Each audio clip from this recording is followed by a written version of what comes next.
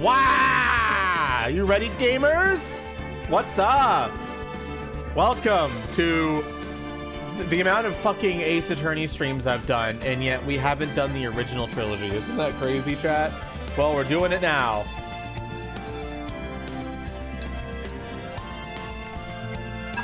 It's Ace Attorney time.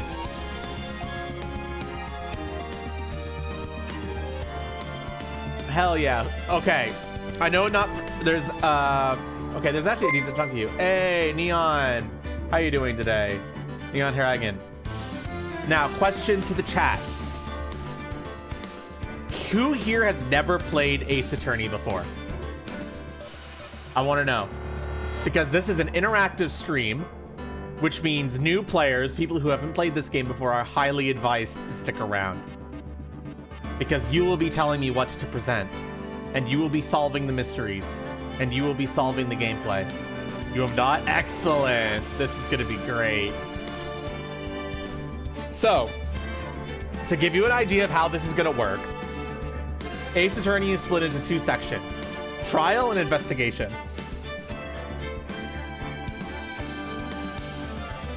So in trials, witnesses will come forward and they'll give testimony. And then when they give testimony, I'll press every statement, which allows us to get more information. And then after that's done, chat will tell me what evidence we have that contradicts a statement that the witness says. I have an app that you can click on that I will be updating live that will allow you to look at all of the evidence that you have available to you. So you'll be able to see all the evidence, and if you want me to replay a statement, you just let me know. So this is going to be highly interactive. When you're ready to present, you do that. You type exclamation point, present, what evidence you want to present, and then what statement you want to present it on. And then you need to get 3 other yes votes from chat in order to proceed forward. Boo. Oh. That was not the text I wanted.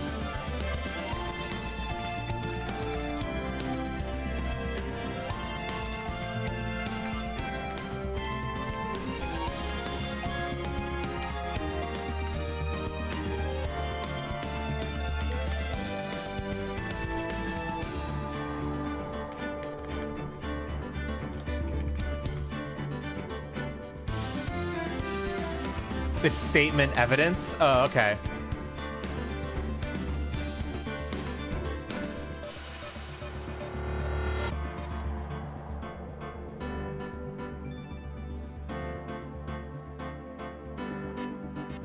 Guy just need to shrink that font size.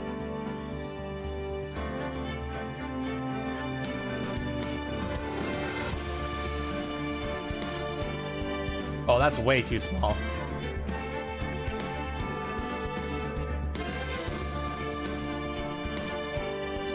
That looks good.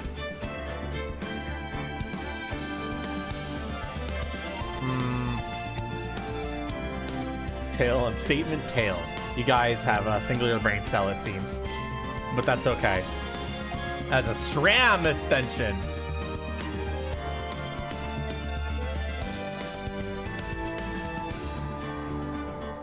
Actually, I don't think we need that. I think we just need this.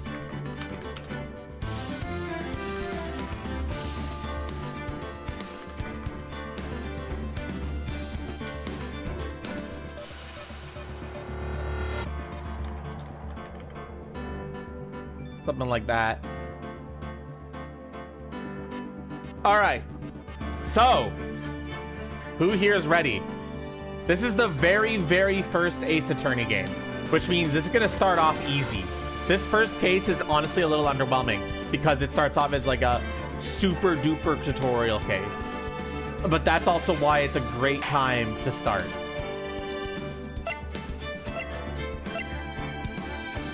Let's go.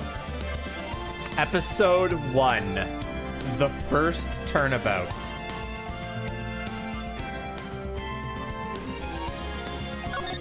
Play the first turnabout, yes.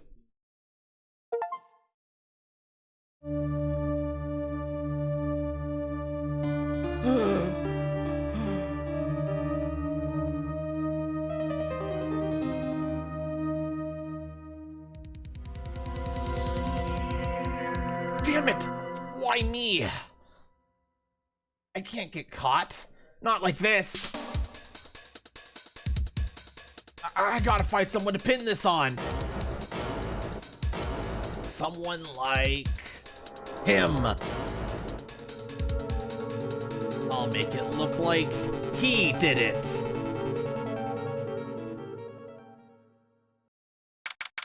August 3rd, 9:47 a.m. District Course. Defendant Lobby number 2. Boy, am I nervous. Sorry, chat. You're gonna see me like make sure all of your evidence is in order at all times, okay?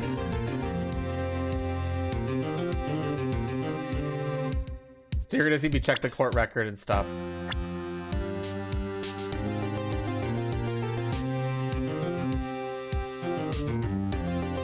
Excellent. Right! Oh, hiya, Chief. Whew. I'm glad I made it on time. Well, I have to say, Phoenix, I'm impressed. Not everyone takes on a murder trial right off the bat like this. It says a lot about you, and your client as well. Thanks. Actually, it's because I owe him a favor. A favor? You mean, you knew the defendant before this case? Yes. Actually, I kinda owe my current job to him. He's one of the reasons I became an attorney. Well, that's news to me.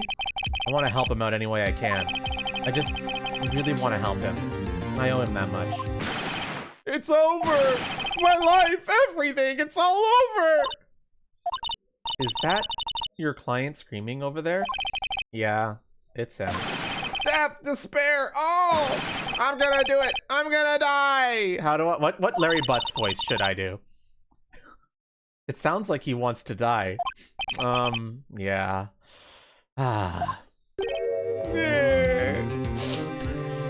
What Larry Butts voice should I do, chat?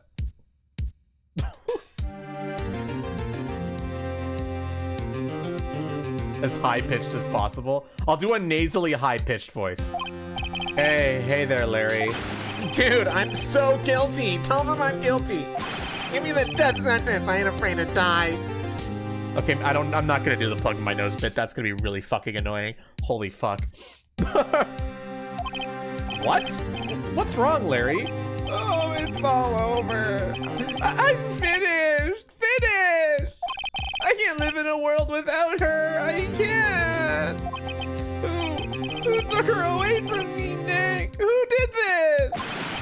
Oh, Nick, you gotta tell me. Who took my baby away? Person responsible for your girlfriend's death? The newspapers say it was you. My name is Phoenix Wright. Here's the story. My first case is a fairly simple one. Try chat, I'm just checking something real quick to make sure everything's working okay. Looks like it is.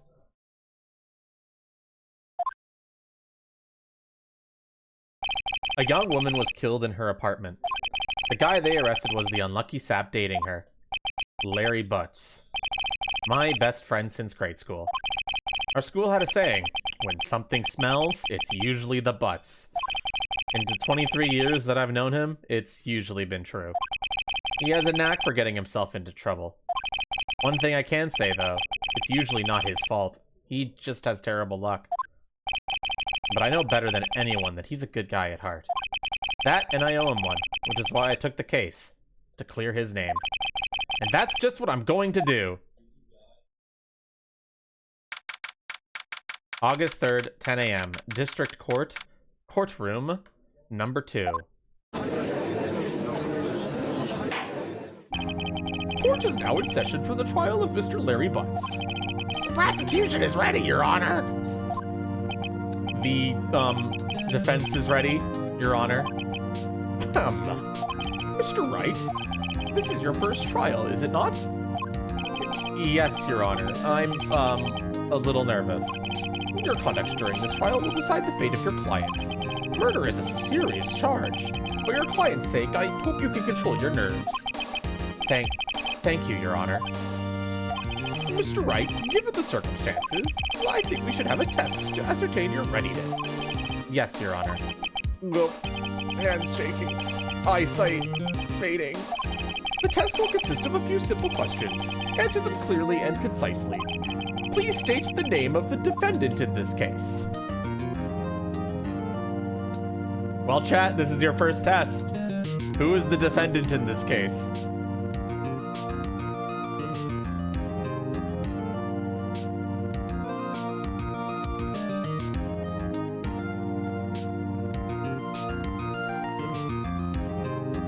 Obviously Mia Fey. Butts? I want 3 answers. You present 2. Larry Butts. It's Mia, duh. Let's not get the fake answers this early, guys. Yet. Butts, yeah, a lot of people are saying Butts. Yeah, that's the obvious answer. The defendant? Well, that's Larry Butts, Your Honor. Correct. Just keep your wits about you and you'll do fine. Next question. This is a murder trial. Tell me, what's the victim's name? Ew, I know this one. Glad I read the case report cover to cover so many times. It's... Wait. Uh-oh. No way, I forgot. I'm drawing a total blank here. Phoenix, are you absolutely sure you're up to this? You don't even know the victim's name? Oh, the victim. Of course I know the victim's name. I, just forgot. Temporarily. I think I feel the migraine coming on. Look, the victim's name is listed in the court record. Just press tab to check it at any time, okay? Remember to check it often. Do it for me, please. I'm begging you. So chat, when I say check the court record, that means check your evidence list. Also, don't forget to refresh it every time, once in a while. It won't update automatically. So you have to click refresh to get any new evidence that comes in. So go ahead and check that court record right now and find out who the victim of this case is. Mr. Wright, who is the victim in this case? All right, chat, who's the victim? Go check your court record. But Nightcall, okay. Oh, whoops.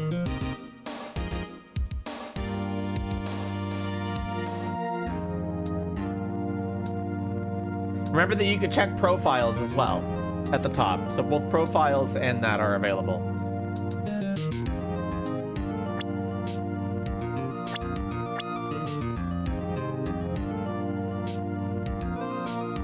How do you check record? So there should be a little icon. It looks like, let me just ascertain exactly what it looks like by loading up my stream. So if you hover over my stream, there should be like a little case file with my tail icon. Yeah, a little suitcase icon. If you click that, it should open up the evidence list. And you can hit refresh and everything. If you're on mobile, it should appear below the stream. And it should be a little suitcase icon. Alternatively, you can also go to this website.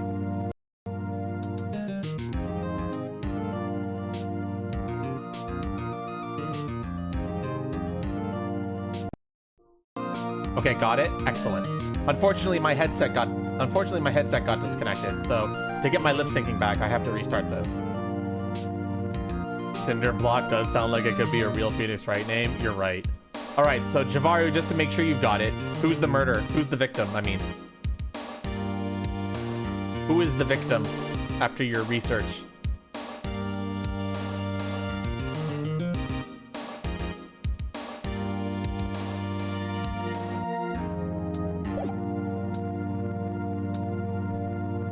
I'm testing you, chat.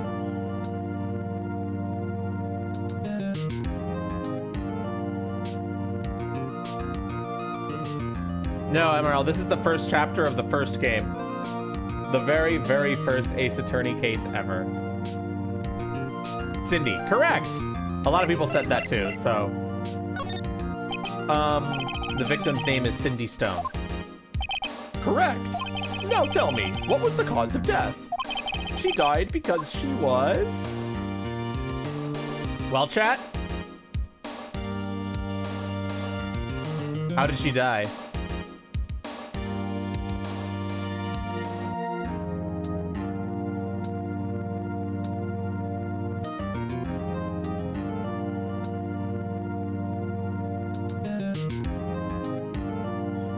Music Hog says hitted. Javara says blunt. That means two. 2 votes for number 2. Do we have one more vote to confirm that and lock it in, chat? 2. Kite has locked it in. She was struck once by a blunt object. Correct! You've answered all my questions. I see no reason why we shouldn't proceed. You seem much more relaxed, Mr. Wright. Good for you. Thank you, Your Honor. Because I don't feel relaxed, that's for sure.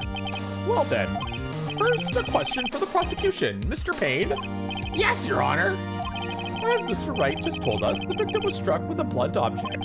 Would you explain to the court just what that object was? The murder weapon was this statue of the Thinker. It was found lying on the floor next to the victim. I see. The court accepts it into evidence. Statue added to the court record.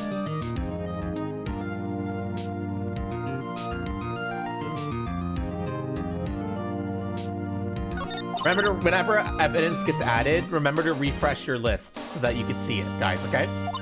Be sure to pay attention to any evidence added during the trial. That evidence is the only ammunition you have in court. Use tab to check the court record frequently. Whoop. Mr. Payne, the prosecution may call its first witness. The prosecution calls the defendant, Mr. Butts, to the stand. Chief, what do I do now? Pay attention. You don't want to miss any information that might help your client's case. You'll get your chance to respond to the prosecution later, so be ready. Let's just hope he doesn't say anything unfortunate. Uh-oh. Larry gets excited easily. This could be bad. Ahem. Mr. Butts, is it not true that the victim had recently dumped you? Hey, watch it, buddy. We were great together. We were Romeo and Juliet, Cleopatra and Mark Anthony. Didn't they all die? I wasn't dumped. She just wasn't taking my phone calls or seeing me. Ever. What's it to you anyway? Mr. Butts, would you describe as generally what we mean by dumped? In fact, she had completely abandoned you and was seeing other men. She had just returned from overseas with one of them the day before the murder. What do you mean, one of them? Lies, all of it, lies. I don't believe a word of it. Your Honor, the victim's passport. According to this, she was in Paris until the day before she died. Passport added to the court record.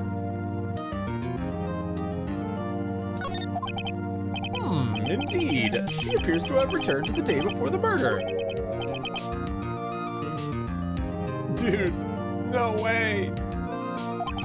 The victim was a model, but did not have a large income. It appears that she had several sugar daddies.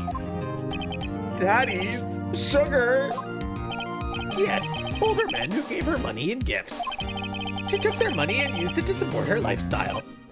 Dude, we can clearly see what kind of woman this Miss Stone was. Tell me, Mr. Butts, what do you think of her now? Right. I don't think you want him to answer that question. Yeah, Larry has a way of running his mouth in all the wrong directions. Should I? What should we do, chat?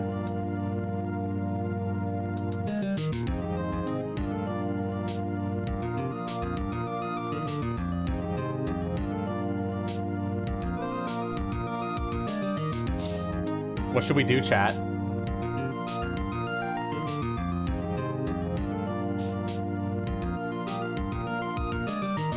Stop him. His Music Hog says to stop him.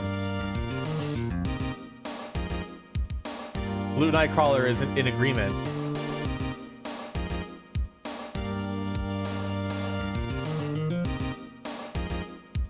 Do we have one more vote to stop him?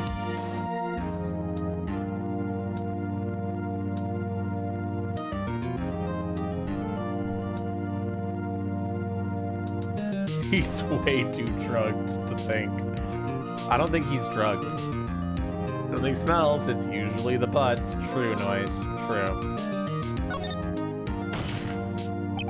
My client had no idea the victim was seeing other men. That question is irrelevant to this case. Oh!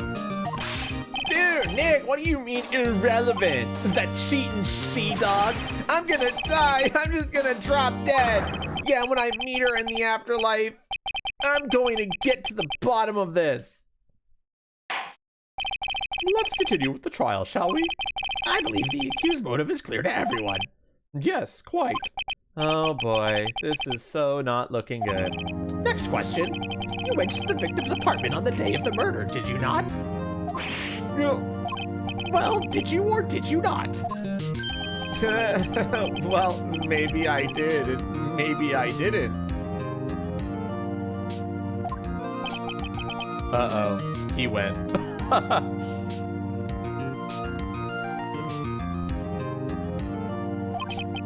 What do I do?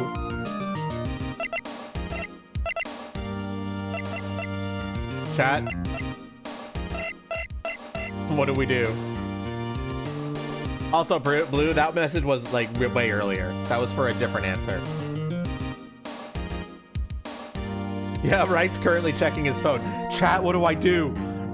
Wright is asking you, chat, what should he do?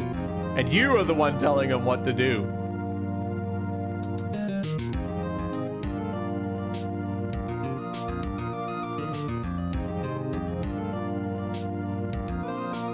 I'm gonna be honest, this choice actually doesn't matter, but I want chat to choose it anyway.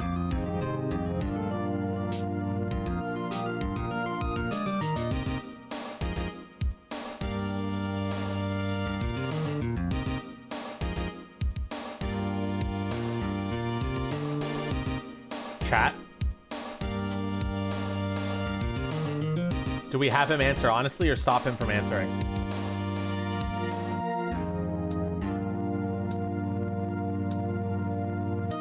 Every day is shut the fuck up Friday.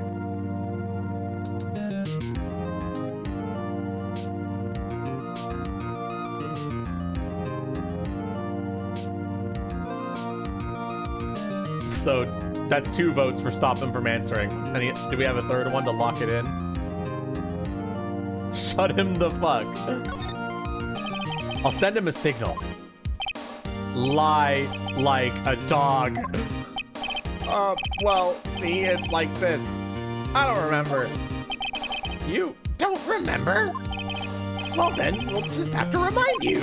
I got a bad feeling about this. We have a witness that can prove he did go to the victim's apartment that day.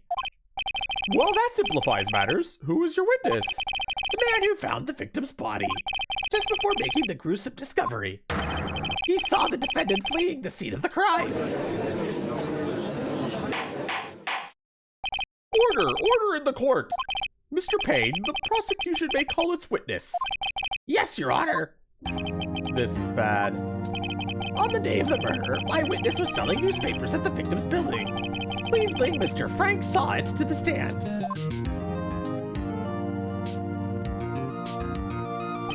Mr. Sawit, you sell newspaper subscriptions. Is this correct?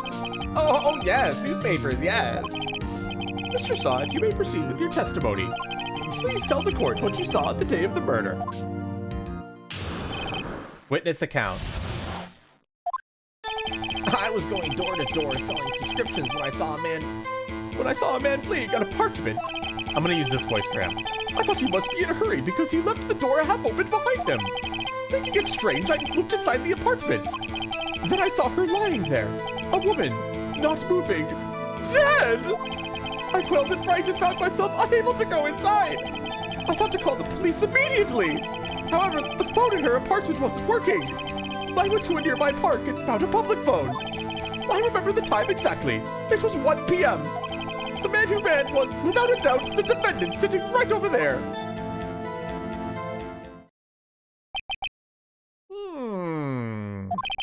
Larry, why didn't you tell the truth? I can't defend you against a testimony like that. Incidentally, why wasn't the phone in the victim's apartment working? Your Honor, at the time of the murder, there was a blackout in the building. Aren't phones supposed to work during a blackout? Yes, Your Honor. However, some cordless phones do not function normally. The phone that Mr. Sawit used was one of those. Your Honor, I have a record of the blackout for your per usual. I think I said that word wrong, but whatever.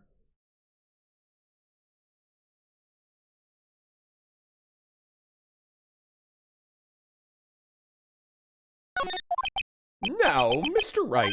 Yes, yes, Your Honor. You may begin your cross-examination. Cross-examination, Your Honor? All right, right. This is it. The real deal. What exactly am I supposed to do? Why, you expose the lies in the testimony the witness just gave. Lies? What? He was lying? Your client is innocent, right? Then that witness must have lied in his testimony. Or is your client really guilty? How do I prove he's not? You hold the key. It's in the evidence. Compare the witness's testimony to the evidence at hand. There's bound to be a contradiction in there. First, find contradictions between the court record and the witness's testimony. Then, once you've found the contradicting evidence, present it and rub it in the witness's face. Okay. Open the court record with tab, then point out contradictions in the testimony. Cross-examination. All right, chat. This is your time. I'm going to press every statement, but while I'm pressing, you're free to still submit a response to for presenting if you see the contradiction. I was going door to door selling subscriptions when I saw a man fleeing an apartment. Isn't a man leaving an apartment a common sight? I find it odd you would take notice of him. I don't know, he just seemed strange to me, that's all. Like he was mad and yet frightened at the same time. Just like a criminal fleeing the scene of a crime. The defense requests that the witness refrain from conjecture. Of course, what the witness means is that the man he saw looked suspicious. So what happened next? I thought he must be in a hurry because he left the door half open behind him. Half open, you say? Yes, the door was open halfway, yes. Well, I watched for a moment, but no one came to close the door. That's odd in a big city like this, I thought. I see, and what happened next? Thinking it strange, I looked inside the apartment. What gave you the idea to do that? Well, the door was half open, you see. Isn't it only humans to want to peek? We climb mountains because they are there. It's the same thing.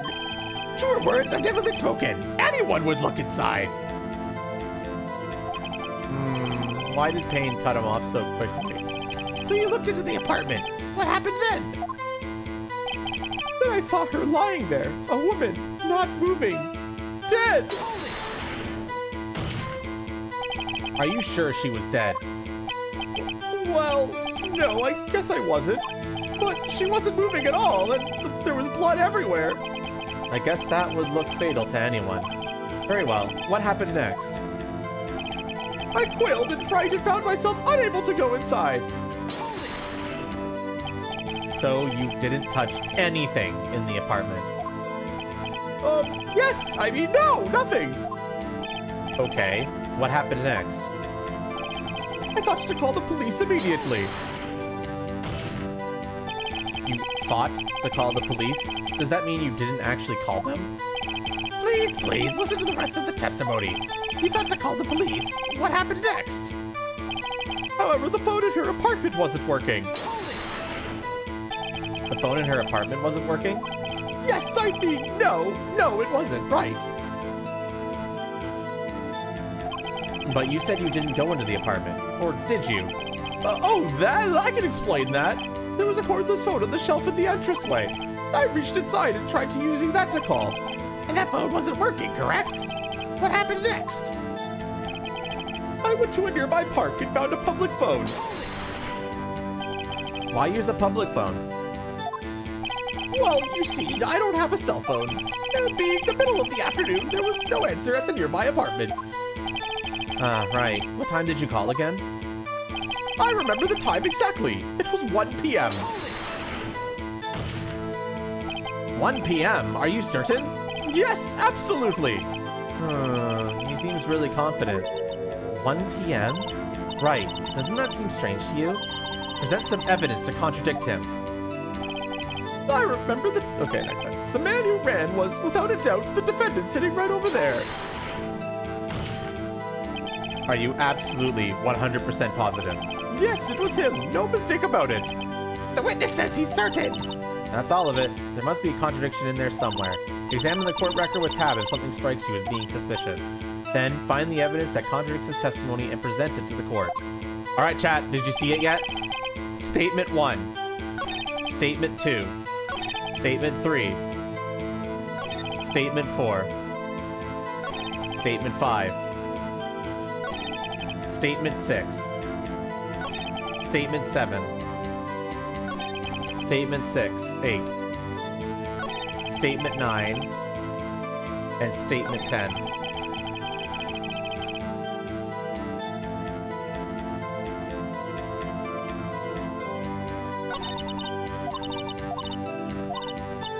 All right, chat, this is the first contradiction in the game. Can you snuff it out?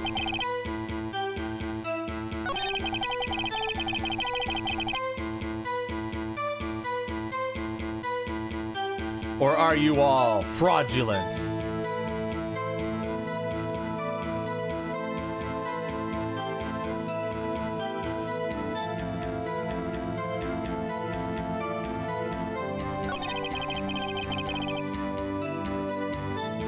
It's game time, chat. Check your court record and check the statements.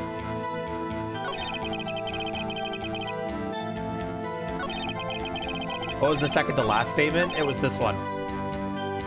This is the second to last statement.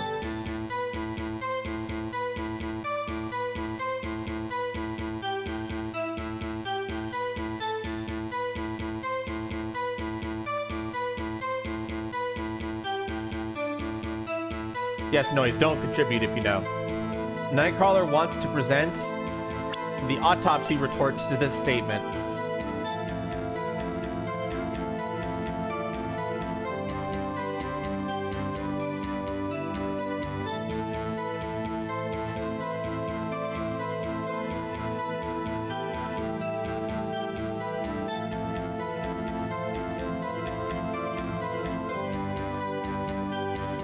Do we agree with this one first?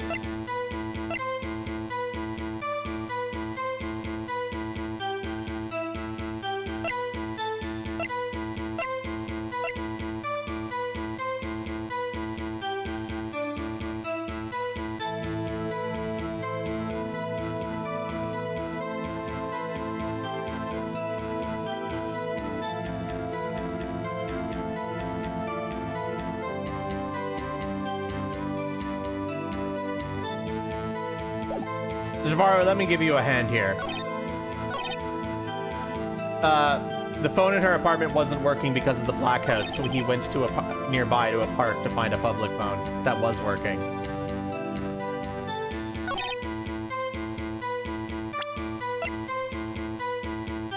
And it's only this only the Mrs. Stone's building, not the park.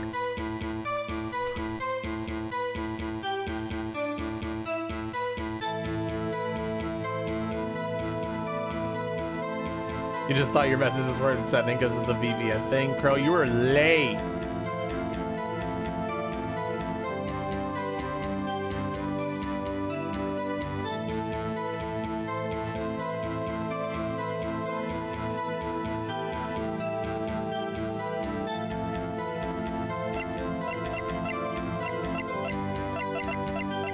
Where are all the Ace Attorney gamers?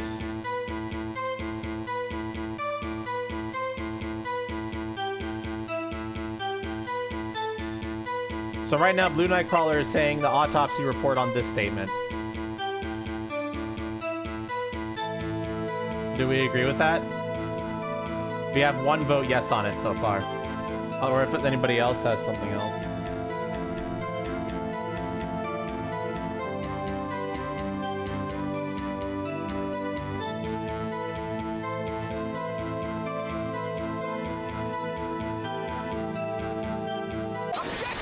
That was enough, yes. You found the body at 1 p.m.? You sure? Yes, it was 1 p.m. for certain. Frankly, I find that hard to believe. Your statement directly contradicts the autopsy report. The autopsy notes the time of death is sometime after 4 p.m. There was nobody body to find at 1 p.m. How do you explain this 3-hour gap?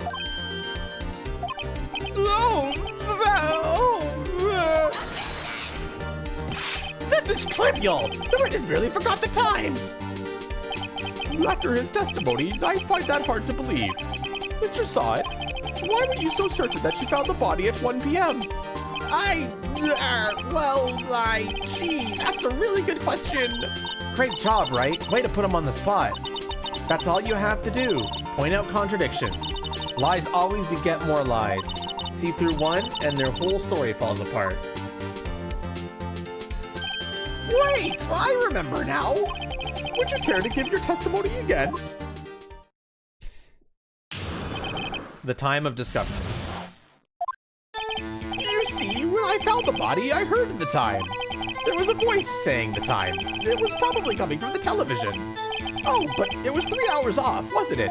I guess the victim must have been watching a video or a taped program. That's why I thought it was 1 p.m. Terribly sorry about the misunderstanding. I see. You heard a voice saying the time on a taped program. Mr. Wright, you may cross-examine the witness. Right. You know what to do. I've got this one.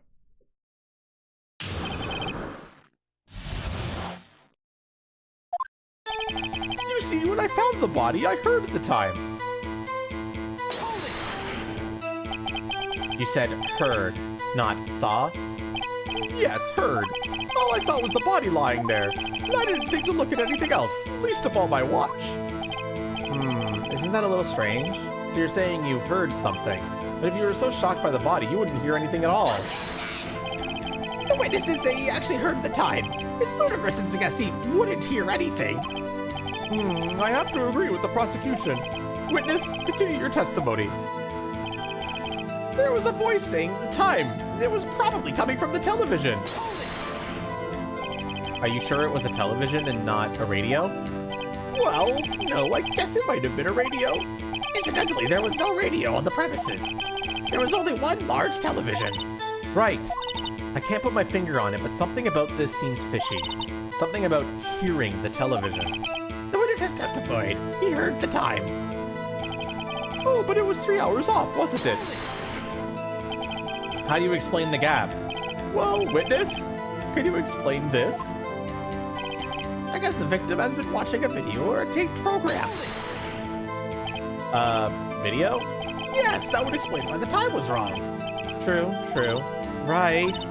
I think the problem lies someplace else. We're agreed that you heard the time at the scene, then. That's why I thought it was 1 p.m. Are you sure the voice you heard said it was 1 p.m.?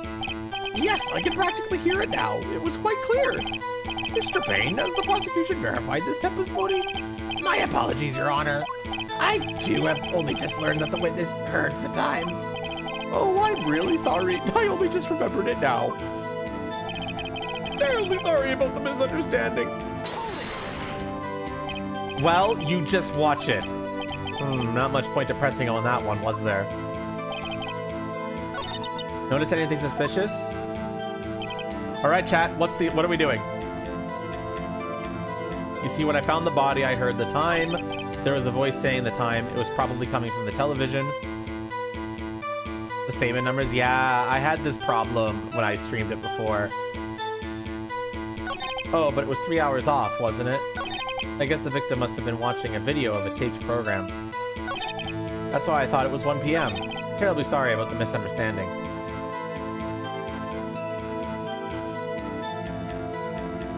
I can't lower myself. I refuse.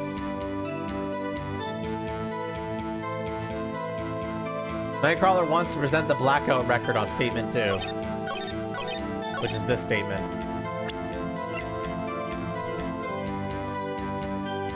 Do we agree, chat?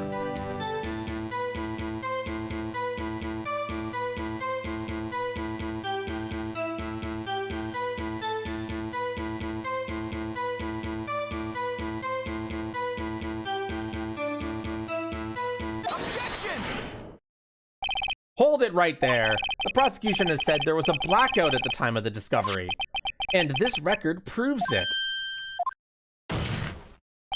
You couldn't have heard a television or a video. The defense has a point. Do you have an explanation for this, Mr. Sod? No, I find it quite puzzling myself. Quite. Wait, I remember now. Mr. Sot, the court would prefer to hear an accurate testimony from the very beginning. These constant corrections are harming your credibility. That, and you seem rather distraught. My apologies, Your Honor. It must have been the shock of finding the body. Very well, Mr. Sot. Let's hear your testimony once more, please. Hearing the time. Actually, I didn't hear the time. I saw it. There was a table clock in the apartment, wasn't there? Yeah, the murder weapon. The killer used it to hit the victim. That must have been what I saw. You saw a clock? I guess that would explain it. The defense may cross-examine the witness. Gladly.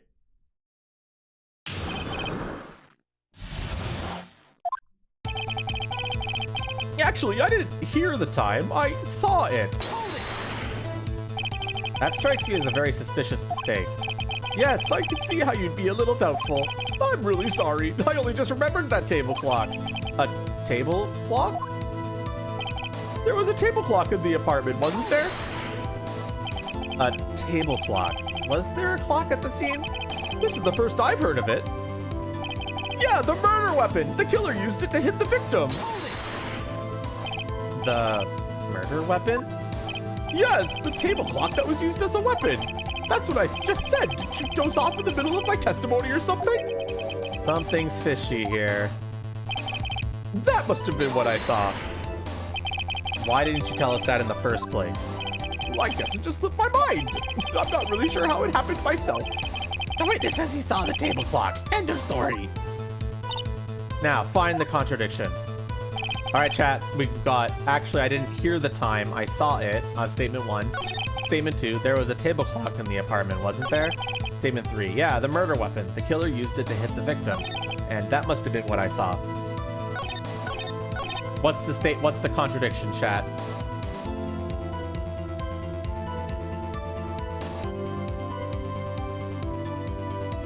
Nightcrawler wants to present on this statement statue.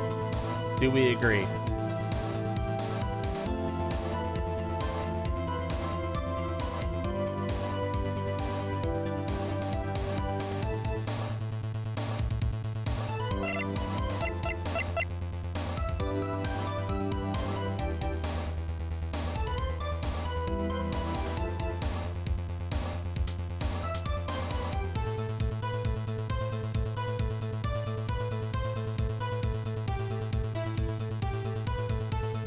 It really makes you think, doesn't it?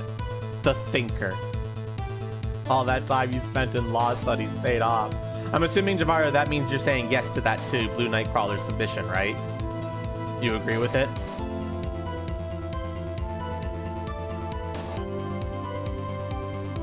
Yep. Okay, we need one more yes and I commit.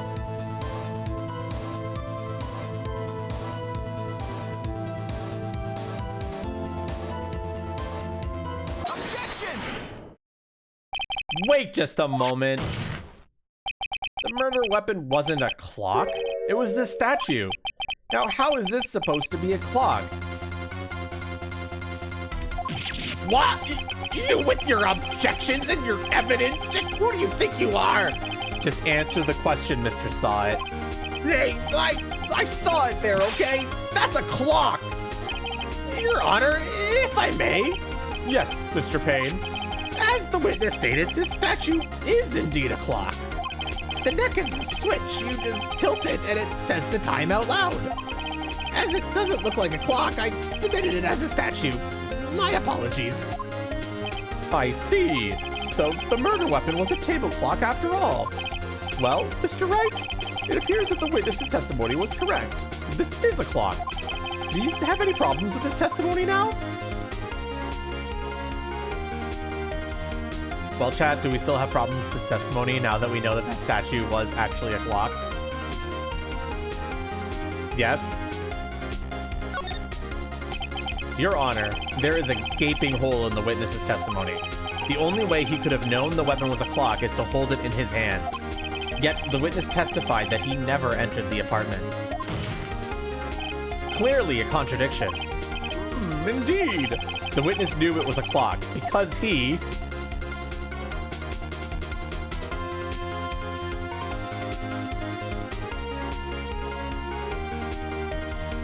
Which statement, chat? 1. You're lying. You were inside the apartment on the day of the murder. Oh, yeah? Prove it. Prove I went in there.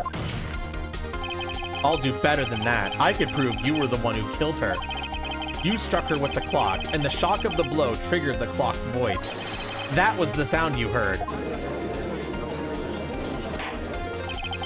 Order in the court! Intriguing. Please continue, Mr. Wright. Yes, Your Honor. Mr. Saw It.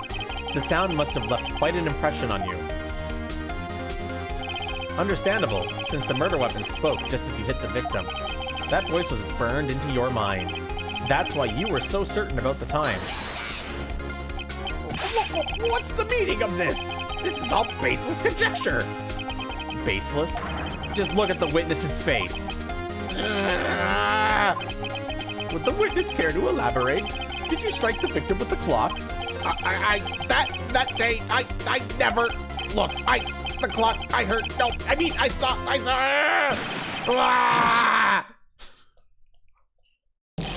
Shut up, I hate you.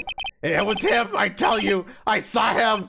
He killed her and he should burn, give him death. Order in the court, I say. Your Honor, a moment, please. There isn't a shred of evidence supporting the defense's claims.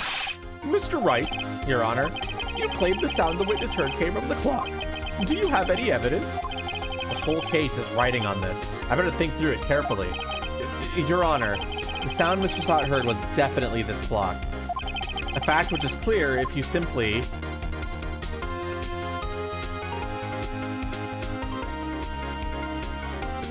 You're not a real defense attorney until you take a toupee to the face. Hi, Steven.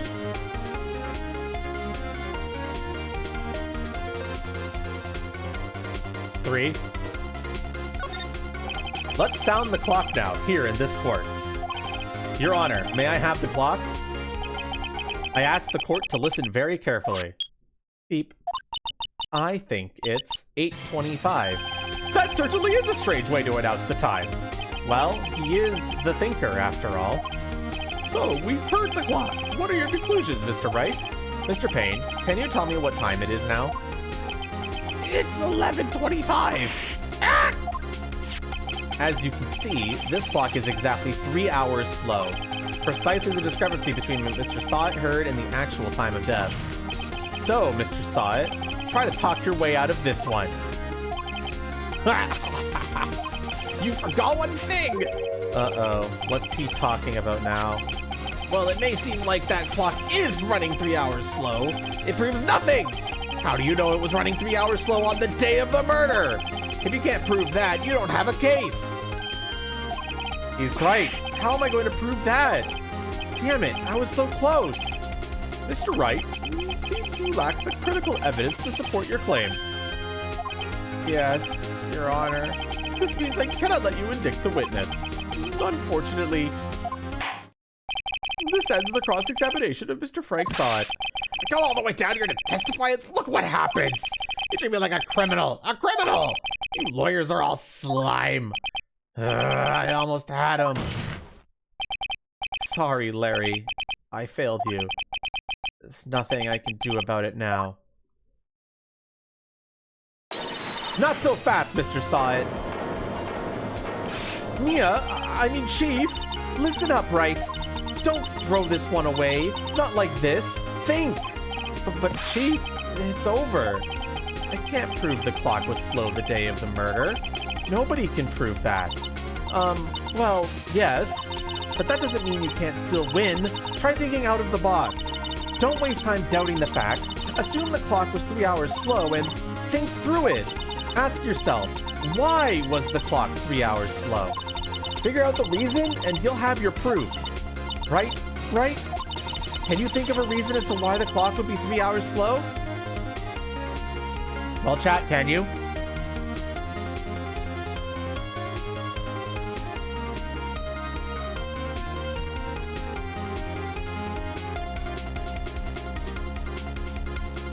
Blue Nightcrawler says yes. Do we agree?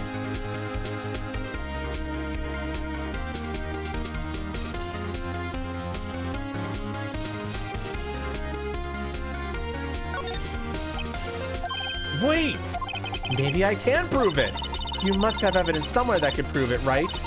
Find it and let them have it. Well, Mr. Wright, you say the clock was already running slow on the day of the murder. Have you found evidence to support this claim? Of course. There is a piece of evidence in the court record that can prove my claim beyond a doubt. Ha! Tough words. Let's see you pull this one off. Let's see this evidence that proves why the clock was running slow. What are we presenting, chat? Blue Nightcrawler wants to present the passport.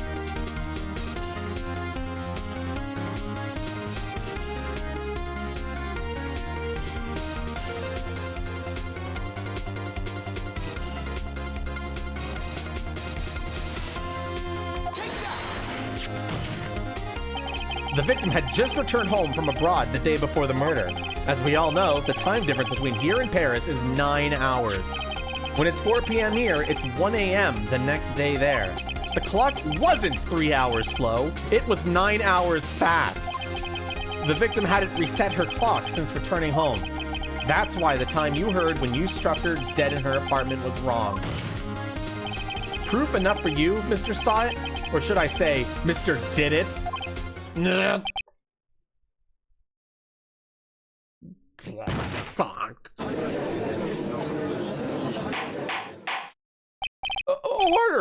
Order, I say. Well, this case has certainly turned out differently than we all expected. Mr. Payne, your witness? He was arrested and has been taken away, Your Honor. Very well. Mr. Wright? Yes, Your Honor. I have to say, I'm impressed. I don't think I've ever seen someone complete a defense so quickly and find the true culprit at the same time. Hi, Mars. Thank you, Your Honor. At this point, this is only a formality, but this court finds the defendant, Mr. Larry Butts.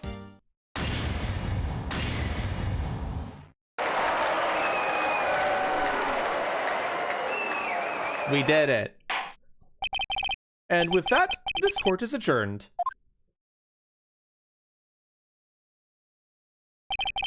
It turns out that Frank Saw It was a common burglar.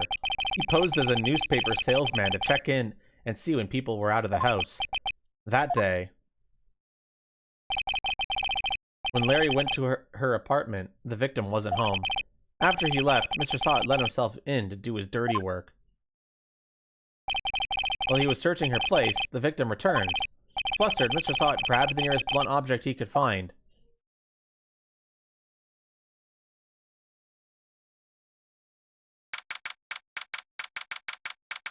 Bonked.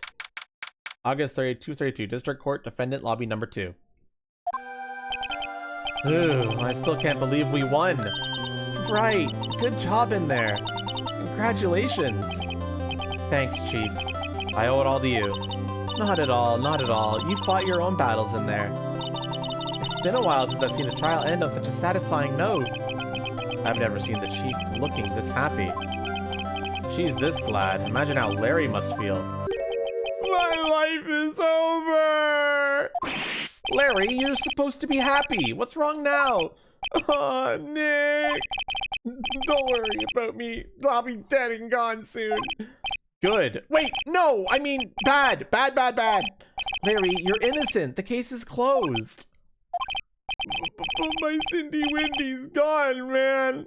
Gone forever. Larry, she was a... never mind. Congratulations, Harry. Harry? Yes, you. I could practically see the headlines now. Harry Butts, innocent.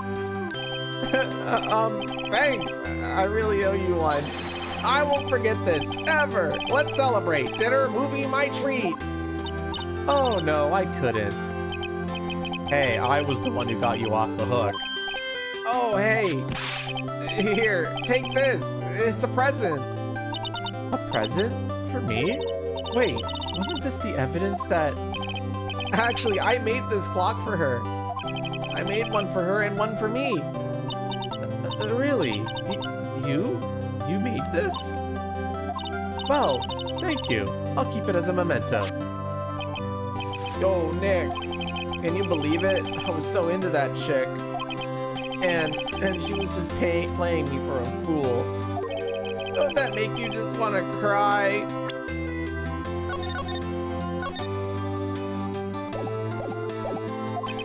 Larry.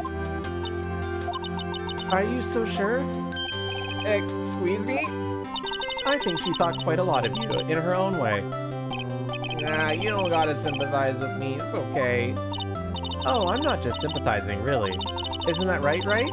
Don't you have something to show your friend? Something that proves how she felt about him? Huh? Oh, yeah, right! What the heck is she talking about?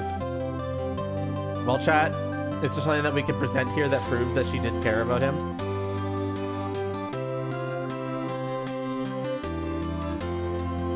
Are you winning, son? Chat's winning, not me.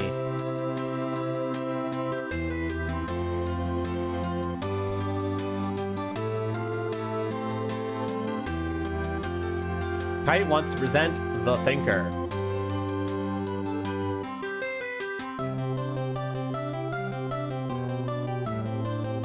Are you winning, sons?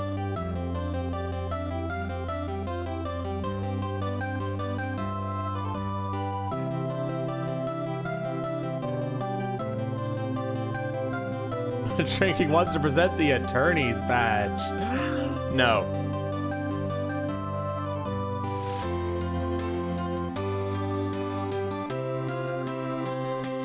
Two people are saying the statue. Do we concur? One more yes and I do it.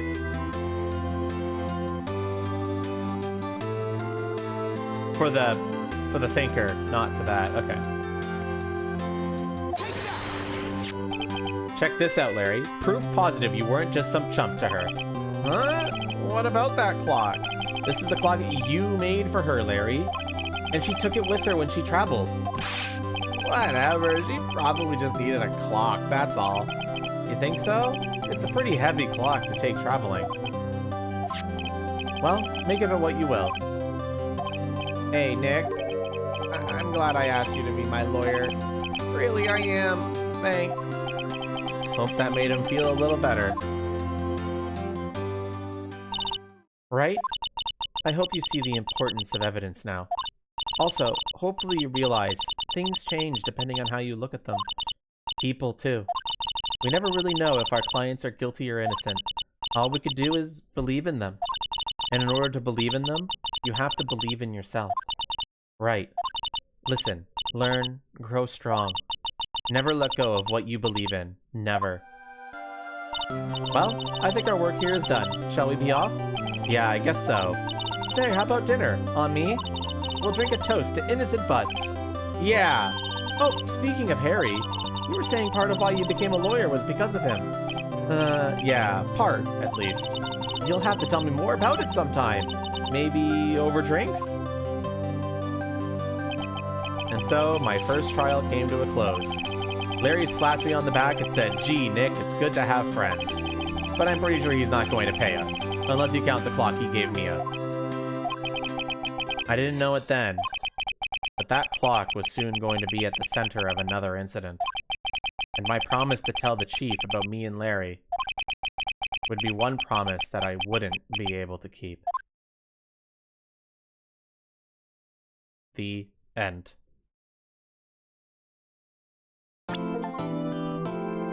A brand new episode has been added.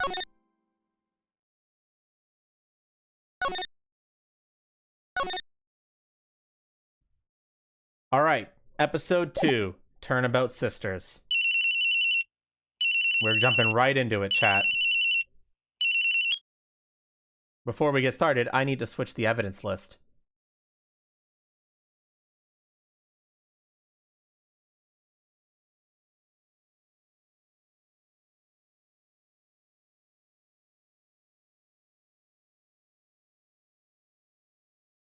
Evidence list has been switched.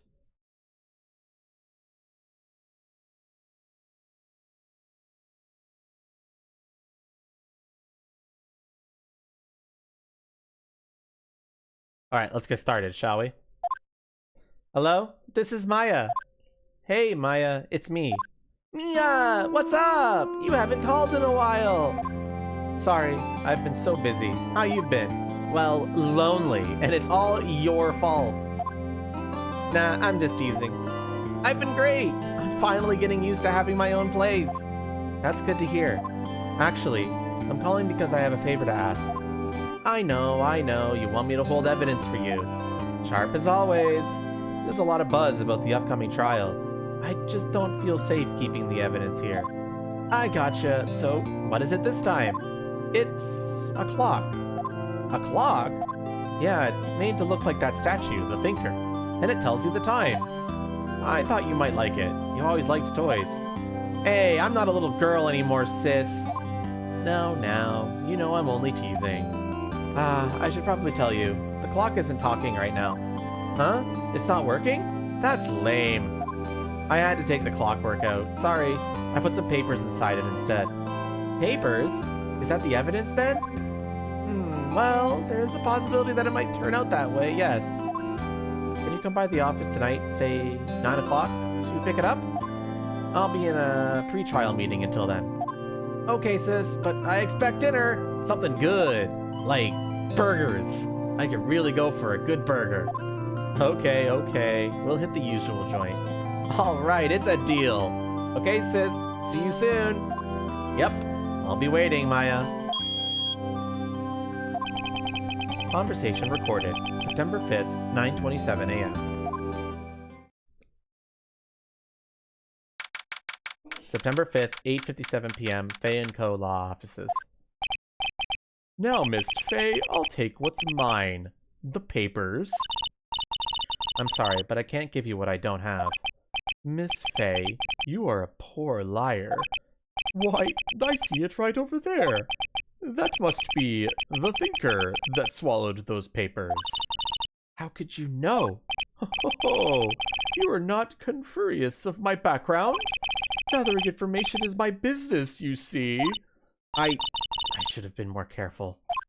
Oh, my dear Miss Faye, I'm so very sorry.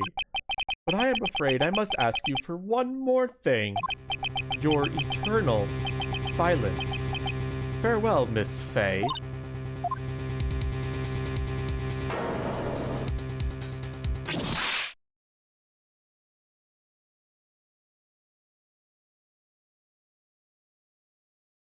Red, white, blue.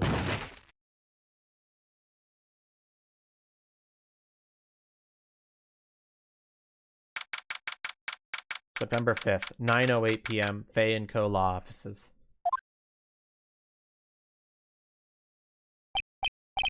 Uh-oh, I'm late. Huh? That's strange. Guess the chief left without me. She said her sister was coming over, so we should all go out for dinner. What's that smell? Blood? Mia! Maybe she's in her office.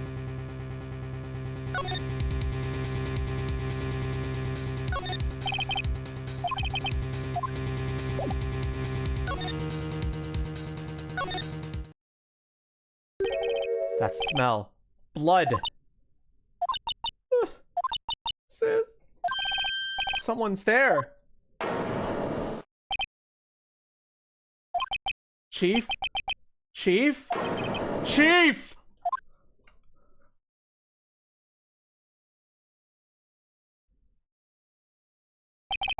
Who are you?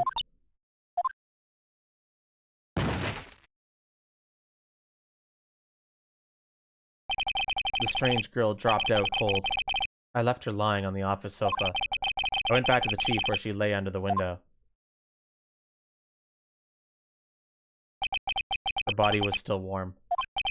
I could feel it when I held her shoulder.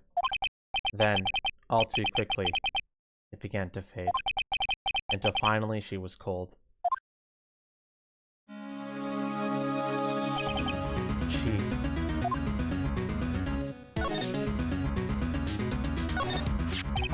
It's encrusted with dried blood.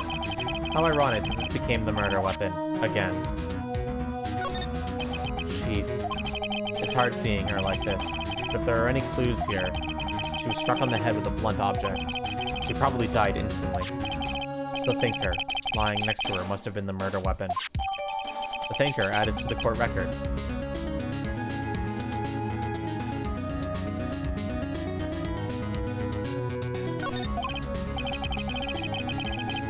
There are some glass shards near the chief's body. Must be pieces of the glass light standing lying broken in the back of the room. The glass shards added to the court record.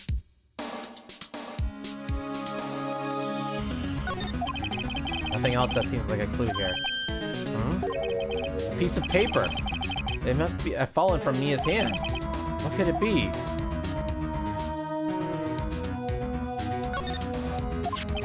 A word is written in blood on this scrap of paper. Maya?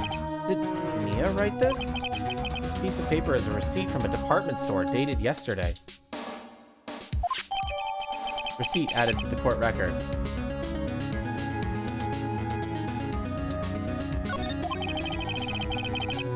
I think that's enough snooping around for now.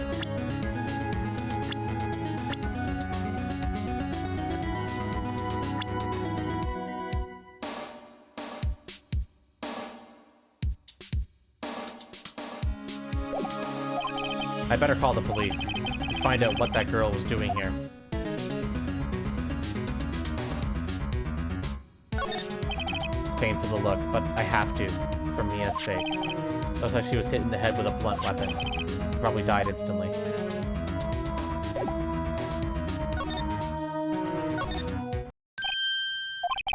That girl just now. Where'd she go?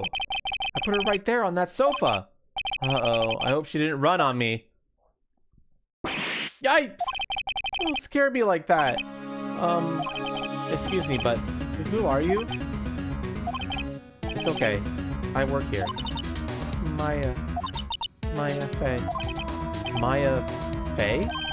Maya. So Mia was writing this girl's name. Maybe I should show her the receipt? I never thought there would be use for evidence like this outside the courtroom.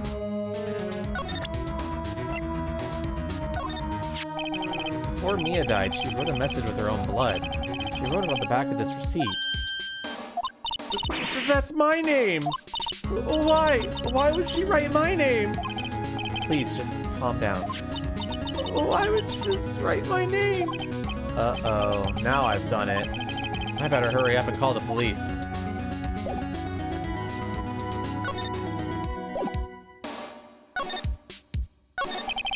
She seems to be in shock. I don't want to disturb her, but I have to know.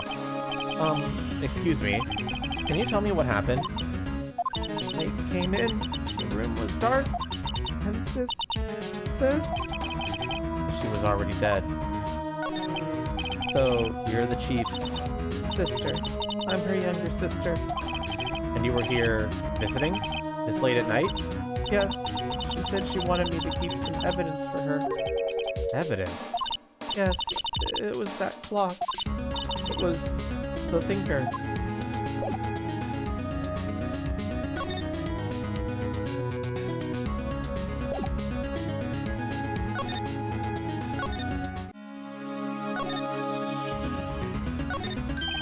Right, I'd better call the police. That's funny. A few of the screws on the receiver are missing. It looks like someone was halfway through taking it apart. Police? Please, come quick! Police, please come quick! Someone screaming from outside the window? She's staring straight at me. She's holding a phone in her hand.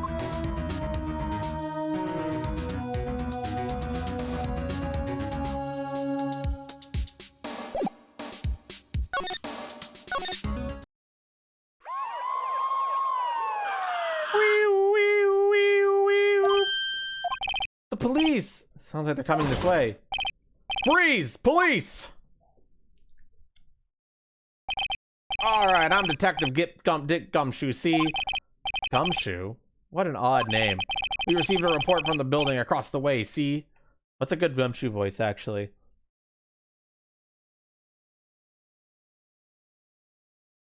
I think that's actually a decently fine voice. I can't remember what I did for Gumshoe when I did New York accent. I can't do an New York accent, but I could try. Got a person saying they saw a murder. It must have been that woman I saw. Anyway, I don't want either of you moving 1 inch, okay? Great. Just great. Maya. Wait, she wouldn't have... Nah. Whoa! Excuse me! Just where Maya here mean anything to you? That's my name. What? The victim drew this here note in her own blood, see? With her dying breath, she wrote down the killer's name. Killer? I'm not. Case closed. You're coming down to the precinct, ma'am. What?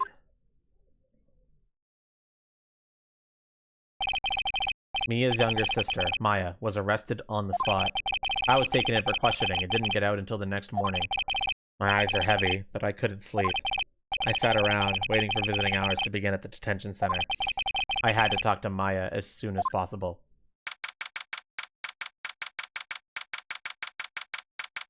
Alright, chat, I'm leaving you on this for a second because the bathroom calls for my name. And I must answer it.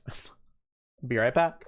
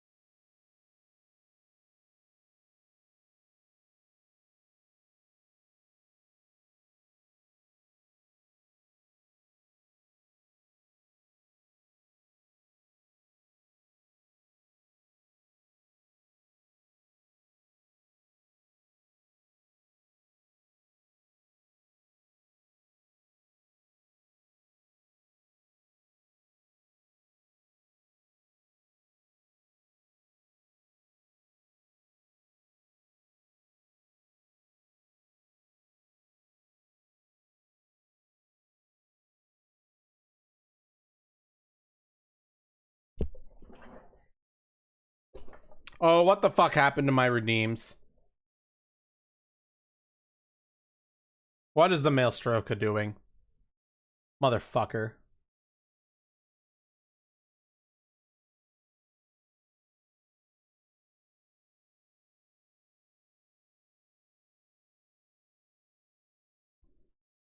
You exploded the boy? It's stroking out. Can you not describe it like that?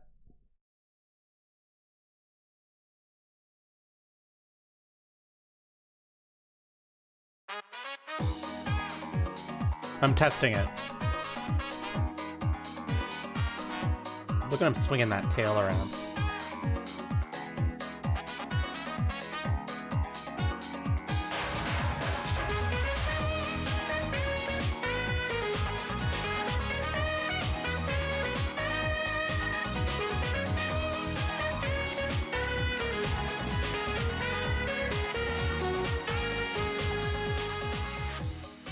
Okay.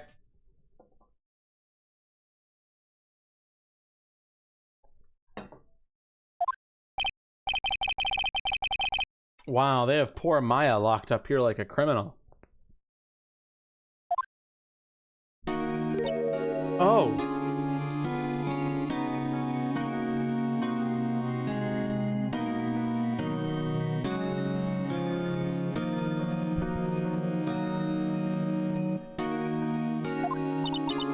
It's you, the lawyer. Good morning. Good morning. She looks so tired. Sorry, my glasses are a little dirty.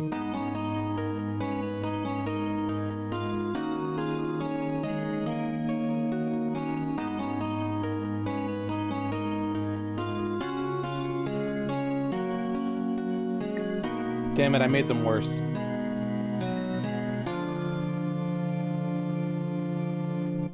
There we go.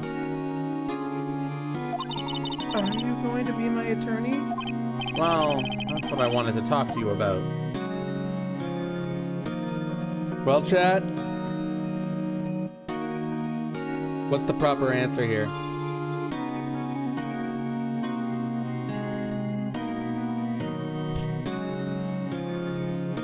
I mean, I don't think there is a right or wrong answer, but what does chat want to say?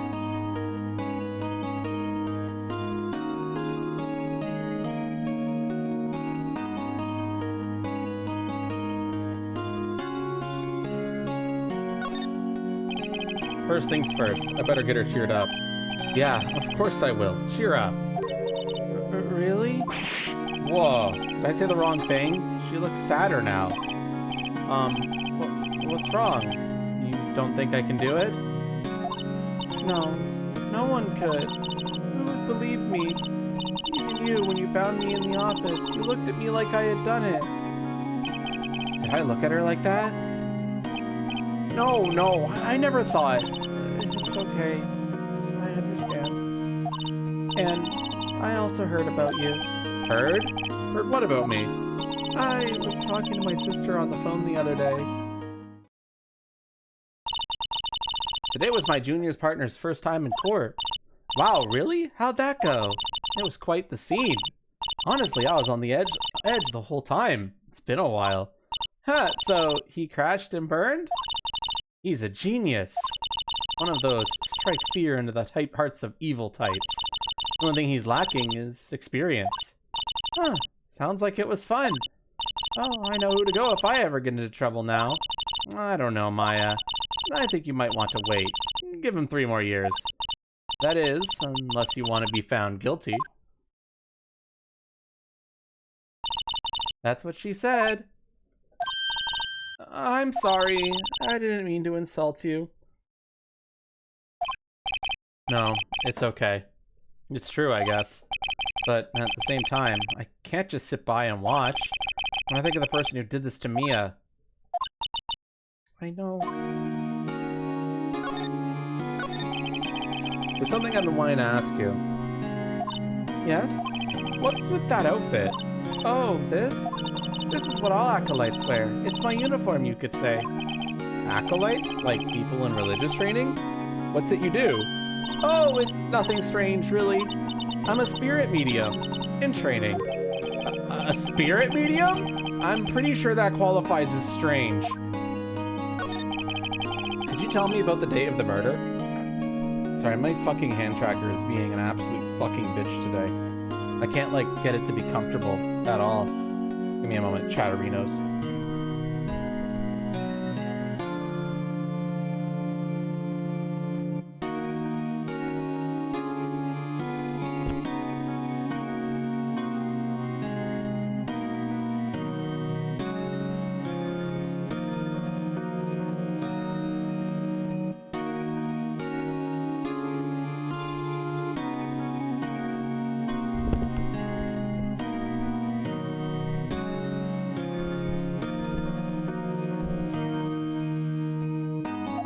Yes, let's see.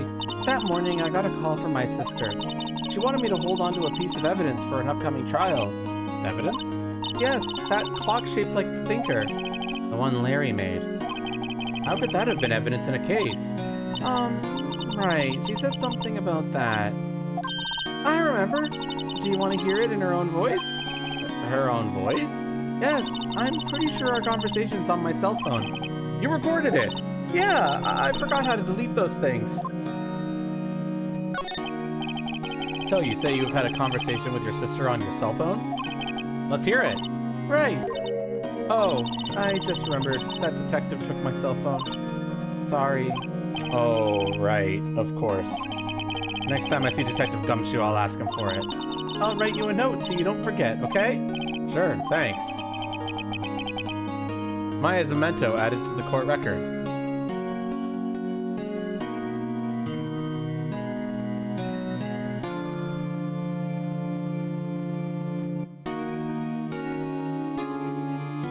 I don't have that as evidence that I've set up. And I'm assuming that's because we don't have that evidence permanently. And it's literally, so I'm just gonna not worry about it. It's probably not something you guys need to worry about in the trial. Could you tell me about the day of the murder? Sorry, I know it must be hard. No, it's okay. All I've been doing the last few hours is talking about it. I've kind of gotten used to it. Let's see, that morning I got a call from my sister. She wanted me to hold on to a piece of evidence for an upcoming trial. That's the thinker clock that Larry made. Practically qualifies as a serial murderer by now. So then, when did you arrive at the office? It was right around 9 o'clock. The lights were off and I could smell blood. Then I found her, my sister. Thanks, Maya. That's all I need to hear for now. So you're an acolyte. They're medium in training. That's right. The Faye family, especially the woman, have always been very sensitive to the spirit world. Wait a second, you said the Faye family? So Mia was into this stuff too? Of course! She left the mountain to follow her career, she said. Nice watch streaks, buddies. But I think Zoldo won. Her powers were first class, too. I had no idea. Wait. What? So, you're a real, honest-to-goodness medium with ESP and all that? Yes. In training. Well, can't you contact Mia's spirit, then? We could just ask her who killed her. I'm sorry. I'm still in training. I couldn't do something on that level. I thought that would be too easy. Huh? Something the matter? I was wondering, can I ask you a favor? This is the address of a famous lawyer. My sister gave me this a long time ago. She said if I was ever in trouble, I should call him. And, well, I'm in trouble. Do you think you could go ask him to represent me? Well, chat, what do we say?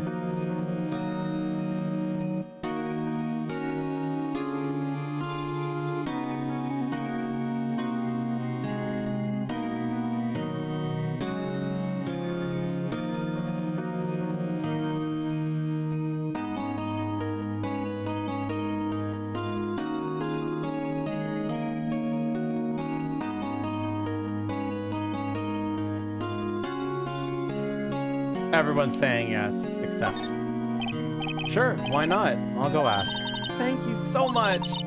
I have no one else to turn to. Say, what about your parents? I see. Don't worry. Leave it to me. Thank you. The trial's tomorrow at 10. What? Tomorrow? Tomorrow. What if this guy refuses? They told me that if I don't find one, the state will pick an attorney to defend me. When will that happen?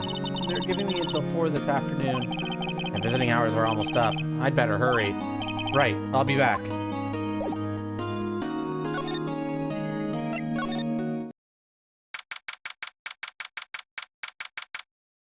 Step number 6, Grossberg Law Offices. According to the receptionist, the big boss is out. She couldn't say when he'd be back. It must be hard to keep track of everything when you're a famous lawyer. Not to mention run an office like this. I guess I'll just have to come back later.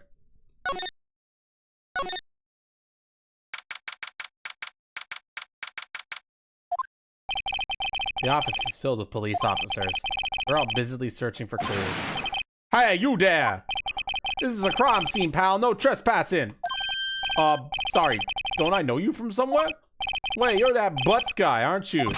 No, Phoenix Wright. How could anyone mistake me for Larry? Oh, I guess I got the wrong name, Mr. Wright. Sorry about that. That Butts guy, he was a killer, and you're no killer, right? He was proven innocent. Right. And you were... What do we say, chat?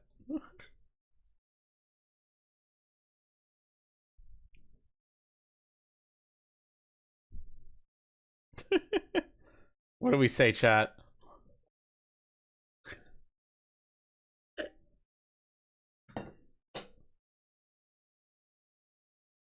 Gumshoe, our guy, our man.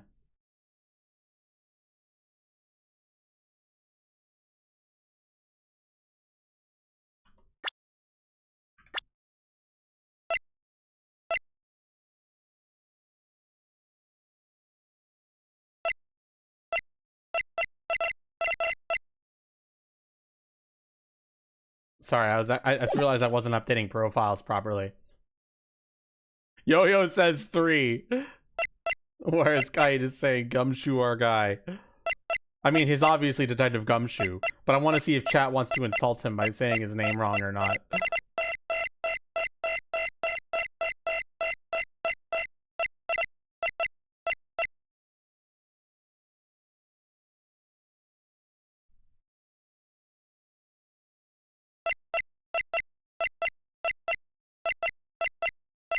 Gumshoe's fine.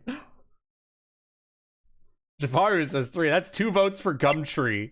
And 2 votes for... Still a tie, yeah. Do we call him Gumshoe or Gumtree? Who's gonna be the tiebreaker?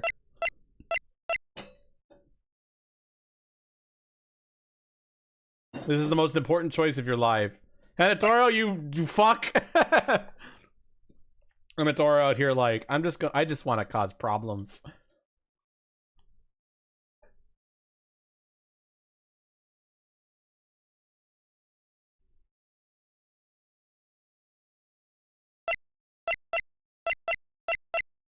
We're calling him Gumtree. Gumtree, was it? Detective Gumtree?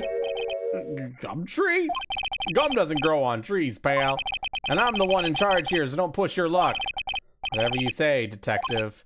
Anyway, get the name right. And don't go calling me Dick. Hey, Dick, get over here. Yes, sir. Be right there. You're her lawyer, right, pal? We got business here, you better do it quick. Ooh, he thinks I'm Maya's lawyer.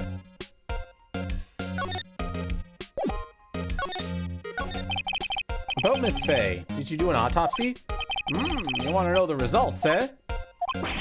Don't you look at me like that, pal. It's no use. She might have been your boss, but that doesn't mean you get any special treatment. All right, you can see the report, but that's all.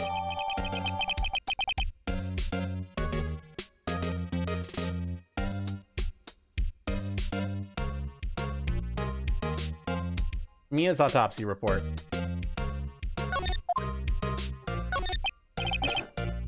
About Maya.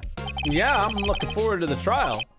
Sorry, pal, but this is one trial you aren't gonna win. Why do you say that? The city's put Prosecutor Edgeworth on the prosecution. Edgeworth. I'm sure you know what that means, you being a lawyer and all. Prosecutor Edgeworth. That's right, pal, Mr. Miles Edgeworth himself. Wait, you do know him, do you? Do we know him, chat? Do we know Edgeworth, chat?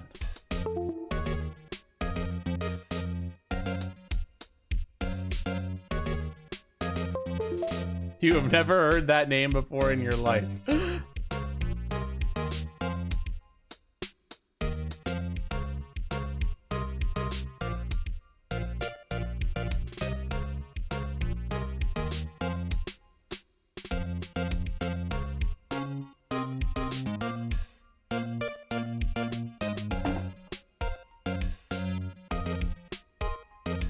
I think we all know who he is.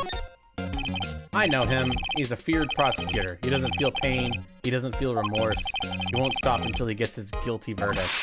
Oh, I don't talk about him that way. You make him barely sound human. Still, I'm afraid this pretty much decides the case. So, Edgeworth is on this one. He hasn't lost the case since he became prosecutor at the incredibly young age of 20. Of course, there are rumors of back alley deals and forged evidence. All I know for sure is that Edgeworth hates crime with an almost abnormal passion.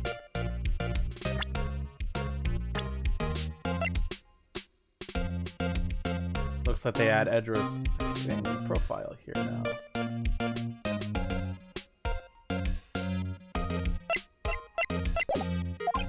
I never imagined I'd be facing him so soon.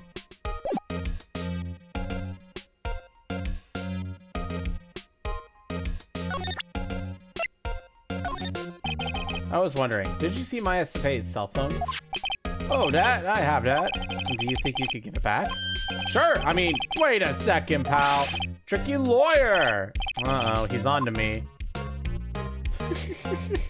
Do we tell him straight or tell him not so straight, chat?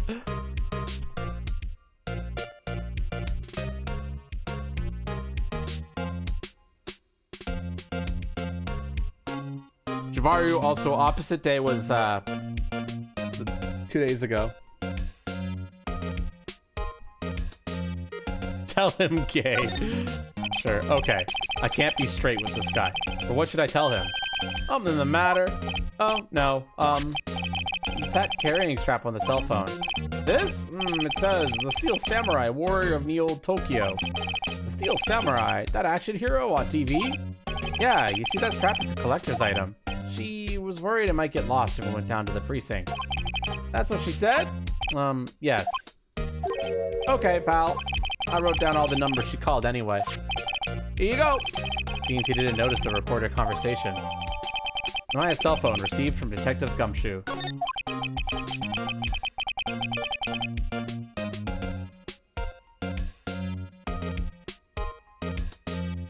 Check the court record to hear the recorded conversation.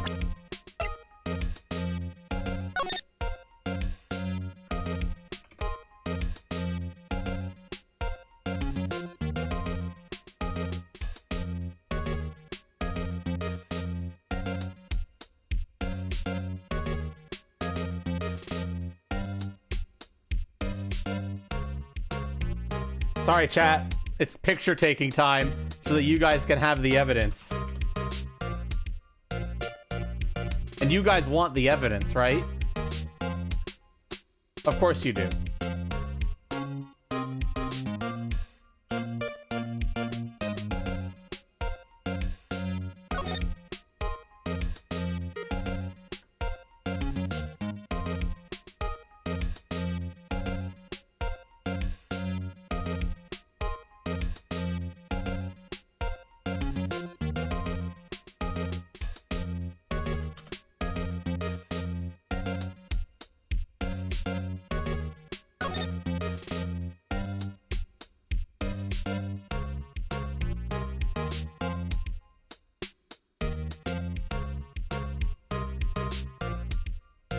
The things I do for you, chat. Never forget it. Okay, if you refresh your evidence list, you should be able to check that phone recording now. and see all 3 pages.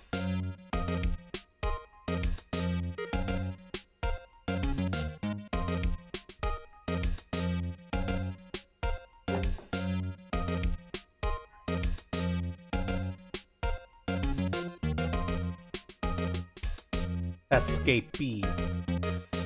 You're so clever.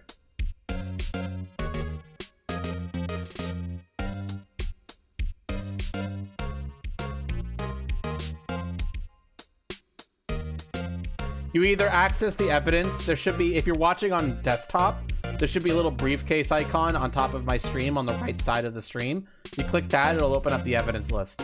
If you're on mobile, that same briefcase icon should be right below the stream, and you should be able to click on that.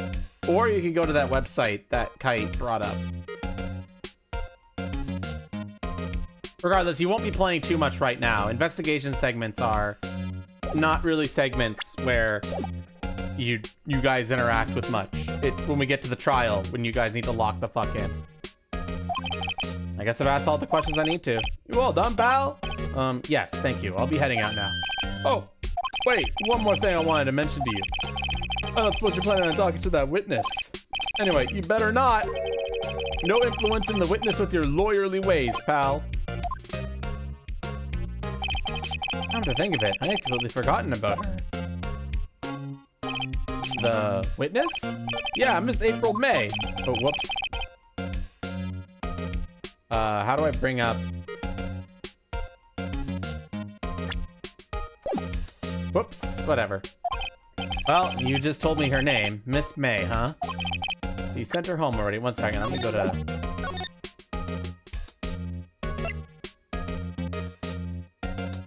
Let's turn off text. Oh, you're trying your lawyerly tricks on me now. Oh, side her room until her trial. So, she's still in the hotel across the way. I guess I should know better than to try and get a detective to leak information. You got that right, pal. Time to pay a visit to Miss May.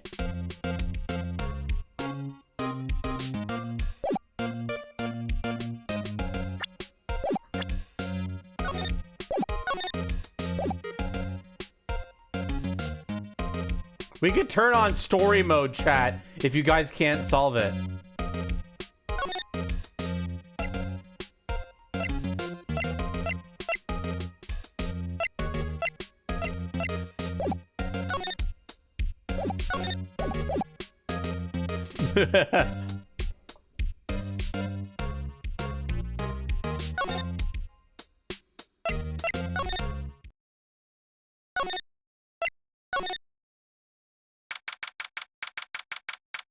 Number 6, Gatewater Hotel, room 303.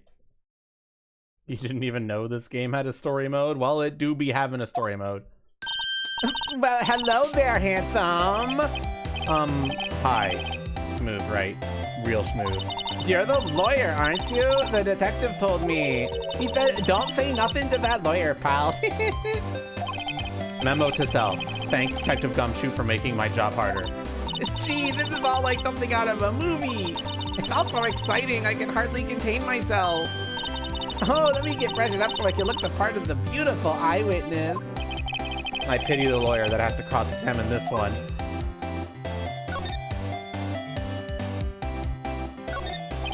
There's a screwdriver stuck in this drawer. I wonder what's inside. Let's take a look. Hey! What are you doing? No touching! Ooh, bad boy! You really shouldn't pry around in other people's rooms now. You wouldn't want to make me upset, would you? Upset? I thought she was going to explode for a second there. I wonder what could be inside that drawer. Do you think you could tell me something? I need you to describe what you observed at the time of the incident. Oh, observe incident? You sound just like a lawyer in the movies. I like a man with a big vocabulary. Better not encourage her. You know that thing that happened the other day? The bad thing? What did you see when it happened? I don't suppose you could tell me about it? Pretty please? Let me see. Well, dream on. If you want to know, you'll just have to come to court tomorrow, Mr. Lawyer. Oh boy. Could you just Who exactly are you? Oh, Mr. Lawyer, are you hitting on me? No. Hey, I'm just doing my job here. You know you're cute when you blush.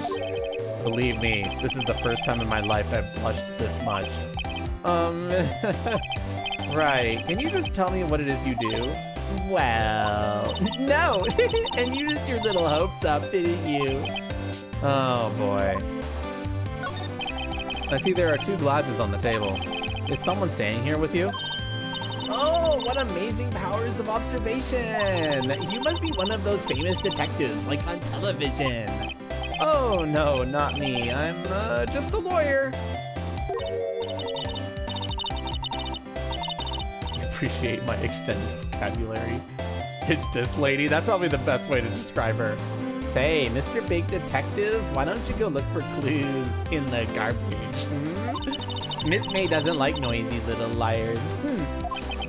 Oh boy.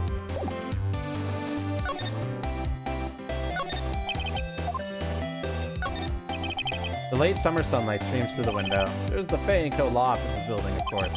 You can see the inside of the room pretty clearly from here. I think it'd be a little difficult to recognize a face from this distance, though. Ah, still scene painting. Wait, should that be still life? Whatever, one of those is hanging on the wall.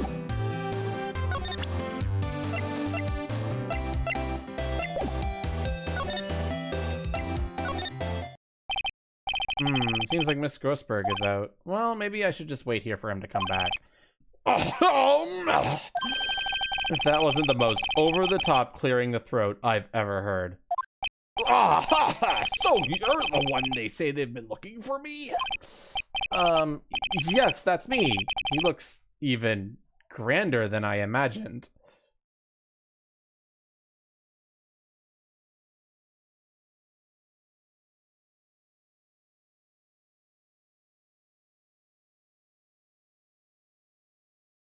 You think you remember every case, so you'll be quiet? Fair enough. One second, I just added some profiles. I just want to make sure that they're there. That badge on your collar. Ah, so you're a lawyer, are you now? Yes, well, yes. And what do you want? I'm not particularly busy these days. Please proceed. Not busy? Then how come no one can get in touch with you? Something the matter? You came to see the one and only Marvin Grossberg, did you not? Well, here I am, boy. What do you want? Out with it. Well, sir, actually, it's about Maya Fey. Yes. Maya Fey, go on. Why the strange reaction? I'm really quite busy here, son. I can't go taking cases on a day's notice. No, it's quite impossible. Wait a second. How did you know the trial was tomorrow? Anyway, I'm afraid it's entirely impossible for me to represent her. Sorry, end of discussion. What's going on? He refused me before I even had a chance to ask him. What do I tell Maya? How can you just refuse like that? Please tell me why you won't take the case. Well, you see, it's just... I'm busy, you see? But the client is Mia Fey's sister. Mia trusted you. She knew her sister would be in good hands. Yes, of course. I know that. However, I'm sorry, but I must refuse. Sorry, goodbye. Creep. Fine. I don't have time to argue with you anyway. I'll go look elsewhere. Think not. Huh? Did you say something? I think not, I said. What do you mean? I'm terribly sorry. But I'm afraid that no lawyer worth their salt will take on this particular case. Terribly sorry, me boy. Why? I cannot say. I beg your pardon, but could you leave? Now? I've nothing more to discuss with you. What's going on here? How did you know Mia Fey? She worked here a long time ago. Quite the apprentice, that one.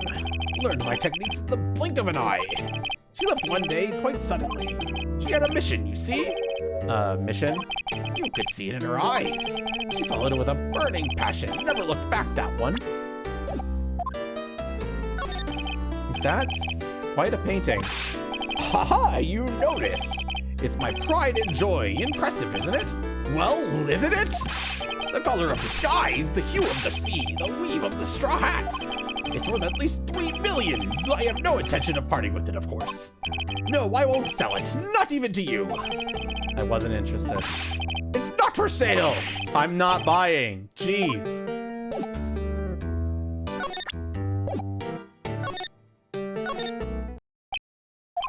Looks like Detective Gumshoe has gone home. The police are still keeping themselves busy in the chief's office. No one has time to talk to me. Guess I'll head out.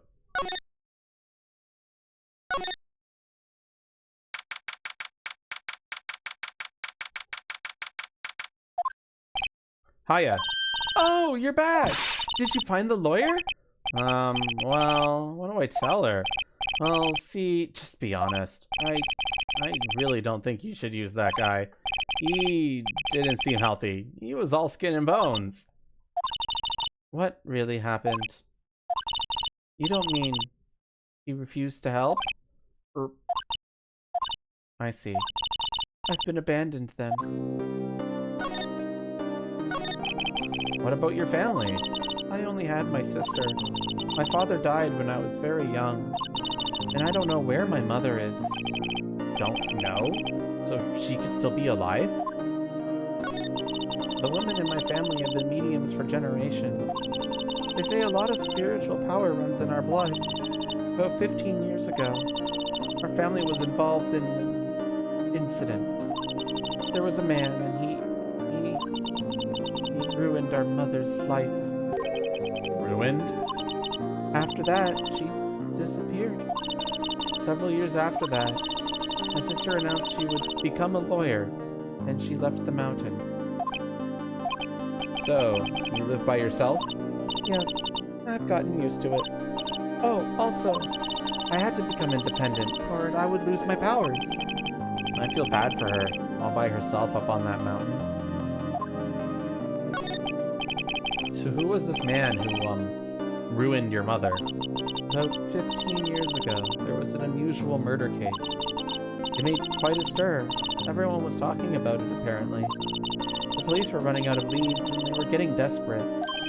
Wait, they didn't use a spirit medium, did they? The police convinced my mothers to try and contact the victim.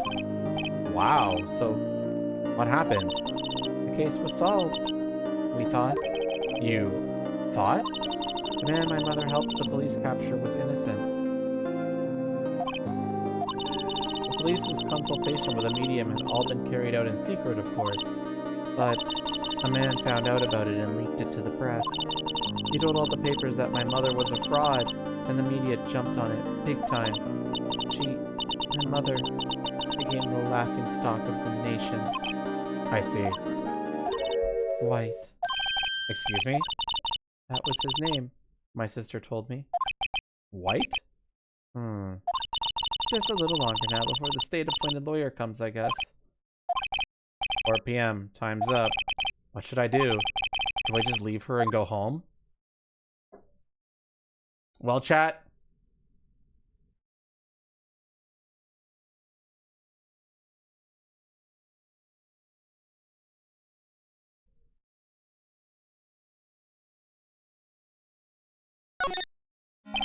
I've made up my mind.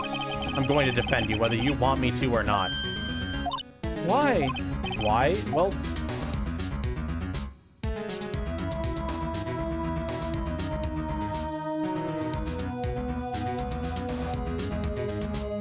Well, chat, why? Why are we defending her?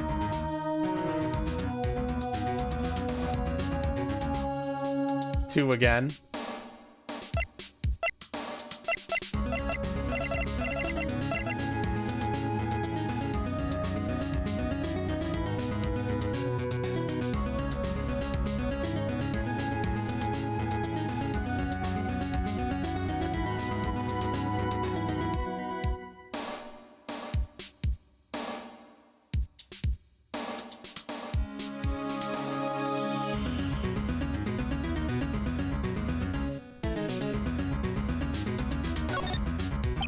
You aren't the culprit. Someone else is. How do you know? I have a hunch. Given the evidence, it would be easy to assume that Maya was the killer. But there's something about this whole thing that smells fishy. That witness's strange behavior. Was that all an act? And the way that lawyer refused to help out Maya. But more than all of that, she has no one left to help her. Nothing is more sad or more lonely than that. I know. I've been there. A long, long time ago. Why did I become a lawyer in the first place? Because someone has to look out for people who have no one on their side. Maya, I won't abandon you. You can count on me. That's so kind of you.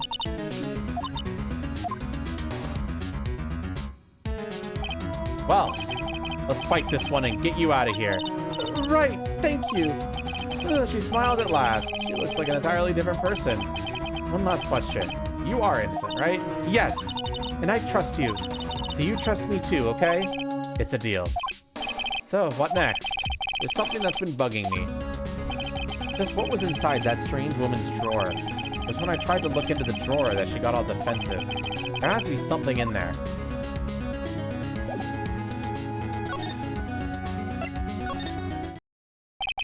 Good afternoon, sir. Excuse me, you are... I beg your pardon, sir. I am the bellboy of this establishment. At your service, sir. Oh, right. I've just come up to deliver room service, sir. Do you know where Miss May might be? I believe our guest, Miss May, is currently using the, facilities? If you don't need of anything, I'll be taking my leave. Please stay as long as you like. Enjoy. Yeah. Wait, no, hey! Why does it seem like every time I come here, I end up embarrassing myself? Wait, now's my chance to snoop around a bit. Oh, I almost forgot. Yeah, you came back quick. Might I ask you to inform Miss May that there is a message for her? Please tell her that Mr. White of Blue Corp phoned. Oh, right, sure. Mr. White of Blue Corp? Where have I heard that name? White. That was his name. My sister told me. White was the name of the guy who ruined Mia and Maya's mother. Could it be a coincidence?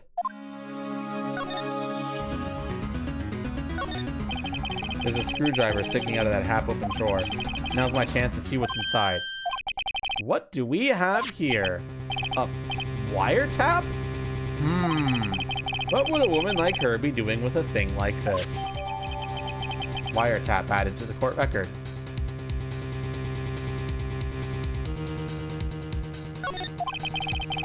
There is definitely something suspicious about this Miss May. Why would she have something like this in her hotel room? There's a story behind this. I know it. Alright. I'll be using this bit of evidence in tomorrow's trial, that's for sure. For Maya's sake. I'll get to this woman's bottom. Wait, I mean... You know what I mean. Oh, bellboy, still there? Uh-oh, time to scram. I look forward to tangoing with you tomorrow, Miss May. In court. To be continued. Alright, chat, trial time. You ready to lock the fuck in? Get to their tails? I wish.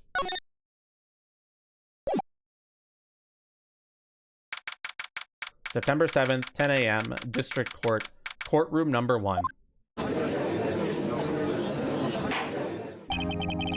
Court is now in session for the trial of Miss Maya Fey. The prosecution is ready, Your Honor. The defense is ready, Your Honor. Miles Edgeworth. I better not show any signs of weakness today, or he'll be on me in an instant. Mr. Edgeworth, please give the court your opening statement. Thank you, Your Honor. The defendant, Miss Maya Fey, was at the scene of the crime.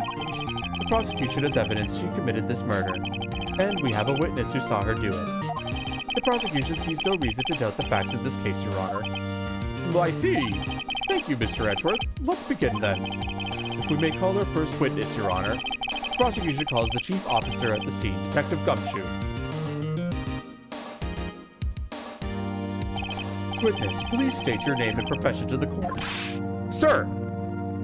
My name's Dick Gumshoe, sir. I'm the detective in charge of homicides down at the precinct, sir. Detective Gumshoe, please describe for us the details of this murder. Very well, sir. Let me use this floor map of the office to explain. The body was found here by this window here. And the cause of death? Loss of blood due to being struck by a blunt object, sir. The murder weapon was a statue of the Thinker found next to the body, sir. It was heavy enough to be a deadly weapon even in a girl's hands, sir. The court accepts the statue as evidence. They're still calling it a statue. Floor plans added to the court record.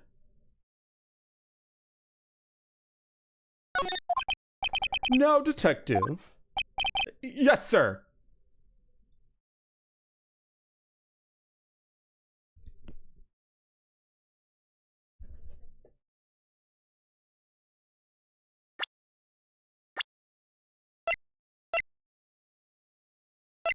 Just making sure the profiles that I have selected are up to date, and they are.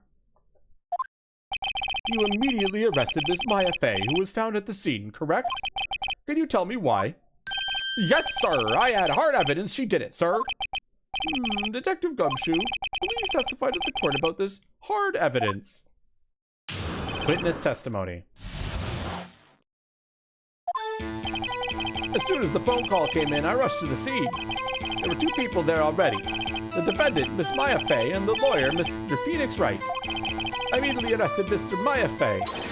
Why? We had a witness account describing her. The witness saw Miss Maya Fey at the very moment of the murder.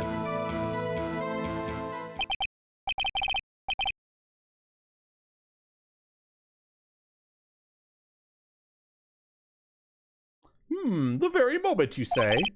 Very well, Mr. Wright. You may begin your cross-examination. Yes, Your Honor. Cross-examine what? I couldn't see a single contradiction in that testimony. Smack. Hey, Maya just threw something at me. What's this?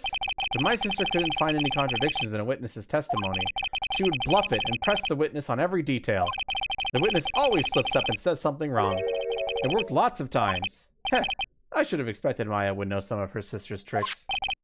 Alright, let's give this a try. Something the matter? No, Your Honor. I'd like to begin my cross-examination. Maya Fey's arrest. Alright, we're going to press every statement, but if chat sees a contradiction, you can stop me at any time. As soon as the phone call came in, I rushed to the scene. Who did you say you got a call from? Hey, pal, don't play dumb. You know who. The call was from a customer at the Gatewater Hotel, right across from the crime scene. Okay, I pressed. Not sure it did much, though. Right, please continue. There were two people there already. Detective Gumshoe, how long would you say it took between you receiving the call and your arrival at the scene of the crime? Right, I'd say it was about 3 minutes. That's pretty fast. Our motto this month is quick response. That's how I got there before the killer got away. Indeed. So tell us who the two people you found on the scene were. Yes, sir. The defendant, Miss Maya Fey, and the lawyer, Mr. Phoenix Wright. Are you absolutely sure it was us? Listen, pal, your dumb act will only get you so far. With their funky hippie clothes and your spiky hair, you two stand out like suspicious people at a crime scene. Well, he does have a point about her. She is pretty unmistakable. I should pick my points to press with a little more care. So I immediately arrested Miss Maya Fey. Why's that? What's your reason? What a worthless press. Why? We had a witness account describing her. Hold on just 1 second. Yeah? If I heard correctly, you said you arrested her because you had hard evidence she did it, correct? Huh? Did I say that? Me? I heard you say it. You did say it. You said it. Exactly what about the suspicious woman in Pink's claim was hard evidence? What? Miss May isn't suspicious and she sure isn't Pink, pal. Well, I guess she is Pink. That's enough. Detective Gumshoe, do you have any more solid proof other than her claims, detective? I guess pressing can have its advantages. Yes! Gah. sorry, I got the order of things mixed up in my testimony, Your Honor, sir. There was something I should have told you about first, Your Honor. Very well, Detective. Let's hear your testimony again. Witness testimony. Hard evidence. After securing the suspect, I examined the scene of the crime with my own eyes. I found a memo written on a piece of paper next to the victim's body. On it, the word Maya was written clearly in blood. Lab test results showed that the blood was the victim's. Also, there was blood found on the victim's finger. Before she died, the victim wrote the killer's name. How you like that? That's my hard evidence. Before we begin cross-examination, I have a question for you, Detective. Your Honor? Why didn't you testify about the final piece of evidence the first time? I know. I'm real embarrassed. I forgot about it, Your Honor, sir. Try to be more careful. Very well. The defense may begin its cross-examination. Sorry, chat. I'm gonna go on studio mode for just a second because I need to prepare something. Okay, chat. It's very important. You'll understand.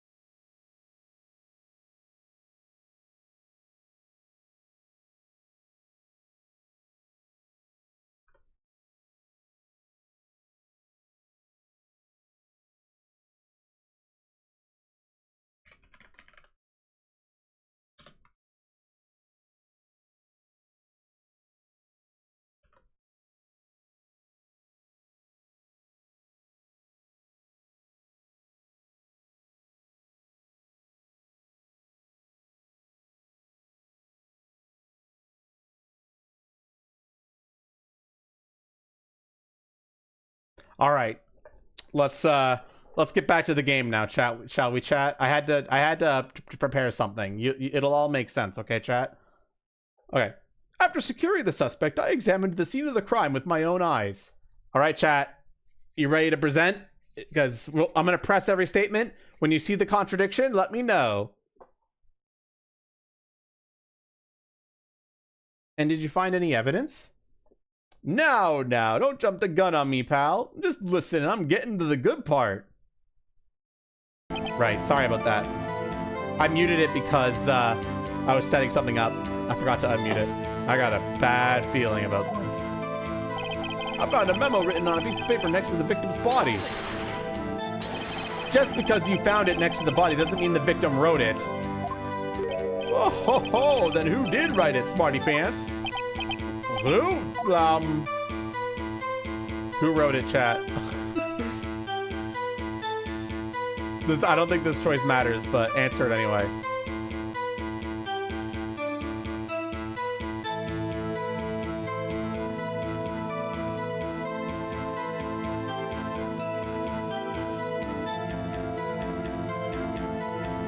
Three for the funny, one for the actual.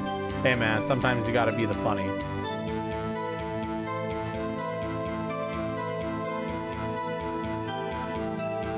Don't forget to refresh your evidence piece, by the way.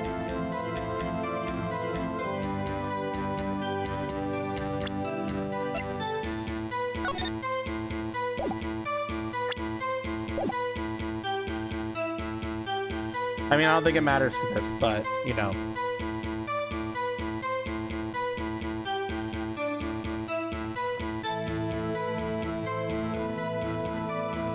Is chat awake?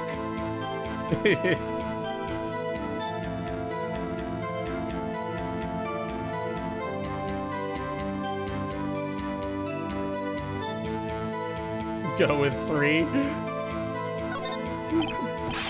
It could have been me. What? So it was you. No. I'm just saying it could have been me. Can you prove it wasn't? Because you found this here? I don't know. It's not mine. Sorry, Awesomer. Hold on. So you admit to this? You admit that you wrote the note? Listen to me, Mr. Wright. This is a court of law, and I expect you to refrain from making thoughtless statements. Amateur. Well, Detective, tell us what was written on that memo you found. On it, the word Maya was written clearly in blood. Do you have proof it was Mia who wrote that? Of course I do, pal. Uh-oh. You sounded pretty confident. This might not be good. Lab test results showed that the blood was the victim's. What kind of tests were these again? What kind? Well, here they take the, little bits in the blood, the, hermogoblins, hermogoblin bobbin. I refuse to testify on this matter, pal. I'm no expert on blood tests. Yes, that was quite clear. You may continue with your testimony.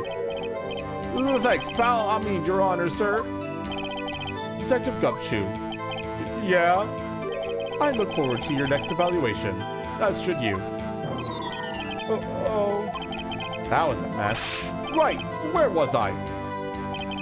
Also, there was blood found on the victim's finger. On which hand was the bloody finger, Detective? The right hand. She was right-handed. Ha ha ha! Nice try. Uh-oh. I guess it wasn't too hard to see what I was getting at there. Before she died, the victim wrote the killer's name. Detective Gumshoe, do you get a lot of cases where the victim actually writes the killer's name? Sure, it happens all the time in books and the movies. This isn't a movie, Detective. Oof. Let's talk about reality, shall we? I guess. I haven't heard of many cases, no. Don't you find it a little odd that the victim would write down a name? Especially the name of her own sister? Yeah, actually, you got a point, pal. Stop right there. The witness's opinion on the matter is irrelevant. The facts are clear. The victim wrote down the name of the accused. The victim told us the name of her killer. Order! Order! That didn't go so well. That's right! What he said! That's his whole testimony. Okay, there has to be a contradiction in there somewhere. Let's find it. All right, chat. Contradiction. It's thinking time. Statement 1. After securing the suspect, I examined the scene of the crime with my own eyes. Statement 2. I found a memo written on it, a piece of paper next to the victim's body. Number 3. On it, the word Maya was written clearly in blood. Okay, actually, Zolda wants to present on this last statement the autopsy report. Do we agree with this?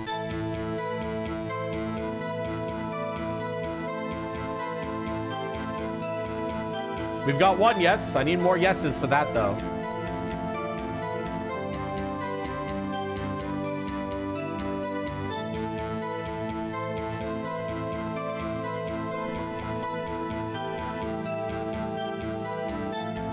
Two yeses, one more, and we commit.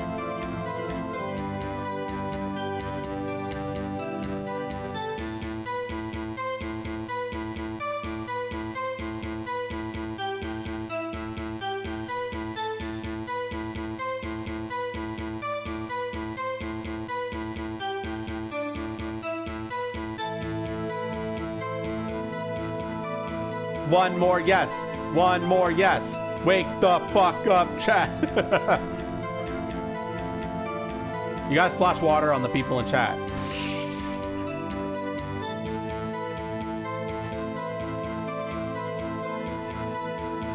Objection! Detective Gumshoe, there's one thing I want you to clarify for me here. You say that the victim, Mia Fey, wrote this note. Then she was accusing the defendant, Maya Fey. That's really what you're saying. What? This ain't one of those lawyer tricks now, is it? Of course she wrote it. Who else could have? You have it backwards, Detective. But backwards? The victim is the only person who absolutely could not have written it. This is a report from your department, Detective. Immediate death due to a blow from a blunt object. She died immediately. But no butting your way out of this one, Detective. Order, order! The defense has a point. Someone who died immediately wouldn't have had time to write anything down. Mr. Wright, I beg your pardon, but when exactly did you obtain that autopsy report? When? When did we obtain that autopsy report, chat?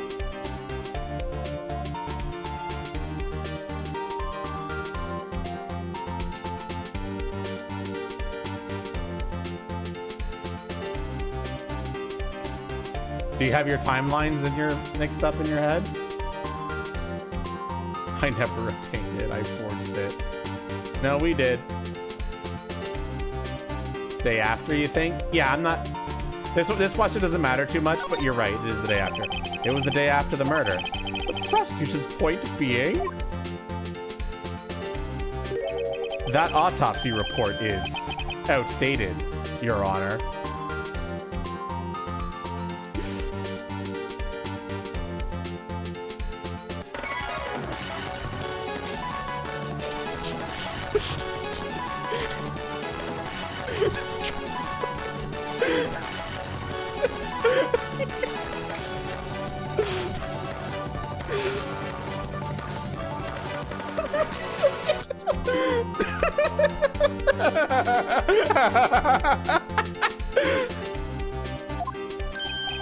What?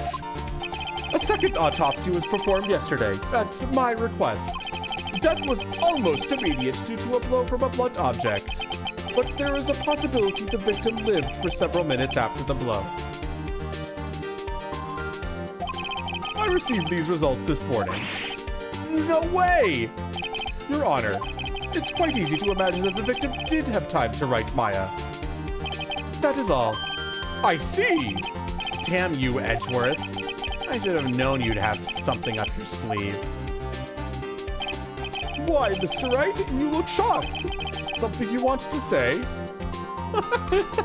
Do we say, you're a sham, Edgeworth? The detective is a sham, or I'm a sham? Is this the first game? It is the first game. Sorry, one sec. We're watching this again. Actually, objection, dumbass. Haven't you heard? You absolute failure. Did dumbfuck not tell you? Salary cutting noises.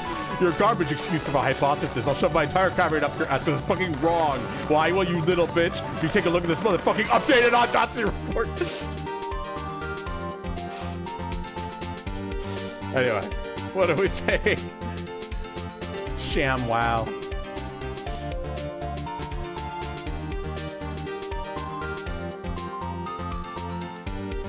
We're saying one. You're a sham, Edgeworth. Mr. Edgeworth, I've heard there's nothing you won't do to get your verdict. What reason could you possibly have to request a second autopsy report? Mr. Wright, the defense will refrain from personal attacks on the prosecution. No matter, Your Honor. Mr. Wright, say what you will. The evidence in this report is undeniable. Your Honor, I submit this report to the court. Understood. The court accepts the evidence.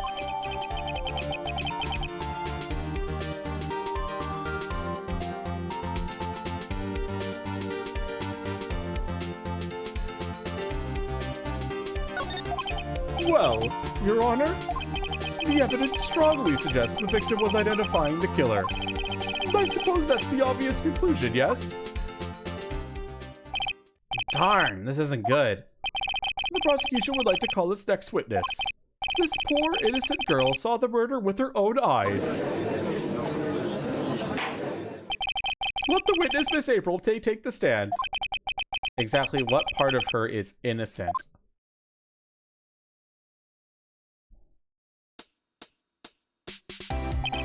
Witness, your name, please. April May, at your service.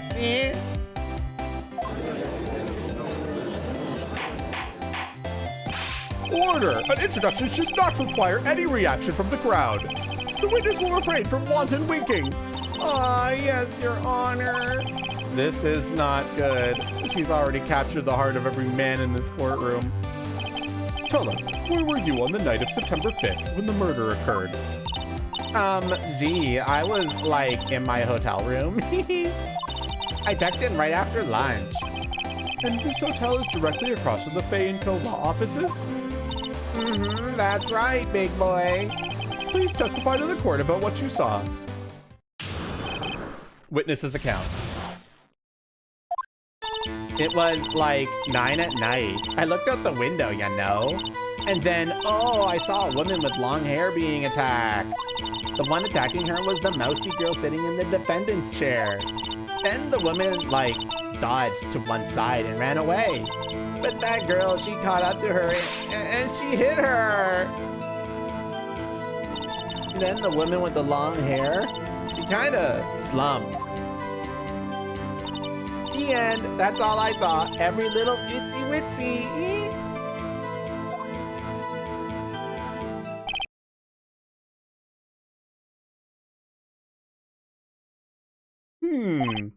Well, Your Honor, I see. It is a remarkably solid testimony.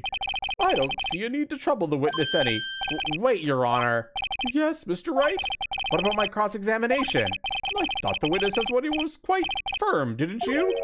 Mr. Wright, I understand you were Miss Mia Fey's understudy, were you not? You must know her techniques well. Her cowardly way of finding tiny faults in perfectly good testimonies. Hey, how dare you? Well, Mr. Wright, will you cross-examine the witness? I don't even need to ask. Of course we're doing it. I'll gladly proceed with the cross-examination. Only because I have a feeling Edgeworth doesn't want me to. She has to have some weakness. Very well. You may begin your cross-examination. It was like 9 o'clock at night. I looked out the window, you know. Why did you do that? Huh? Why? Like, why what? Why did you look out the window? Were you expected to see something? Oh, well, gee. What? That's it? She can't get out of this question that easily. I sort of, you know... I had a feeling. Well, I have a feeling she's trying to avoid the question. Maybe I should press a little harder on this one. Should we chat?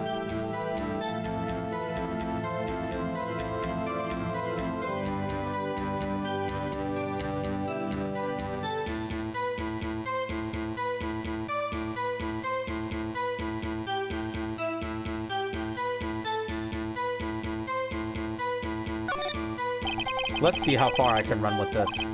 Surely you must have had a reason to look out your window at that time of the night. Mr. Wright, I will not have you badgering my witness. Badgering? You insist on needling her with these trivial questions. I really don't think it should be allowed. Yeah, stop him. The poor girl. Order. Mr. Wright, you have been warned. Poor girl? What about poor me? You looked out the window. What did you see next? And then, oh, I saw a woman with long hair being attacked. A woman with long hair. That was Mia Fey? Slender, sort of, well, some people say pretty if that's your thing. Your thing. And the person attacking her? The one attacking her is the mousy girl sitting in the defendant's chair. How did you know she was the defendant? Huh? Well, you know, she had a girlish physique. Women know these things. Look, I just know, okay? There was only one person at the scene of the crime with a short, girlish figure. The testimony is bulletproof, Your Honor. He's right. Do we question the testimony or just go, yep, he's right?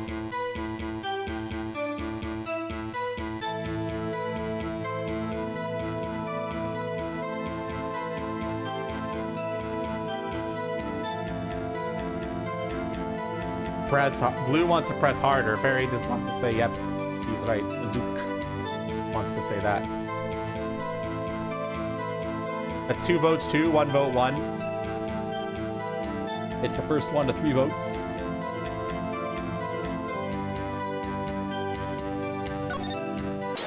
Hold on a minute. That toastimony stinks. What? Miss May, I'm willing to bet that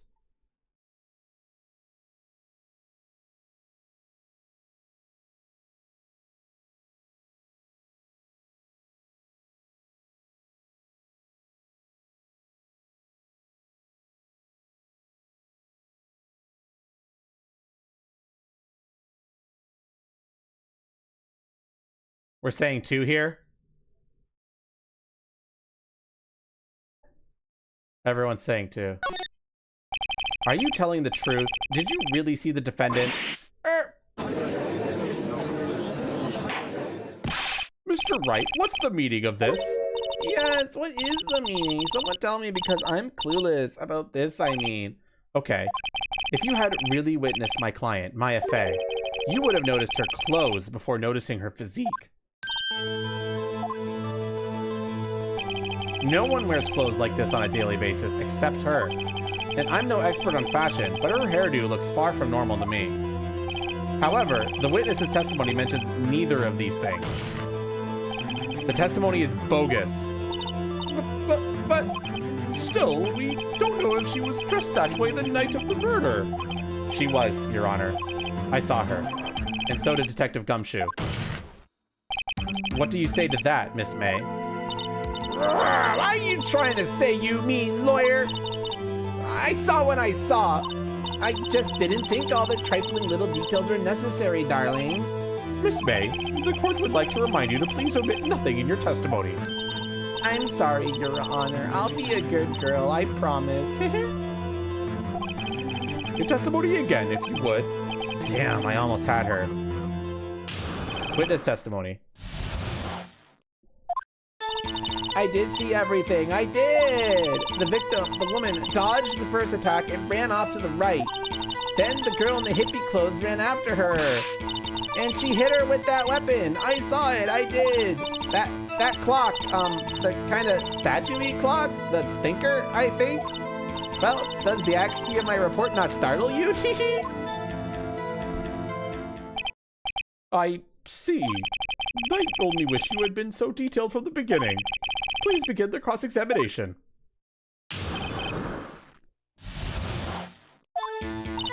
I did see everything. I did. So, you saw me then, too? Of course. I remember that spiky hair anywhere. Spiky. The witness will refrain from personal attacks to the defense attorney. Aw, was I a bad girl? I'm sorry. Very well, continue. The victim, the woman, dodged the first attack and ran off to the right. Is that right, as in your right, as you looked from the hotel? Which hand do I hold my knife in again? Right, it was my right hand, right. Satisfied, Mr. Wright? Please continue.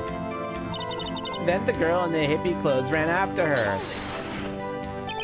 How convenient for you to remember her hippie clothes. That's what she was wearing. Oh, and her hair was all done up like a bun. What happened then? And she hit her with it, that weapon. I saw it, I did. Where did this weapon come from? She picked it up from the desk. I see. What sort of weapon was it? That clock, the kind of statue clock, the thinker, I think. Clock? Didn't this come up in another testimony recently? Well, don't look so sour, Mr. Lawyer. You can't win them all. No, but I have a feeling I'm onto something now. Her previous testimony must have been what Edgeworth wanted her to say. So this was the testimony in her own words. Trying to press and squeeze the truth out of her. Figuratively, of course. Okay, what are we doing, chat? We've got, I did see everything. I did. The victim, the woman, dodged the first attack and ran off to the right. Then the girl in the hippie clothes ran after her, and she hit her with that weapon. I saw it. I did. That clock, the kind of statue-y clock, the thinker, I think. So what are we doing, chat? You should have all the evidence at your fingertips, at your tail tips.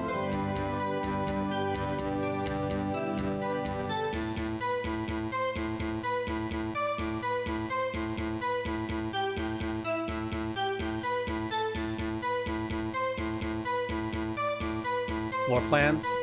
What do you mean by floor plans, question mark?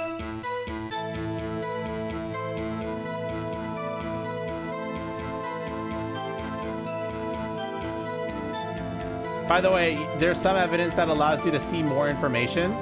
If you click on the picture, you'll be able to get more details.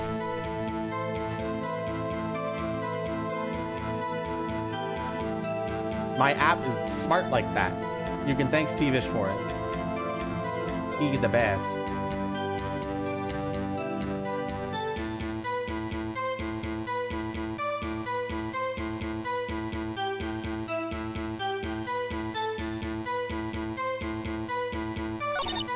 My only tip right now is don't overthink this one.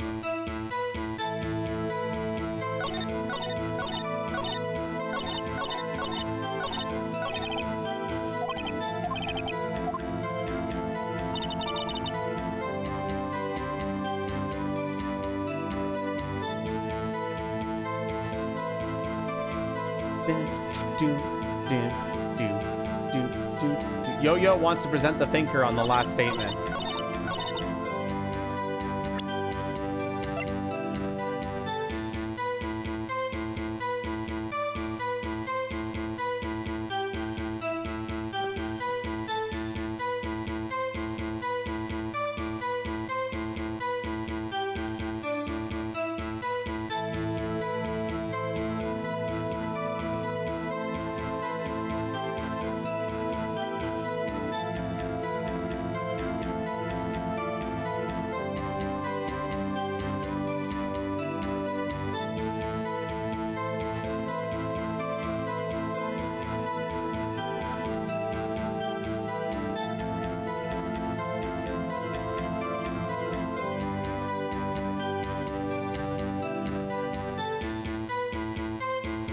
Need more yeses, chat. Let's go. Wake up.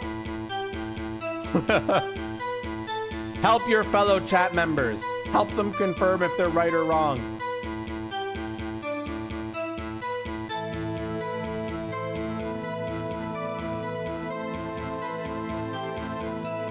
We're playing the video game.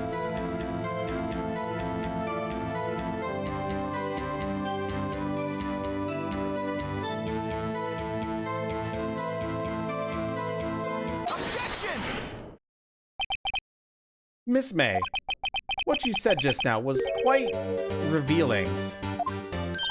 Revealing? Oh, you like that, wouldn't you? Naughty Mr. Lawyer. You just said that this statue of the thinker was a clock. But there's no way of knowing that just by looking at it. Another person in much the same position you recently called this a clock, too. He was found guilty of murder. Order, order! Miss May, can you explain how you know this was a clock? Oh! Objection! The witness saw the murder with her own eyes. That's all that's important here. The defense is trying to confuse the issue with trivial concerns. Yes, yes, of course. You will withdraw your question, Mr. Wright. But questions are all I have, Your Honor. And as you may recall, I've caught murderers with these questions before. Well, only once. Objection sustained. You may continue to question the witness. That was close. If he stopped me there, this trial would be over. Huh? What? So, what happens now? What happens now is you answer my question. How did you know it was a clock? What? That's because I heard it? Yeah, I heard it say the time. So, you've been to the law offices of Fay & Co. No, hey, I didn't say that. Why would I go there? I heard it from my hotel room. The law offices of Fay & Co, where the murder took place, is very close to the hotel. She could easily have heard the clock. Well, Mr. Wright, are you satisfied? No, Your Honor. I can't give up now. I'm not satisfied because...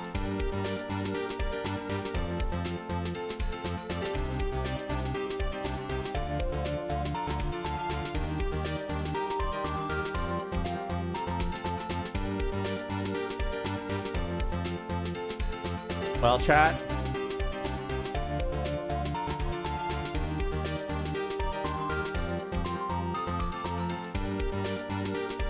Two votes for two.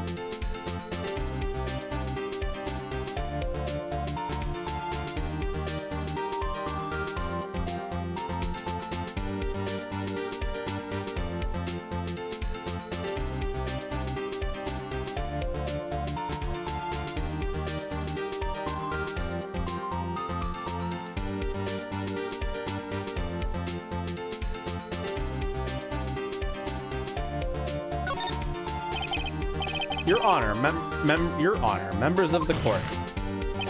It is inconceivable that the clock in question rang.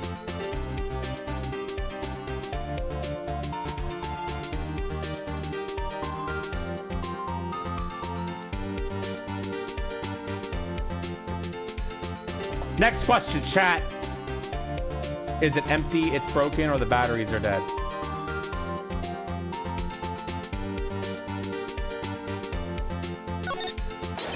That clock is missing its clockwork. How could you possibly? Just take a look right now. Oh! See anything interesting, Your Honor? It just as the defense says. This clock is missing its clockwork. It's quite empty. Mr. Wright, would you care to explain to the court the meaning of this? It is as you can see. The clock was empty. It couldn't have rung. Therefore, this witness is a big fat liar. Fat? Well, Miss May, I love how the only thing she cares about is fat. Tisk tisk. Quite a show you put on for us, Mr. Wright. He knew the clock was empty. Somehow he knew. I'm afraid you've forgotten one thing, however. Indeed, the clock is empty. As you say, it can't ring. However, we must ask, when was the clockwork removed? If it was after the witness heard the clock, then there is no contradiction. That's true. That is a possibility. The clock might have been emptied after she heard it. And that is exactly what happened, Your Honor. Well, Mr. Wright, can you prove when the clockwork was removed? Oh, impossible, of course. I have proof. What? Wasn't it you who told me proof is everything? Well, I was listening, and now I'll show you the proof you like so much. The evidence that proves when the clockwork was removed is...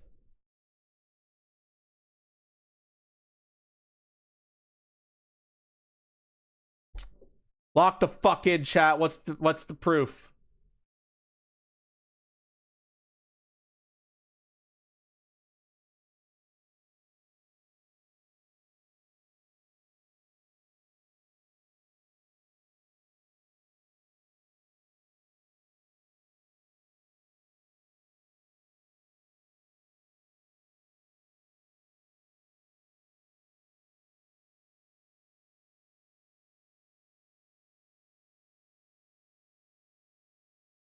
Zook wants to present the phone. Two people want to present the phone. Do we all concur?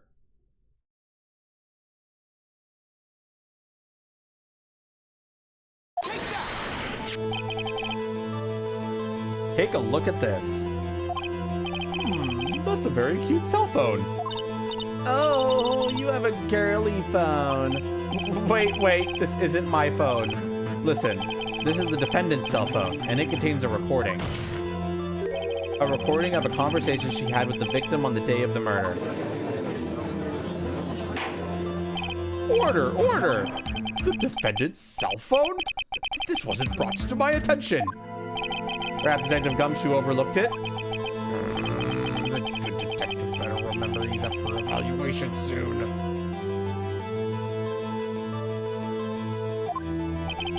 I gotta say, I'm starting to feel bad for the big fella. Let's hear the conversation. So you just want me to hold on to the thinker for you then?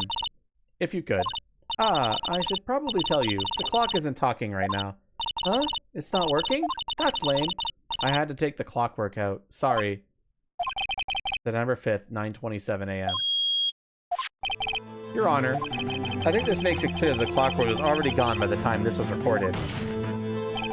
Which was well before the witness even arrived at her hotel. Well, Miss May, would you care to explain this to the court? Just how did you know that weapon was a clock? Well, isn't it obvious? I saw that clock before. What store was it again? I go to so many. Oops, I forgot. The witness had seen it before. That would make sense. Does the defense have any objections, Mr. Wright? Do we have objections to that statement, chat?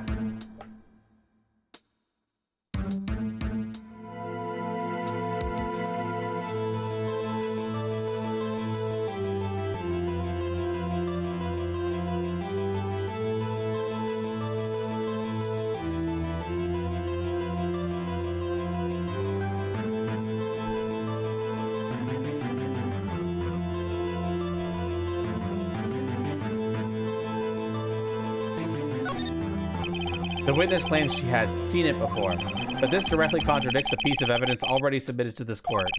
Well then, let's see it. Please produce this evidence that will prove the witness has not seen the clock before.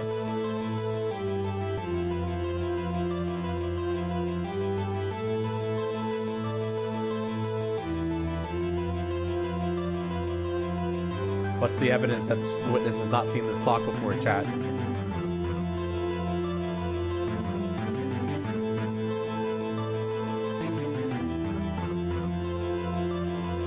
You know, it just occurred to me. Do they sell thinker clocks? Like as like Ace Attorney merchandise? I've never actually looked that.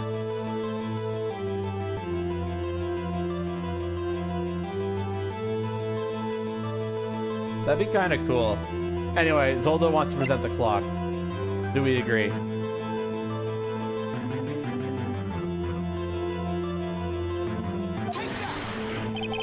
It's simple. This clock was never in any store, ever. What? A friend of mine made that clock.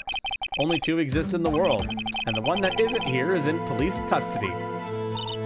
Impossible! Everything is sold in stores. Miss May, I think it's high time you went shopping for a better excuse. Oh, excuses not on sale today?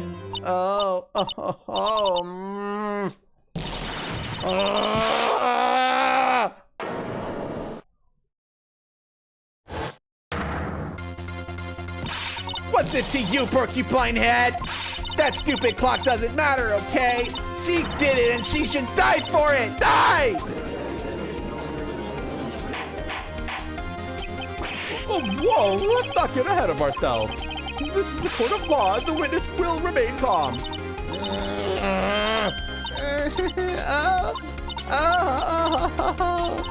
Silly me. Did I, like, lose it? I guess I did. Scary. Miss May, let me ask. Tell me, how did you know the weapon was a clock? Oh dear. Does the defense have an opinion on this behavior? Okay, this is it. Yes, Your Honor. Allow me to explain how I see the truth of the matter. Miss April May, you knew the weapon was a clock because...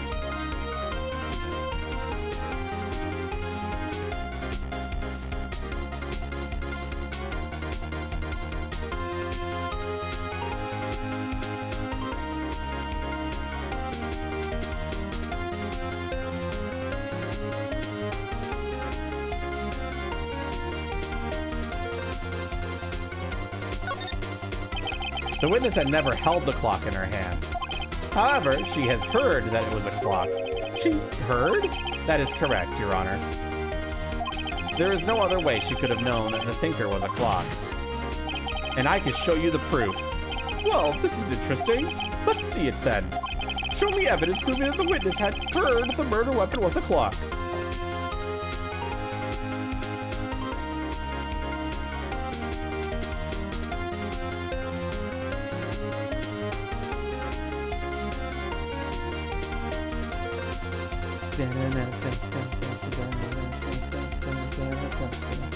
What's the evidence, chat?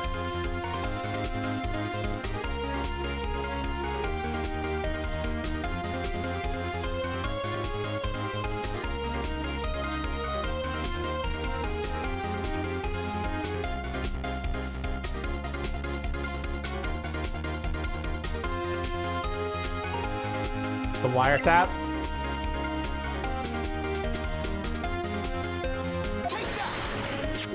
Have a look at this. I found this in Miss May's room.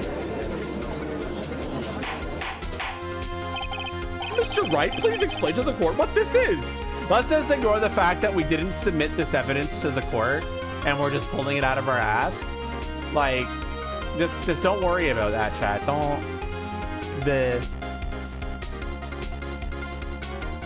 Don't worry about it. Miss April May, you were tapping the victim, Miss Mia Faye's phone, were you not?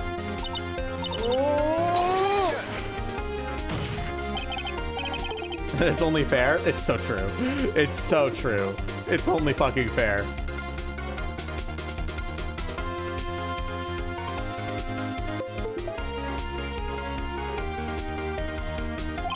I'm not entirely sure that it is. Objection overruled.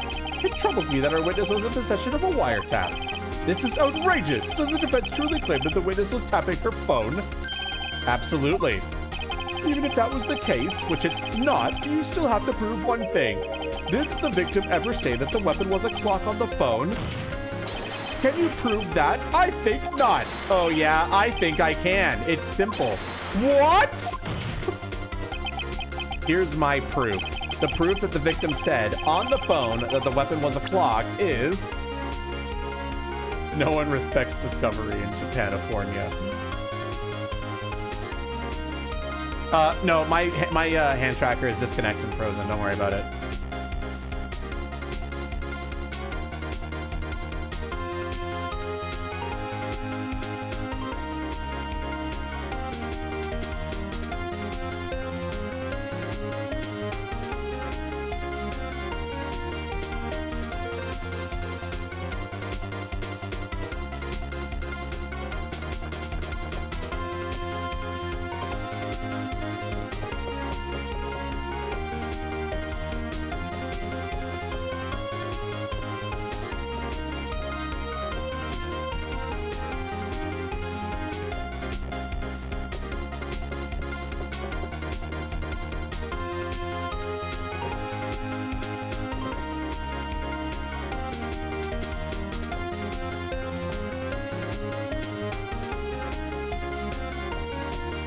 Do we all agree on the phone?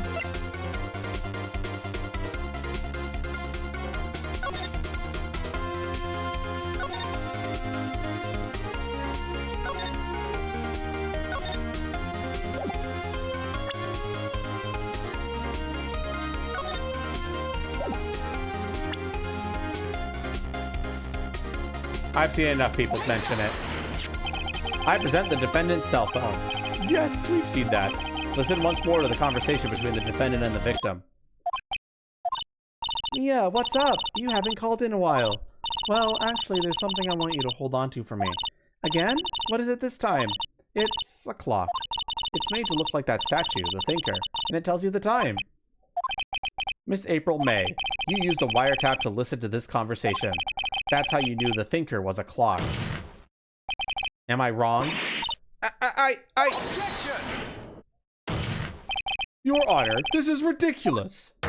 Your Honor, look at the witness's face. Doesn't she seem amused to you? The defense demands an answer. Witness, answer the question. Did you tap her phone? Miss May! Shut up, all of you. What gives you the right to talk to me like that? You lawyer!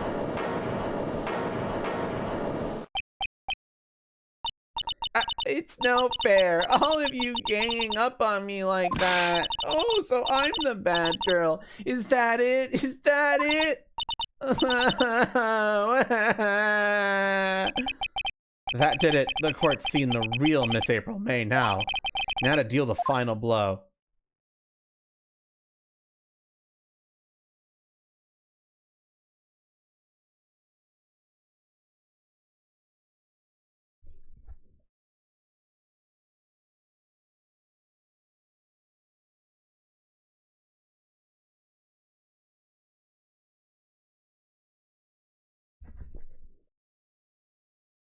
We're thinking number 2 for this one. Why did you tap her phone? Answer the question. Do I have to? Isn't this a murder trial? Isn't tippy tapping her irrelevant? Gosh, she's saying exactly what Edgeworth wants her to say. Miss May, You were tapping the victim's phone. I hardly call that irrelevant. Well, this court does not condone the defense's tone of voice. He has a point. Well, Miss May, do you have an explanation for the court? Can you prove you had nothing to do with this murder, even though you tapped her phone? Huh, I'd like to see her pull that off. Mr. Lawyer, I saw that evil grin. You were probably thinking, I'd like her to see pull that off, weren't you? Damn, she's good. Well, you're not the first man who's thought of that, and of course I can and I will. You can't be serious. No way. Way, I say, way. Oh, and I assure you, I'm serious, Mr. Lawyer. Okay, so the killing happened at around 9 o'clock at night. Why, that's just when I was getting room service from that sweet bellboy. Room service? Iced coffee, I believe it was. Iced coffee, you know, like normal coffee, but cold.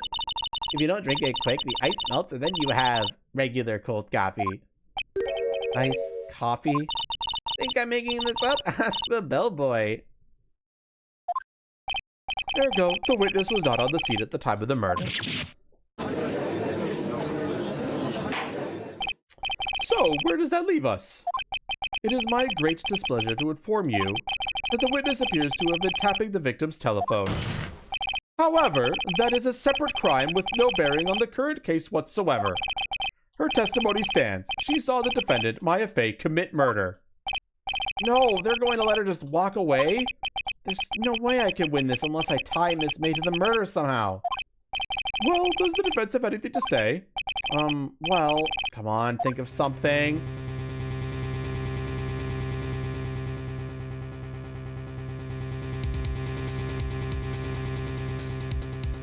Well, chat.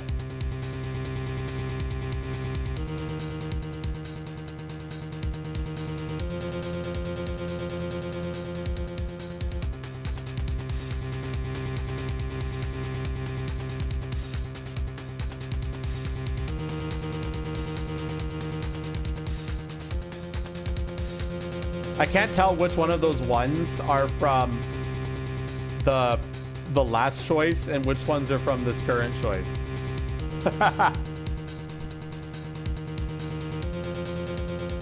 Just make some shit up. That's the Phoenix Wright way.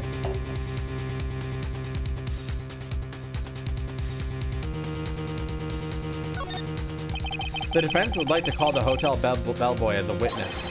There's something suspicious here, and I'm going to get to the bottom of it. I think you've sunken quite low enough already. I object to calling the bellboy. Why? What's your reason? Because I hold that the wiretapping had nothing to do with the killing. However, if you agree to one condition, I'll consent to calling this witness. Condition? If Miss April May's alibi is not called into question after you examine the bellboy, then you will recognize that Miss April May was not the killer, thus she is innocent. And therefore, you must also accept the verdict of guilty for Miss Maya Fey. That is my condition. What? I'd better find something suspicious in that bellboy's testimony. Otherwise, Maya will be declared guilty on the spot. What should I do?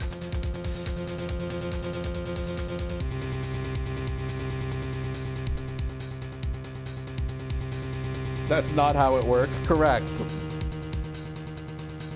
But that doesn't create good lawyerly drama.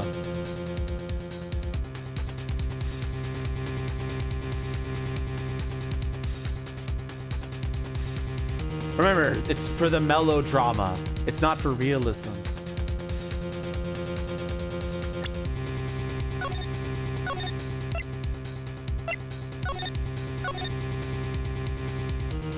That's not how any of this works. To be fair, neither would an updated autopsy report. Anyway, are we accepting the condition or giving up, chat?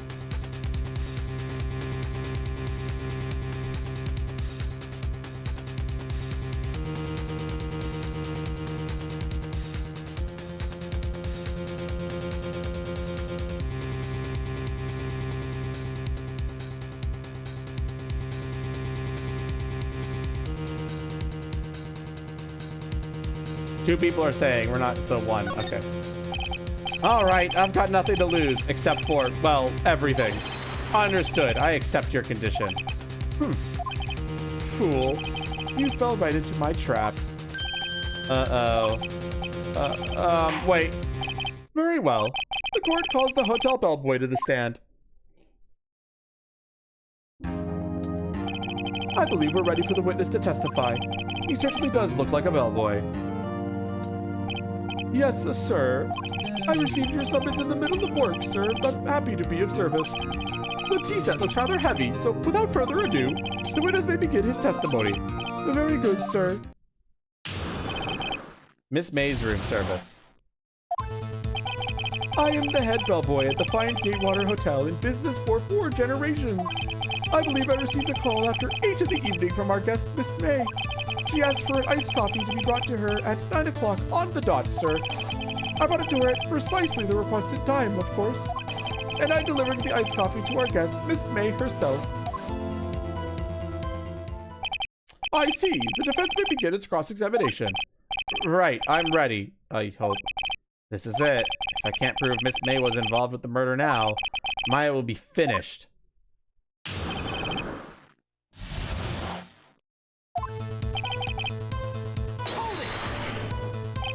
What exactly is it you do at the hotel? Why, anything required of me, sir. I check in guests, I check out guests. I clean rooms, I make beds. I even deliver room service, sir. I check Miss May in personally. Are you always so prim? Mr. Wright, you will refrain from asking frivolous questions. I believe I received a call after 8 in the evening from our guest, Miss May. Are you sure it was Miss May on the phone? Absolutely, sir. How can you be so certain? I checked Miss May in personally, sir. Not only did I see her in all her stunning radiance, but I also heard her voice. And then I saw them, and I... The point being, I remembered her quite well, sir. Yes, what then?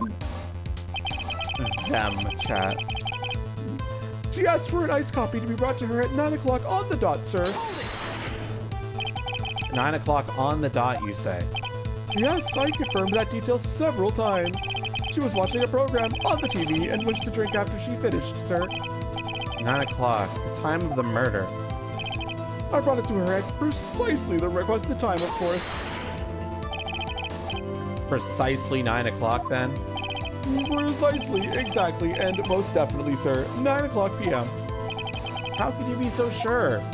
Miss May was quite insistent to be brought then. Oh, bellboy, I'd like iced coffee at exactly 9. Something like that, sir. Therefore, I knocked at her door at the crack of 9, sir. Why would she be so particular about the time? And I delivered the iced coffee to our guest, Miss May herself. You are sure it was Miss April May herself? Absolutely, sir. Absolutely?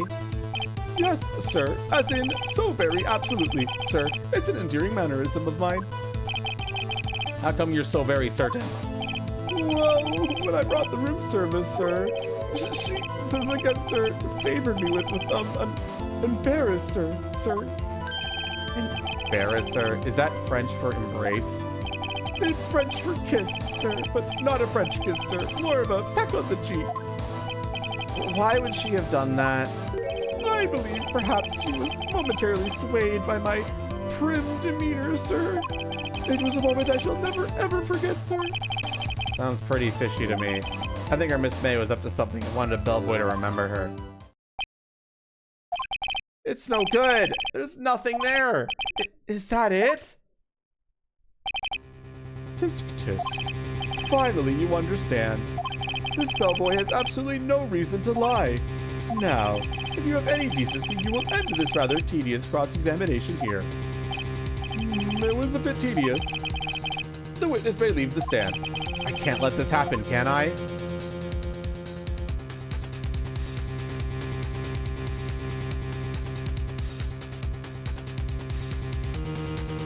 Well, chat.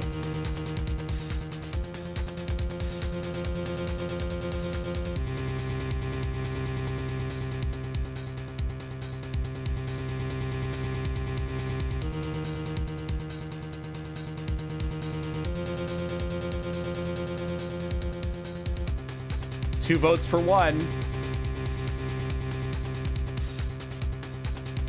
That drinking one was from the previous time we were given a choice to give up.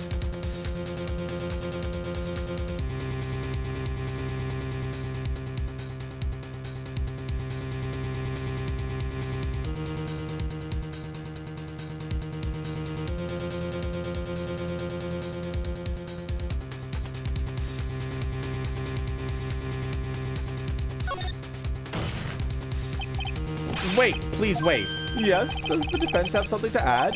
One last question. Let me ask one last question. Your Honor, I must object. This charade of justice has gone on long enough. Now, Mr. Edgeworth. All right, Mr. Wright, I'll give you one more question. That's all.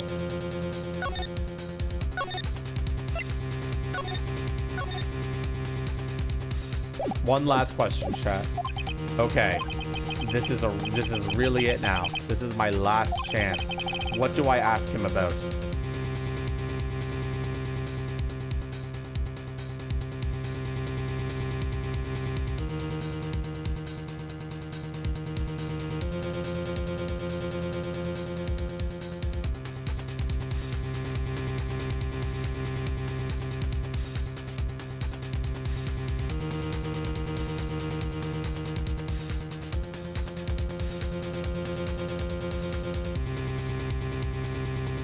Well, chat, what should we ask him about?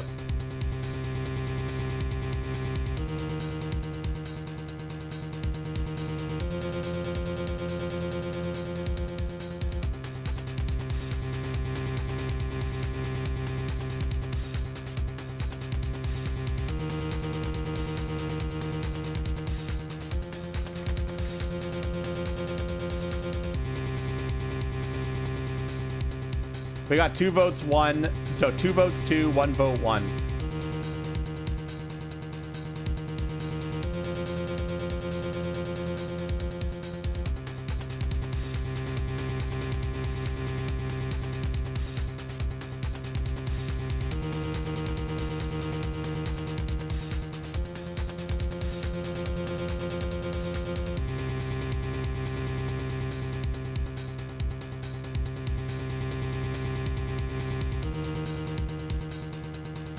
Anyone else? We need one answer to get to 3 voices, to get to 3 votes. Ideally, anyway.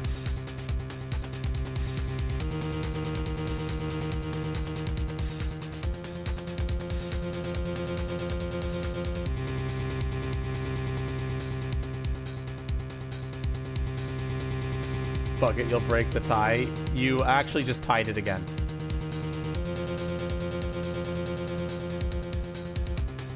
You, like, did the complete opposite noise. Although Javaru already said 2, so that ended up winning.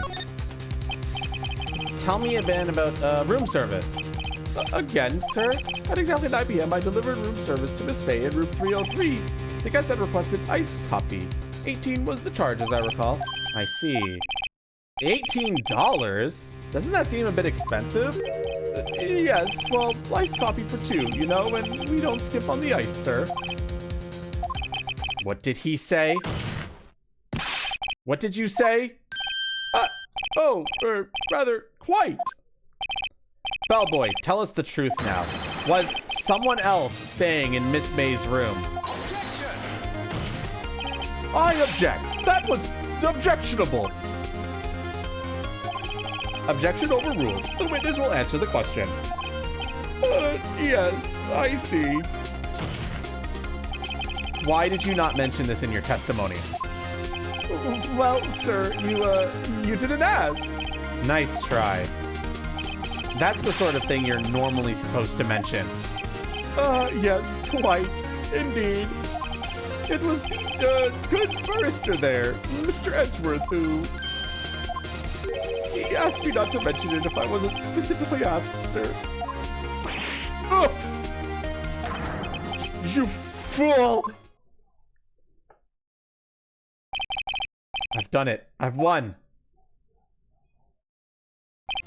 Miss April May checked into a twin room with a man, correct? Yes, sir. Then, when you brought them to room service, you didn't see that man in the room? That's right, sir. Your Honor, we have just learned of another person involved who may have been the murderer. In light of this new fact, I hold that it is impossible to judge the defendant. Wouldn't you agree, Mr. Edgeworth? And who, Mr. Wright? Who is this other person? Simple. It was...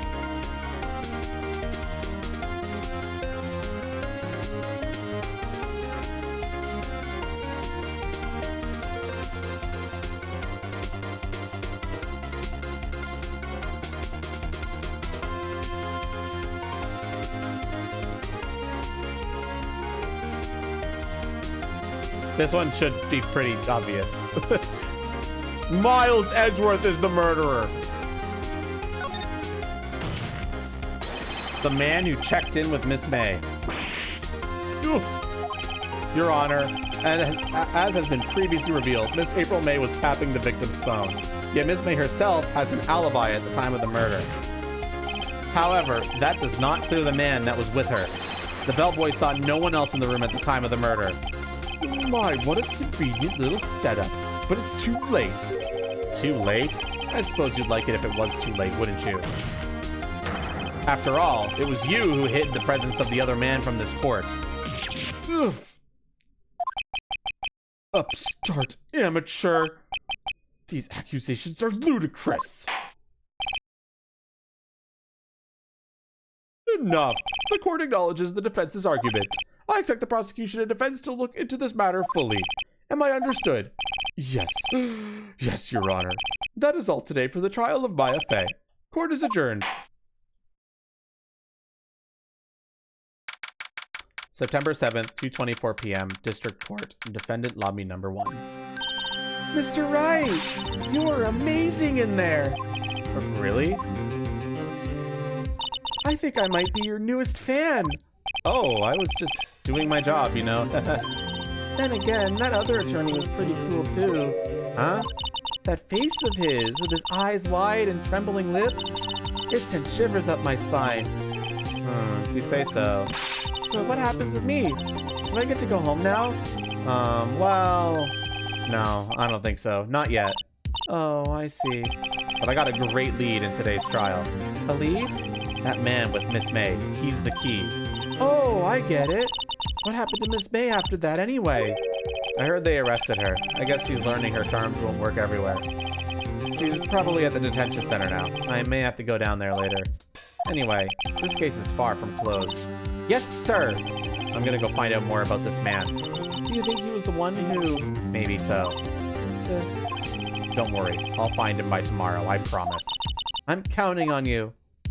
I asked for a full record of April May's testimony. I thought it might come in handy during the trial tomorrow. But now that I have it, I'm not so sure. Most of her testimony was all lies. In fact, there's only one part that hasn't been stricken from the record.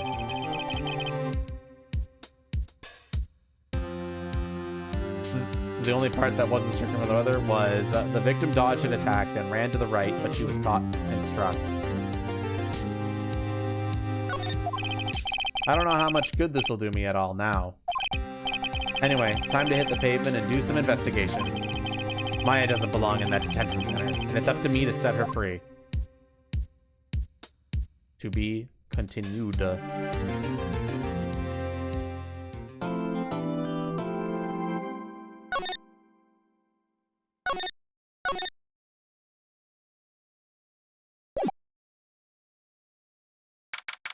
September 7th, 3:11 p.m. Detention Center. Visitor's room. Well, hello. I didn't expect anyone to visit me in such a dank place like this. It's really quite moving. Not, you stinking lawyer. I hope you die. Have you come to laugh? Yes, laugh at the fallen Miss May. No, not really. There's something I wanted to ask. Unfortunately, there is nothing I want to be asked. Haven't you done enough questioning, you spiky head? Here we go again. Please, you're scaring the security guard.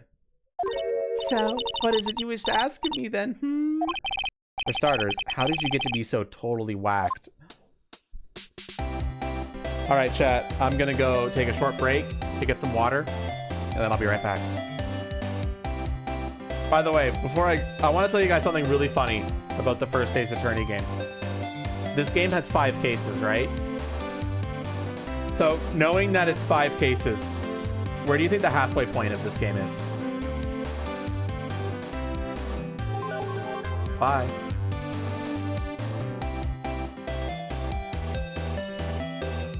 You know the answer. Don't answer, Noise. I want people who haven't played this game before to guess where they think the halfway point of this game is. This game has 5 cases. Where's the halfway point?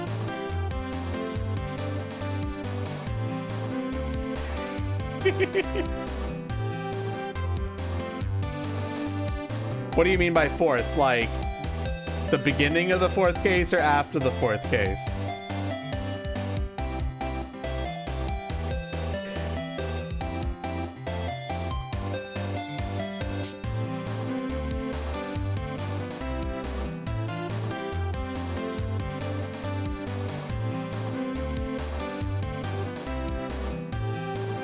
Sometime in the 4th. The answer is after the 4th case.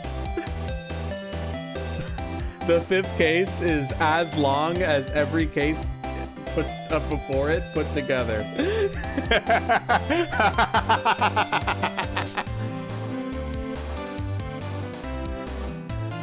So, to give a little bit of context to that as well, the original Ace Attorney game was a GBA game, and it only included cases 1, 2, 3, and 4. Then the games were released as DS games, and then this is also when they were localized.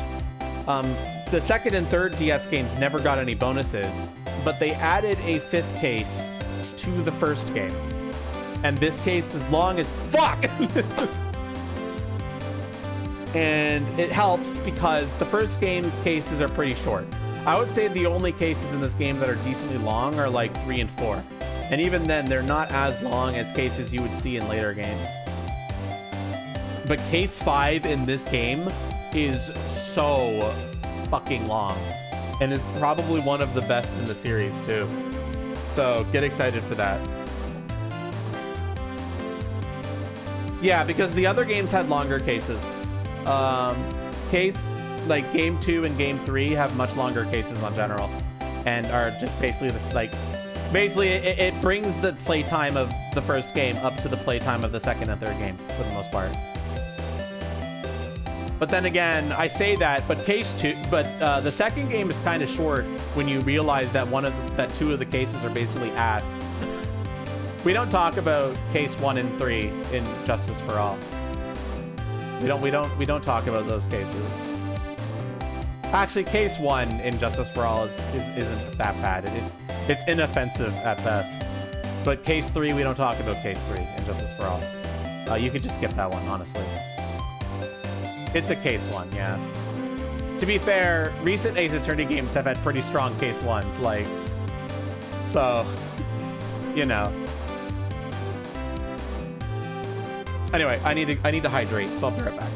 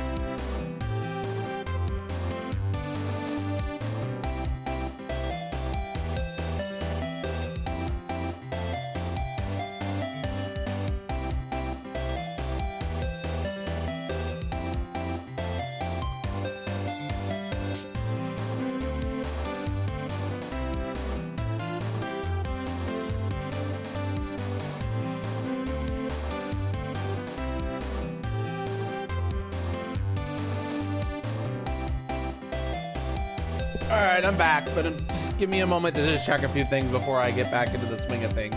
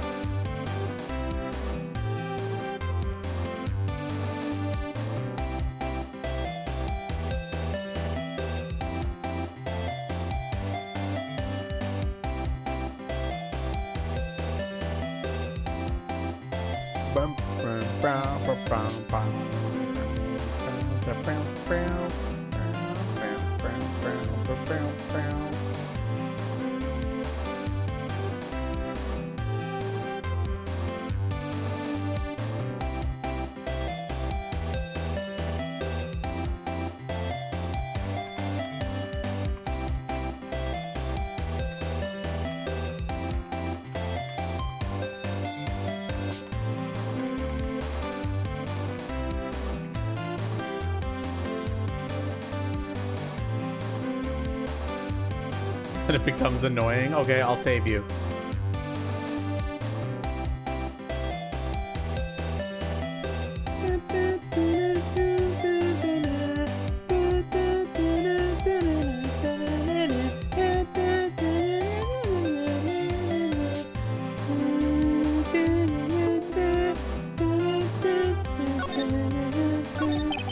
About the man who stayed with you in your hotel room. Can you tell me about him? Where is he? No way, Jose. Maybe if I had something to get her to talk. Why did you place a wiretap on Mia's phone? When you say it like that, it sounds so cold. So criminal. Tapping people's phones is a crime, Miss May. Oh, and I suppose you learned that in lawyer school? Creep. This woman is impossible to talk to. Say, why are you so angry? I mean, you don't look like a bad person. Oh, that does it, bottom-feeding, scum-sucking lawyer. Bottom? I can't tell. Does she have a thing against lawyers, or just against me?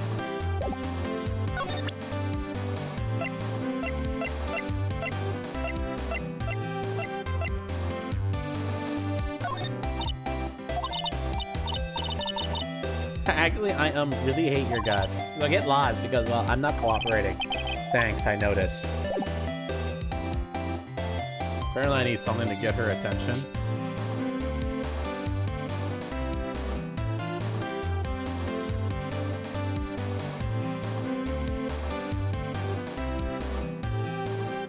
I think I need to get something else.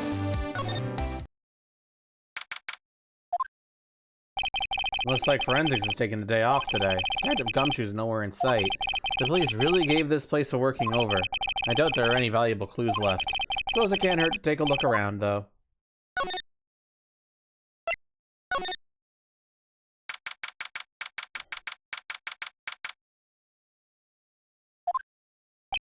Ah, welcome, sir.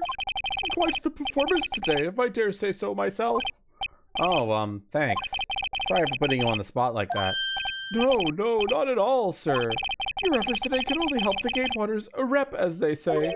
Huh? Rep? Yes, our reputation will swell as the hotel where the murderer used a wiretap. We could charge a premium for the room, of course. It will be great for business, sir. Whoa, Miss May hasn't been charged with murder. I too will become famous. The bellboy who brought the murderer iced coffee. Why do I feel like we're both stuck in the same bad dream? So, you are our honored guest. Please let me know if there's anything I can bring you. About Miss May. Oh, her? Sir, not to boast, but I knew the moment I saw her. She'd do it, I said. Do what? I'm starting to think the most suspicious person here is this guy. I wanted to ask you about the man who was with Miss May. Ah, yes. He struck me as a real lady killer, if you pardon the expression. I knew it from the moment I saw him, sir. He and I are of the same ilk. We both carry the scent of danger. There we are in total agreement, Mr. Psycho Bellboy.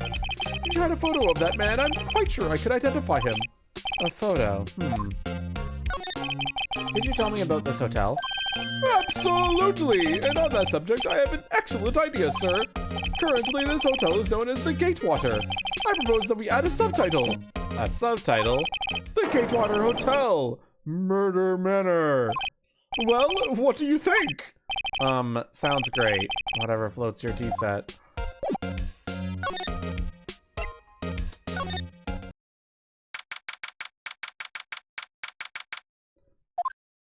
Huh? Looks like Grossberg is out today. Again. Maybe he's avoiding me for some reason? Wait a second. Wasn't there a giant painting hanging on that wall? Yeah, it was a painting of...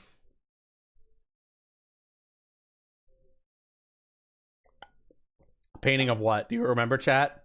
Memory game.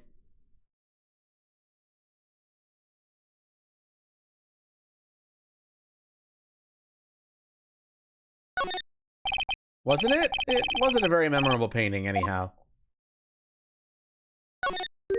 What's this? Old photos? There are two lying here. Something's been written in pencil on their backs. DL6 Incident, Exhibit A. DL6 Incident, Exhibit B. Let's take a look at these. Which one do we check first, chat?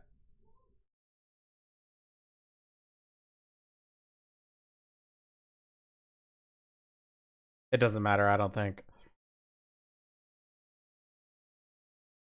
A, B, C, D, E, F, G. Okay, sorry.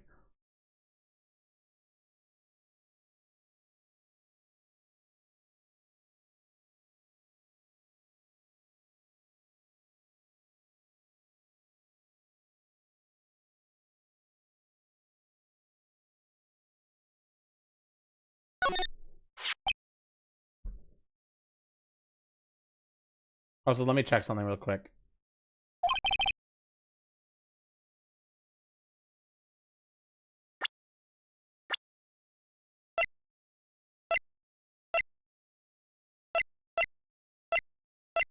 Yeah, some profiles did get updated. Let me update these.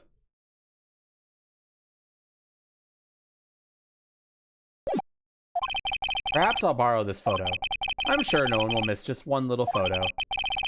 And it might be a valuable clue. I'll take it for now. Photograph quietly added to the court record.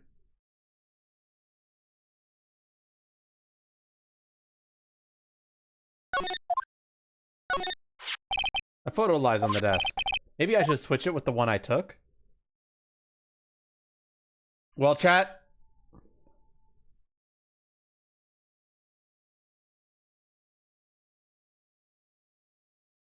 Which photo do we take? Swap?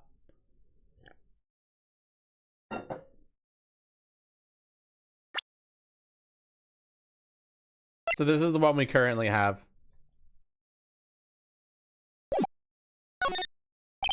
I think I'll swap them. Photograph added to the court record.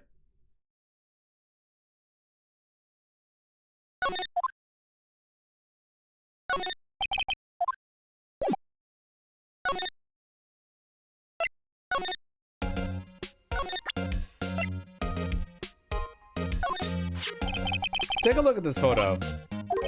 That's him, detective. I'm the lawyer. Oh, I know that. I just wanted to say detective once. You know how it is. No. No, I don't. Without a doubt, that is the man who checked in with Miss April May. How about I write an affidavit swearing that that's him? An affidavit? How do I pronounce that?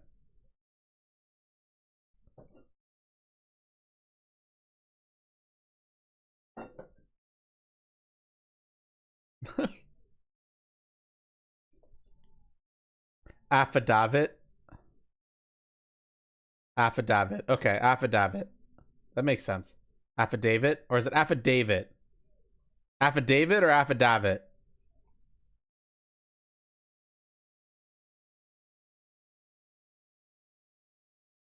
Dave? Okay. Affidavit. Okay, thanks. Affidavit. Sorry, you don't see that word spoken out loud too often, in my defense. Well, sure. Why not? Yes! I've always wanted to write an affidavit, sir. From henceforth, I will be known as the bellboy who swore the affidavit. Just hurry up and write it. Describes the man who stayed with Miss May at the hotel at the time of the murder. Not even Miss May could play dumb to this.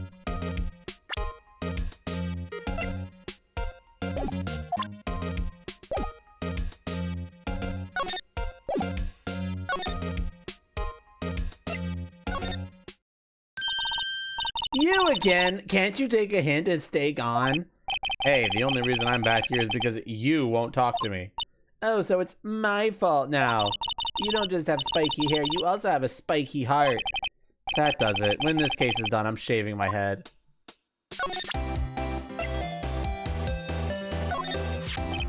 Did you have a look at this? What's that? The bellboy's affidavit. It tells us everything he saw, such as the man you checked in with, who was most definitely this guy. Now I'm getting somewhere. Do we ease her fears or push her hard?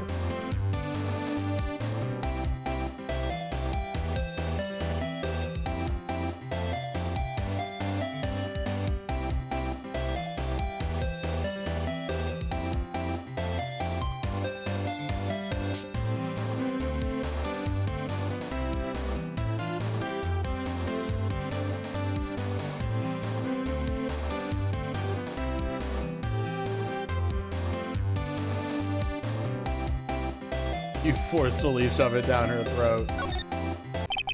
This is it. All or nothing. Time to do a little bluff. No use playing dumb, if indeed that's an act.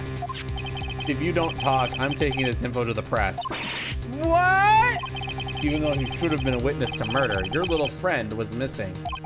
I'm sure the press would have a field day with his reputation. Oh, fine, I'll talk. You win, lawyer. Yes! Man, that felt good. It's great to be alive. Why are you pumping your fists in the air? No, tell me about the man you were with. That man, he's my boss. Red White, the president of the information gathering conglomerate Blue Corp. Red White? Information gathering. Well, I suppose you could call it a detective agency. So this is the man that was with you the night of the murder? I'm scared to talk. I don't want to end up like her. It's okay. I'll just ask Mr. White himself. Can you tell me where Blue Corp is located? Mr. Red White at last. Finally, a lead on this guy. If April May couldn't have done it, that leaves him. Time to take action. Bellboy's affidavit discarded.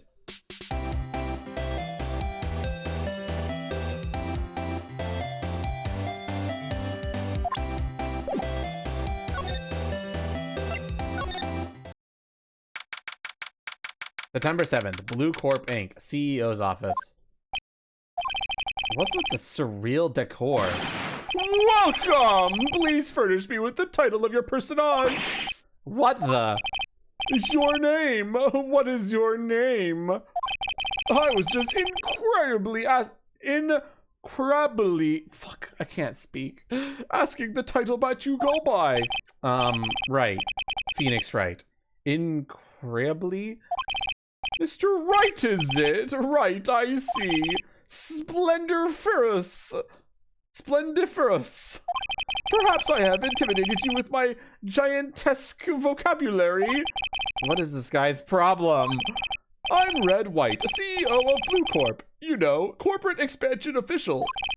My business dealing brings me into contact with the elite of the elite. So I'm afraid I'm not used to conversing with the wordly challenged. What a fruitcake. Let me guess. You are an attorney fresh out of law school, are you not? That's the only explanation for why you would come to meet me like this. What does he mean by that? No matter. So, what business does a mighty lawyer have with a man such as myself? Yikes, this guy's arrogance meter is off the scale. Miss May is an employee of Blue Corp, is she not? Correct. She was my secretariat. What a shock it was to hear what she has done. What she has done? You mean the wiretap? Indeed. She is a page to answer phones. Tapping them is not in her job description. She does gather information for us as part of her duties. But I assure you, we do not condone illegal methods. It is inevitable that she would do this. Ineffable. Sounds like he's trying to turn Miss May into a scapegoat. On the night of the murder, were you in Miss April May's hotel room? Who can say? I seldom pay attention to mundane details such as time and place. My motto is, don't worry, be happy. Still, Mr. White, the hotel bellboy has stated on the record that he does remember you very clearly. No matter, the bellboy can say what he pleases. I still won't talk to you. If you want me to speak, put me on the witness stand. Although I doubt you'll be capable of doing that. He raises a good question, actually. Why didn't the prosecution call him as a witness? He should have seen the same thing as April May. Oh, the police, the courts. To me, they are mere toys, playthings for my amusement. What kind of company is Blue Corp, anyway? Ah, excellent question. We buy and sell various kinds of information. We are a company of the future, you might say. We are the future. Sell information? In just 10 years, I built this business up into the grand office you see now. In case you were wondering, Blue Corp was named after the color blue. I, Red White of Blue Corp, as founder and CEO, named it so. And why, you ask? Because I like the color blue, of course. Fantabulistic, is it not? There's something that's been bothering me. Yes? What might that be? That big painting on the wall over there.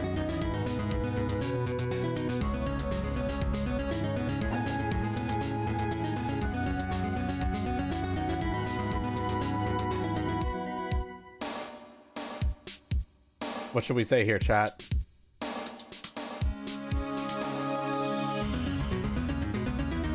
I don't think it matters too much, but I want chat's opinion anyway.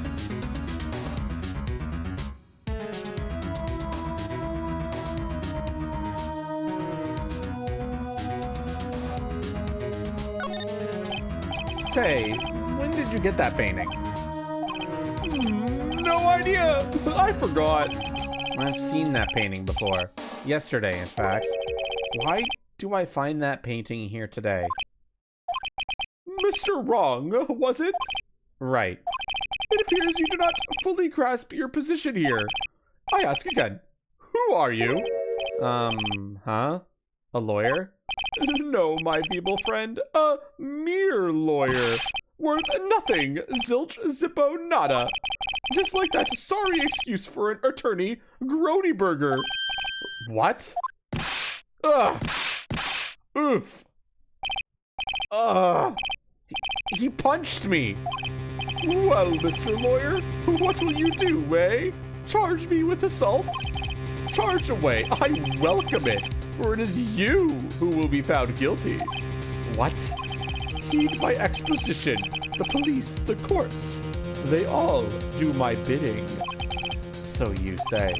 But I wonder, is that kind of control really possible? I don't expect you to understand. It is a world beyond your compensation. You came here from Crony Burgers, I presume? Mr. Crossburgers, yes. Then you must ask him. Why is it that this painting of his hangs here? Perhaps then he will tell you. Perhaps he will explain how a man can live life purely for personal profit. Go now, skedaddle. There is nothing more to discuss.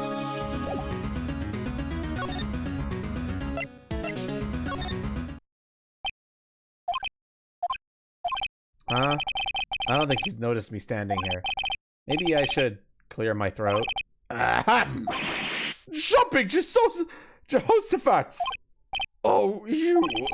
What's wrong? You look so pensive, like an old man at the end of his days. I'm not senile yet. I was just thinking about this whole mess. Something's really bothering him, that much is clear. So you came to see the trial? Yes, I did. Something was bothering me all last night, you see. Couldn't get a wink of sleep. Really? What was that? Well, you see, it's just Mia's sister, that poor girl. My boy, I owe you my thanks. Truly. I don't know what I would have done if things had gone poorly for the girl. I asked before, but why did you refuse her request for defense? I think I have a right to know. All right, Mr. Wright? No, I'm sorry. It's just I need more time to think about it, my boy. He does seem troubled about something. I'm starting to have a feeling I know what it is. So, I paid Blue Corp a visit. Oh, I see. Mr. Grossberg, I have to admit, something has been bothering me. Oh, what is it? Well, out with it, my boy. You see, it's just...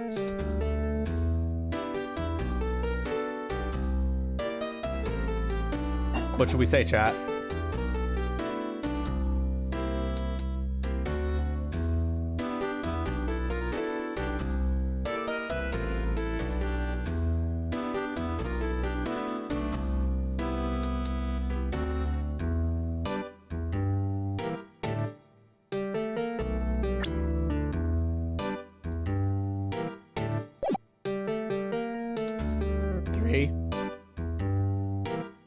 Zook wants 1. Javaru's saying 3.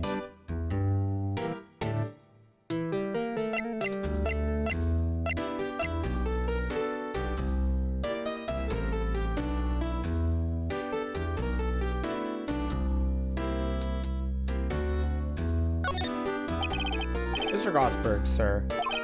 There was a giant painting hanging right there the other day, was there not? The one you said you had no intention of parting with. Well, I saw it today. It was in the CEO's office at Blue Corp, Red White's office. So, you noticed. I suppose I should have guessed you would have. It is a large painting. Mr. Gosberg, I know you and Mr. White are connected somehow. Connected, you say? Yes, and I know what it is.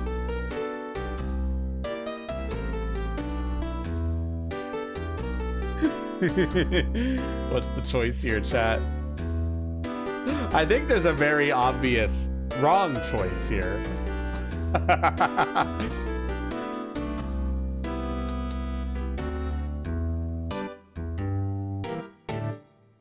Three. It's not something I can claim to understand. But you and Mr. White are lovers, aren't you? What? My boy! You sent that painting to him as a sign of undying love. Oh, my boy, please! You're letting your fantasies run away with you! Where do you get these bizarre ideas? I don't understand how you could... That's because we're not! Don't be ridiculous! Enough. I'll swallow my pride and tell you all. I knew it. They are lovers. No, we are not lovers! Red White is a man who makes his living through intimidation.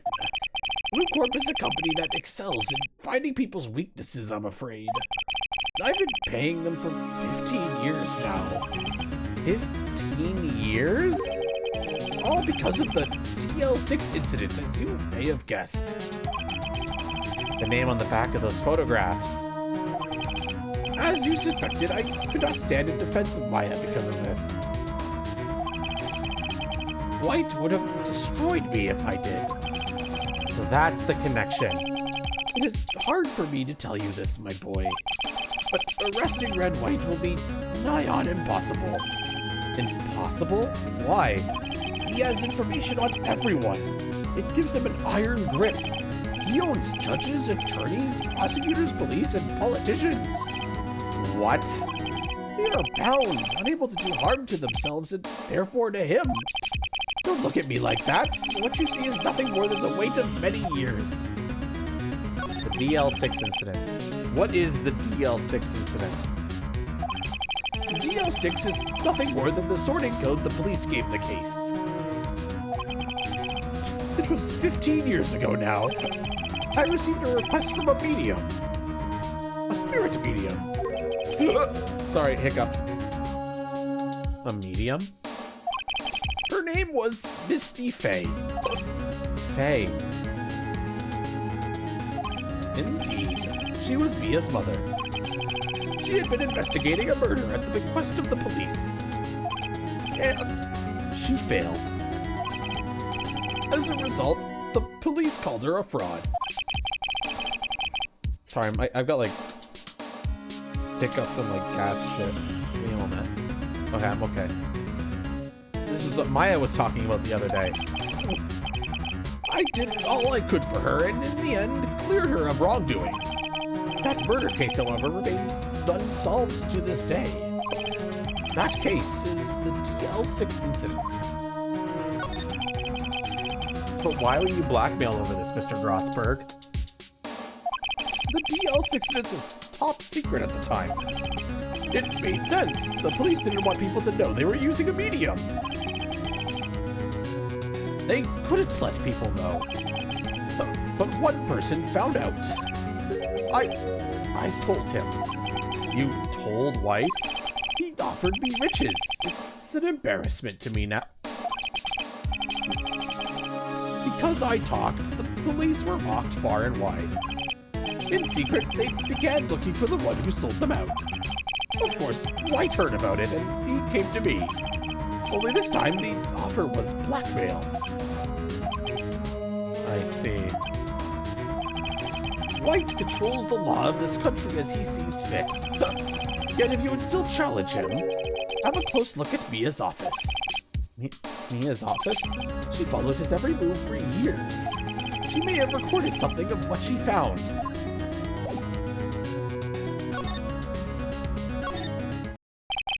It's funny, looking at this room. It seems so normal. Hard to imagine a murder took place here. Mr. Grossberg said there would be clues. Maybe I should have another look? Perfectly clean, as always. The only thing it's missing is Mia. All the cases the chief ever worked on are filed here. They're in alphabetical order. Let's take a look. Which file should I look at?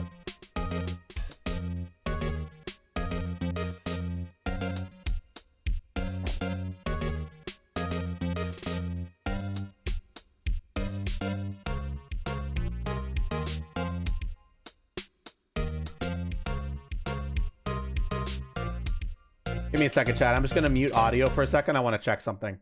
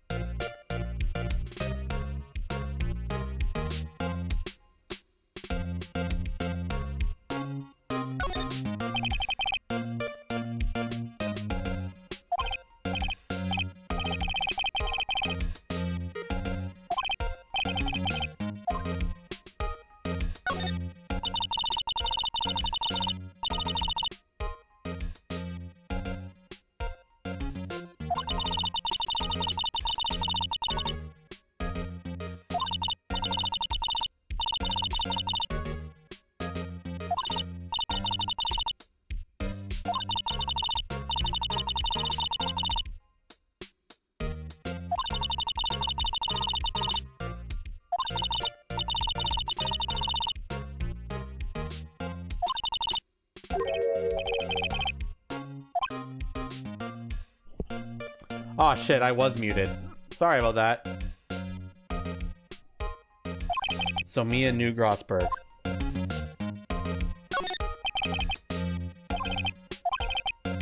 Let's just do them all. Let's see, J through S. Nothing much in here. Maybe I'll just skim some of this.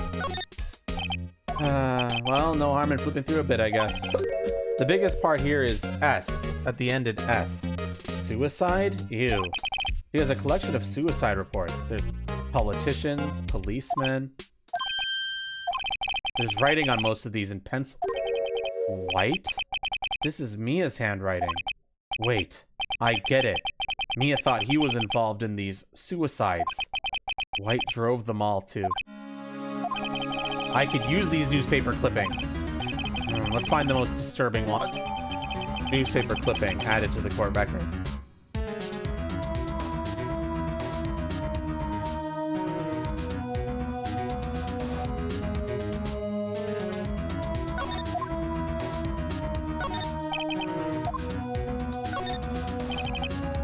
Let's check the last one first. W, White. The entire W section is missing. Was it taken?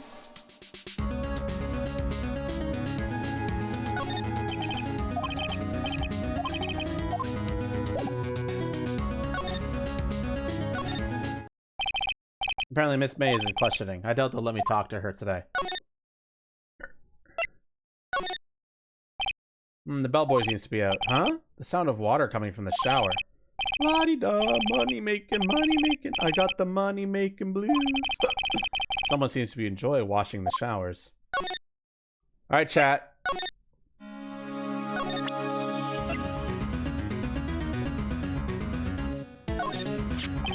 I found this in Mia's files. So she was investigating Red White as I expected. Well, if you wanted to challenge him, you could present this in court. Not a bad idea.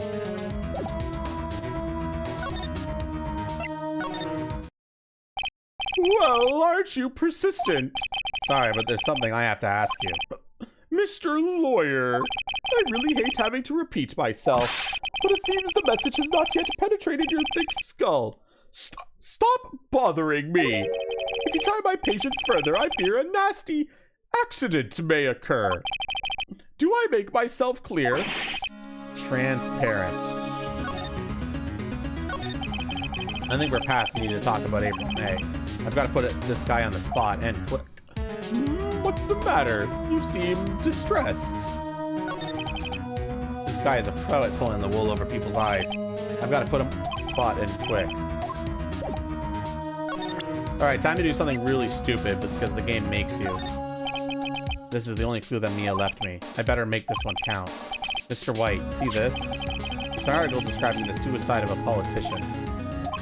He was embezzling secret government funds. Then, one day, word got leaked to the press. The very next day, he took his own life. And this concerns me how? I found this article in Mia's office. Miss Mia. She had a file filled with articles like this. Every one of them was labeled with a single word. White. Mr. White, I know what you did to this politician.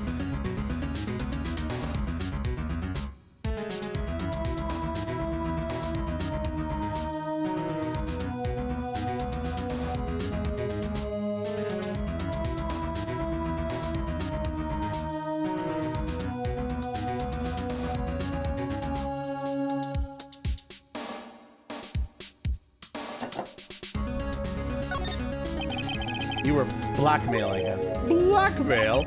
Not just him either. You were threatening and coercing hundreds of others. You were involved in all of the suicide cases that Mia investigated. This company is built on blackmail. I'm right, aren't I? What a bizarre accusation. Mr. Wrong. What is it that you should be doing now? Investigating me? No, no, no. I think not. You should be searching for the one who killed Miss Mia. Secretary's office. Hello. Mr. Wrong will be leaving now. Yes, sir. I'll send this one right away. Wait a second, Mr. White.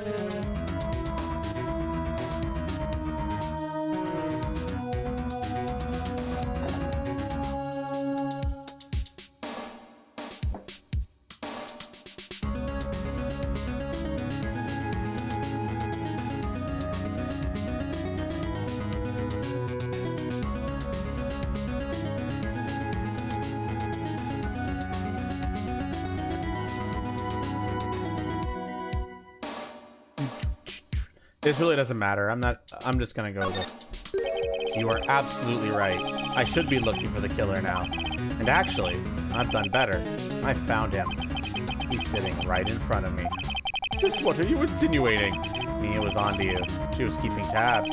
For this reason, you had April May tapping her phone. Then, Mia was murdered, and all the documents about you mysteriously disappeared. So, the culprit would be... Even a child could work it out, Mr. White. You did it. Secretary's office. We won't be needing an escort for Mr. Wrong. Instead, please connect me to the public prosecutor's office. Of course, sir. One moment, please. White, that you? What are you doing calling me at a time like this? Hello, Chief Prosecutor. I've changed my mind. I want to testify tomorrow. What's this about? The Mia Fey case. I witnessed the murder, you see. And thus, as a very important witness, I would like to testify. What? Why now? I thought you said you didn't want to go to court. Quietude. I told you I've changed my mind, did I? Oh, and one other thing. Send the police over here right away. The man is standing right in front of me. He looks dazed, but could be violent. What? What man? Are you even listening? The executioner, the hatchet man, the liquidator, the killer, man! What? Mr. White, this isn't another one of those. Chief Prosecutor, I do not believe you are in a position to freely offer your opinions to me, correct? I'm telling you to send the police. Now. Did I not tell you, Mr. Wrong? You are a mere lawyer, and as was Miss Mia. How dare you? I'll point the finger at you, and you will be tried as Miss Mia's killer. This case is as good as settled. No lawyer of any worth will defend you. I have friends in the local lawyers association, you see. You'll be given a lawyer so stupendously inept they'll make even you look competent. I feel faint. Detective Gumshoe reporting, sir. Ah, Butts, Harry Butts. Right, actually, Phoenix Wright, and my friend's name is Larry. Oh, right, sorry, pal. Butts was that murderer, right?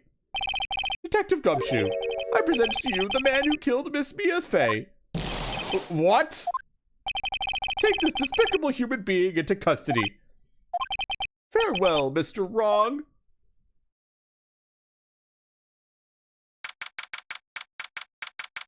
September 8th, 3:37 p.m. Detention Center, Visitor's Room.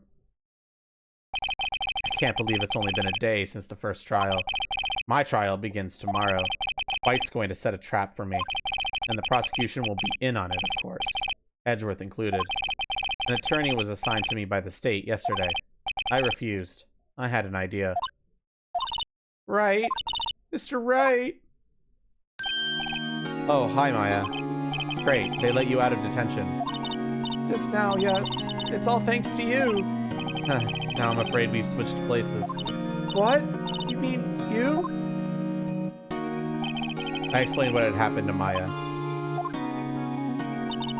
I don't believe it. How many people does that man need to destroy before he's satisfied? My mother, my sister, and now you. This has gone too far. Mr. Wright, please tell me, is there anything I can do? Well... What can Maya do to help us, chat?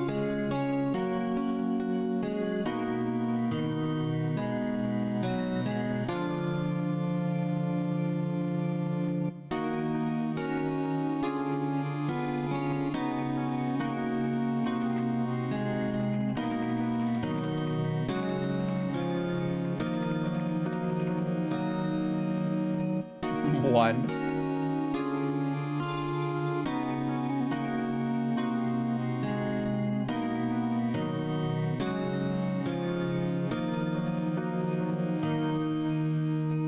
One, two, three. We're gonna go with one. All right, you can be my defense lawyer tomorrow. All right. Huh? Leave it to me. I am Mia's sister after all. Lawyership runs in our blood. Wasn't it ghost powers that ran in your blood? I'd better run to the bookstore and pick up a copy of Law for Rookies. Wait. What? I'm kidding. It was a joke. No way. No, really, I was kidding, but thanks. It's good to know that you're on my side. And there really isn't anything you can do for me anyway. But I can't just sit here and do nothing. I've got to give that man a piece of my mind. Just a piece? Okay. Then come to the trial tomorrow. Okay, I'll be there. I'll show them a thing or two.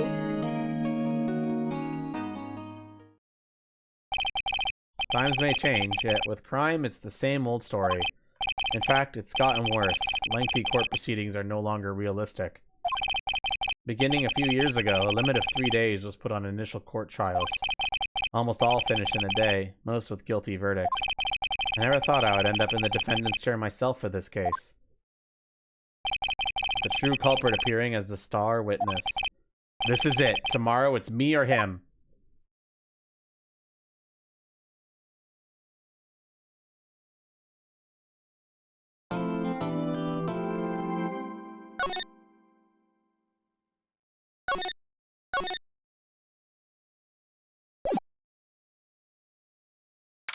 September 9th, 9:52 a.m. District Court, Defendant, Lobby Number 1. Well, I guess this is it. Yeah. One way or another, this case gets decided today. Phoenix, look! Prosecutor Edgeworth? I received a call from the Chief Prosecutor's office yesterday. I was told that whatever Mr. White says today, it will be the absolute truth. No matter how you try to attack his testimony, if I raise an objection, I have it on good faith that the judge will listen to me. What? Does White have the judge in his pocket too? So you're saying I'm going to be guilty. End of story. I will do anything to get my verdict, Mr. Wright. Anything. Why? Why? How can you torment an innocent person like this? Innocent? How can we know that? The guilty will always lie to avoid being found out. There's no way to tell who is guilty and who is innocent. All that I can hope to do is get every defendant declared guilty. So I make that my policy. Edgeworth. You've changed. Huh? Phoenix, you know him? Don't expect any special treatment, Phoenix, right? Phoenix? Well, court will be starting soon. What? But wait, your defense attorney isn't even here yet. They're not... I'll be defending myself. What? Okay, let's do this. I think in theory you are allowed to defend yourself. It's just usually a terrible idea. Unless you're a lawyer.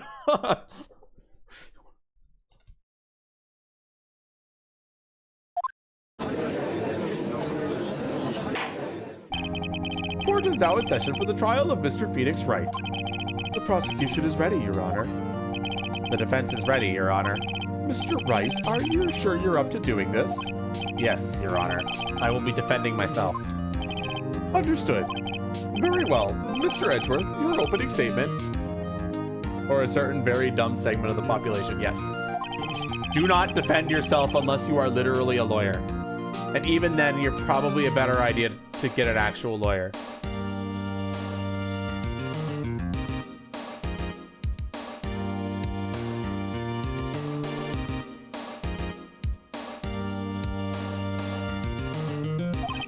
Today we will hear the testimony of a witness to the defendant's crime.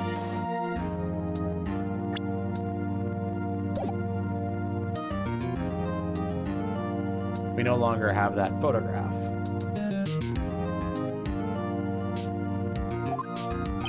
I see. The prosecution may call as witness. That went far too smoothly. Why didn't the judge ask Edgeworth why his witness didn't testify before? It's like he already knows why. If anyone's going to raise an objection about this, I suppose it's me.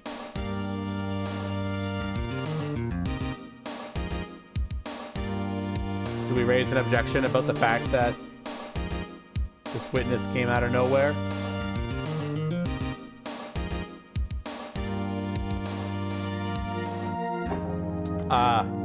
Metroidy.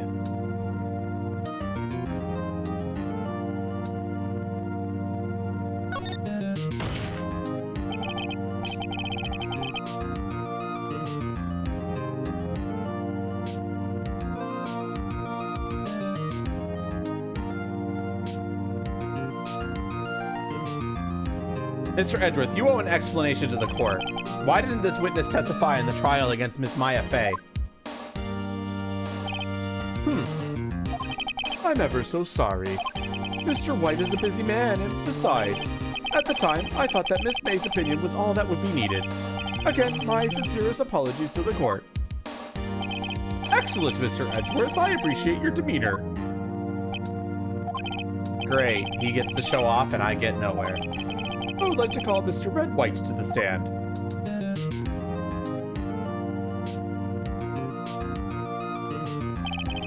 Please state your full name. You wish to know the title of my personage?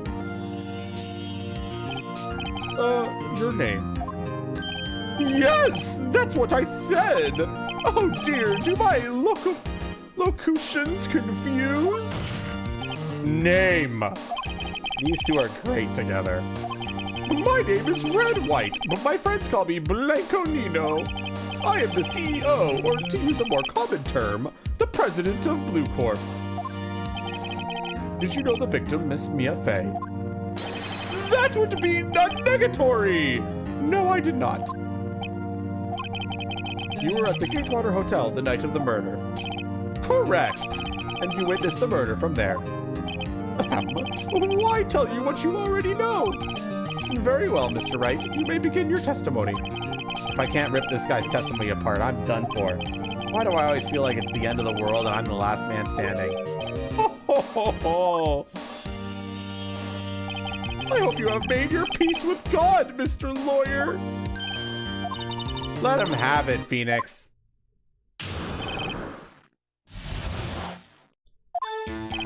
Let's see, it was about 9 o'clock, I believe. I was quietly persifying, that's reading to you, some papers by the window. Then I heard a bedlam coming from outside. Surprised, I turned to look at the building across the way. It was then that I saw him, a spiky-haired man attacking a woman with long hair. Needless to say, that man was none other than you, Mr. Lawyer. I called Miss May over at once. She, too, was flabbergasted, of course.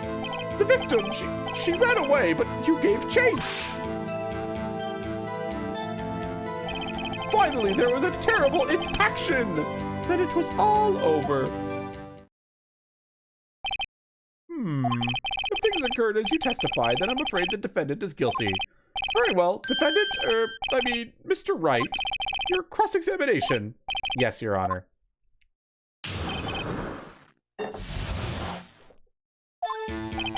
Let's see. There's a lot of statements to press here, chat. But give me a quick moment.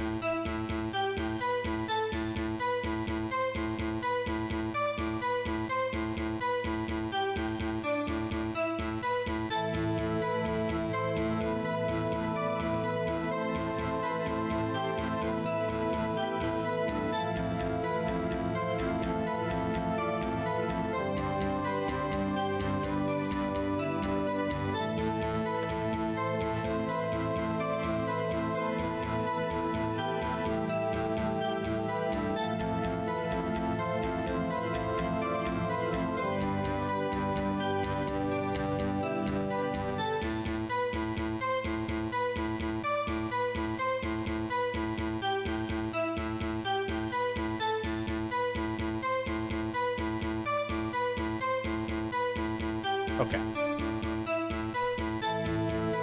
Let's start pressing, shall we? How do you know what time it was?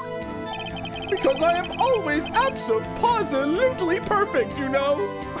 No, no, no, you're not getting away with that. You are so mistrusting, Mr. Lawyer. So, what was the proper term for secretary again? Anyway, Miss May ordered room service for 9 o'clock. It happened soon after the room service applied. That's what Miss May said, too. Can we press further on that? Why is Maya's age listed as 52? Great question.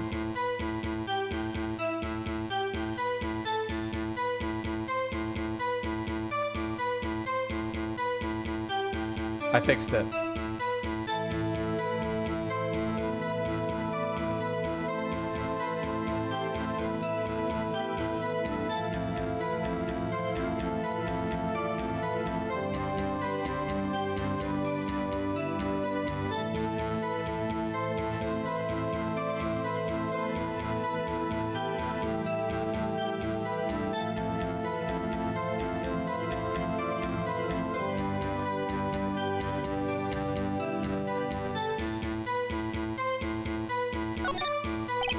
True, the bellboy who brought the coffee saw Miss May. But he testified that he did not see you at the time. This is your concern? Silly lawyer, Miss May received the coffee outside the room. Of course he could not see me. He would need x-ray vision to pull off something like that. Tell us, what were you doing at the time? I was quietly... Okay, I'm not reading this one again. By window, you mean the one directly across from Faye and Co. law offices? Correct! That's the only window you see. And there you were reading papers? Correct! The Gatewater is a businessman's hotel, and I'm a busy man who has business to do. Then I heard a bedlam coming from outside. Bedlam? It must have been when you attacked, I assume. We see. Continue. Surprised, I turned to look at the building across the way. So you were reading your papers until you heard that sound? But of course! I am no snoop peeping out of windows at night. No snoop? Yeah, right. You made a career out of snooping. It was then that I saw him, a spiky-haired man attacking a woman with long hair. Spiky-haired? Needless to say, that man was none other than you, Mr. Lawyer. What you just said directly conflicts with Miss May's testimony. Miss May clearly stated that the assailant looked like a girl. Well, I've always been proud of my eyesight, Mr. Lawyer. Just what is your eyesight? Counting both eyes, 40. 40? Don't add them together. I think the witness is trying to say his eyesight is good. Hey, whose side is the judge on anyway? And what did you do then? Bruh. Hi, Bakiri.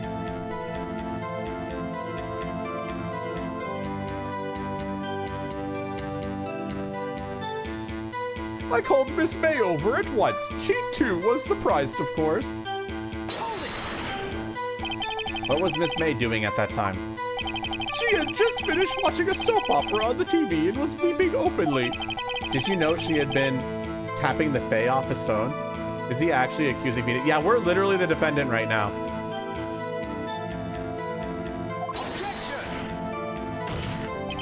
Irrelevant. That has nothing to do with the case at hand. I care not. I will answer the lawyer's bold inquiry. Miss May was acting alone when she tapped the phone on this Faye woman. You'd make a good politician, Mr. White. Oh, I know. After all, I am El Presidente. Please continue. The victim, she ran away, but you gave chase. Can you be a little more detailed about that? I think it's worth knowing exactly what happened. Of course, compadre, I understand. The victim was attacked by you and ran to the left. You gave chase and struck her down. Are you sure? As you know, I am always abso-positively perfect. Perhaps you could change your testimony to reflect this new detail. The victim ran to the left and you gave chase. Are you sure about that? How many times must I say it? I am abso-positively perfect. End of story.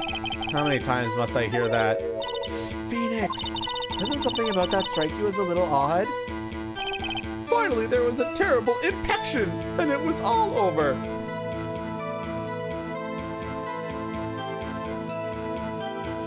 When you say statement 5, I must stress to you that this is statement 5.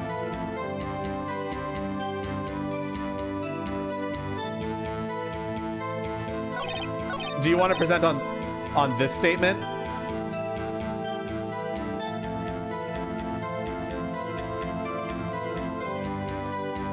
The one he just changed. Okay. So you want to present this statement to this, right?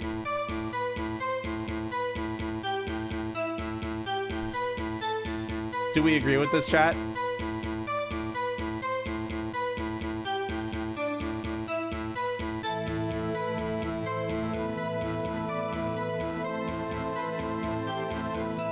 That's a lot of yes. Objection! Wait right there. Mr. White, you've dug your own grave. What is this? You said the victim ran to the left, but that directly contradicts Miss May's testimony. She clearly stated that the victim ran right. Oh, it is simple. You have misheard her. I think not. Look at the floor plans. The killer was here, and with the victim here. If the victim ran to the left, as you claim she did, she would have been running directly away from the door. She would have been running into a dead end. Don't you find that odd? By the way, this guy is like the biggest weenie ever. I actually don't like how this trial plays out, and I'm gonna be honest with that right now. Because he's like such a weenie baby. Like, I hype him up so much, and then he just fucks up completely. Very strange. I did see her run to the left. I did. Phoenix, look at his face. I don't think he's lying about this one. Sure, you love that? I don't know. I guess so. Maybe he really did see the victim run left? So he did witness the killing? Wait a second. Mr. Wright? Yes, Your Honor. Miss May says right and Mr. White says left. Can you explain this contradiction to the court?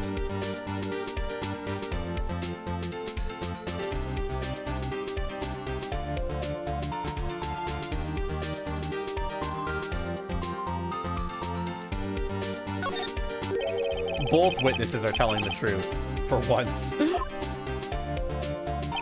Ha! I doubt it. Rather, that does not clear up the contradiction. There is one scenario that would explain their conflicting accounts. What? Obviously, the witness is not viewing the crime from the hotel. Mr. Wright, what do you mean? Yes, what do you mean? He was not viewing the crime from the hotel. If he was not in the hotel, where could he have been? In the law offices of Fay & Co., of course. More specifically, he was standing here. Time to show the court where Mr. White was standing. So where is Mr. White standing, chat?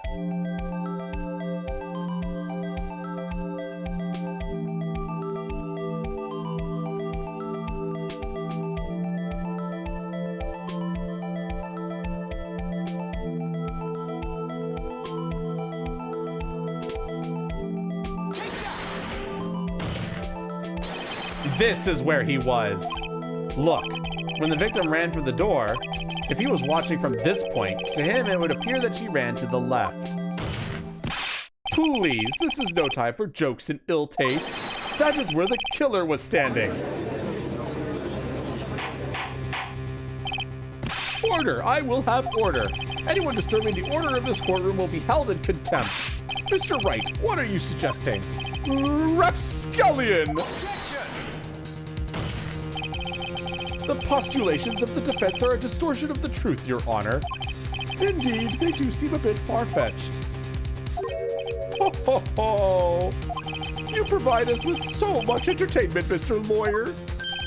What now? He's laughing? The hilarity of the moment made me remember something. It appears I have been unclear, and for this I apologize. It does, but this is technically the first time it's ever happened. Dragon Rider Luke. This is the first game, after all. Mr. Your Honor, might I be allowed to testify once more? Very well, let's hear your revised testimony. Good luck. You can't fix a broken testimony, buddy.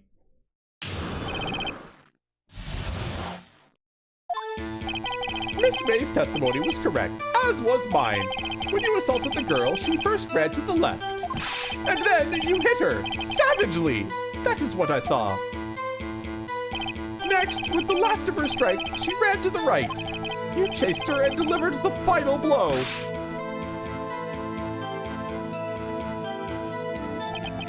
That is what Miss May saw. You see, you hit her twice. Don't you remember, Mr. Lawyer? That does seem to make sense. Will you be cross-examining the witness's testimony? You bet I will. I mean, yes, Your Honor. She ran to the left. Miss May's testimony was correct, as was mine. What do you mean by that? That is what I am about to explain. You Americans, always so impatient. It does not become you. Hey, buddy, you're an American too. When you assaulted the girl, she first ran to the left. What do you mean first? First, that is what comes before what happens next. You do speak English, right? Please sit back, relax. I will try to use simple words for your benefit. First, she ran to the left, and then you hit her, savagely. That is what I saw. I didn't hit anyone.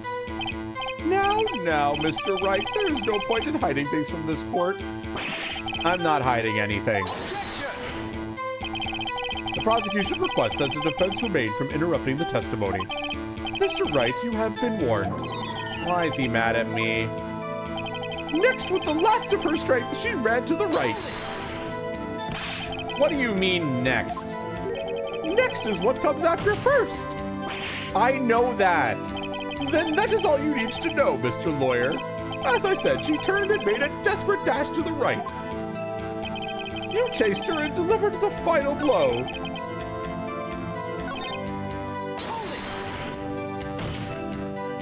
Stop saying it was me.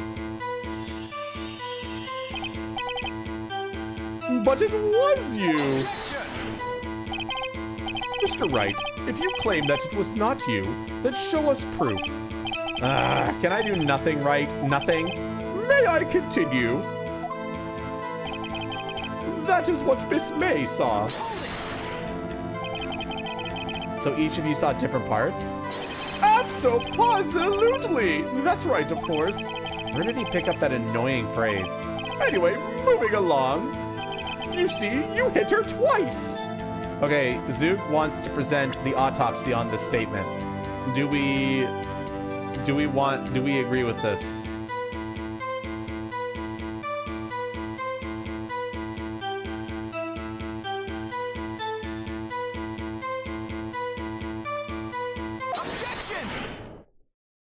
Mr. White, the victim died from a single blow. What do you have to say to that? Now's my chance to hit him where it counts.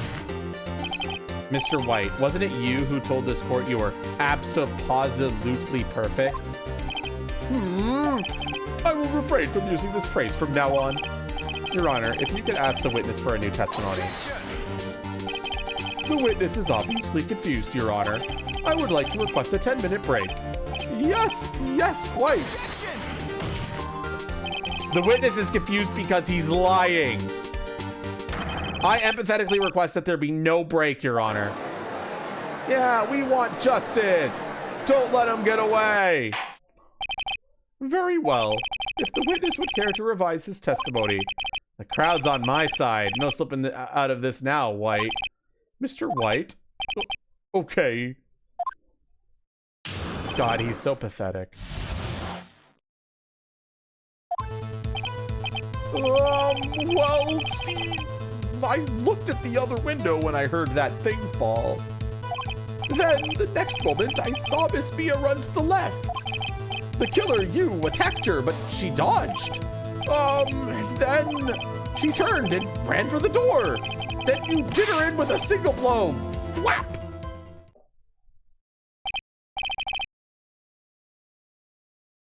Thwap indeed. Very well, you may begin the cross-examination. Mr. Your Honor, my stomach, you see, it is hurting. Deal with it. This is almost over.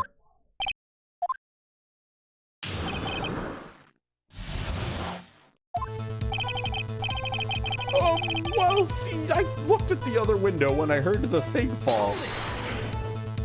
You heard that thing fall? What exactly was that thing? Huh? Oh, that, the glass light stand. Right, the one that had fallen over at the scene. Phoenix, doesn't something about that strike you as odd? Does it, chat?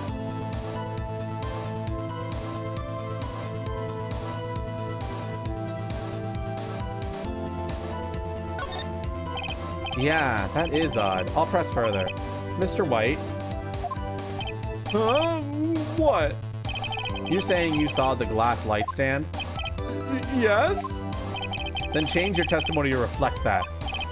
Sorry, my bad. The witness will revise his testimony. Okay, of course. A light stand was lying on the floor when I looked. The glass stand was lying on the floor? That's the first I've heard of this. Why didn't you tell us about the stand before?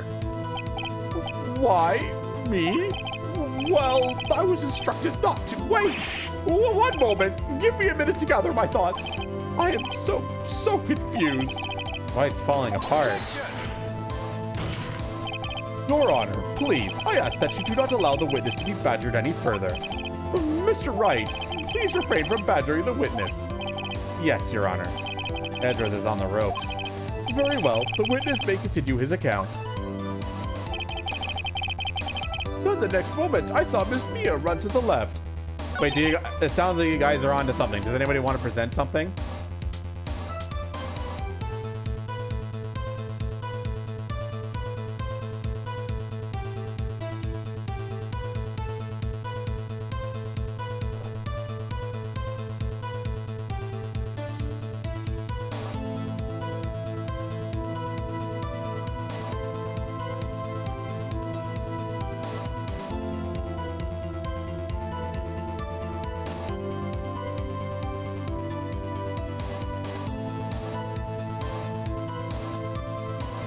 It's the first statement. So you want to present? You guys want to present the floor plan on this statement? Not this statement. Sorry, this statement.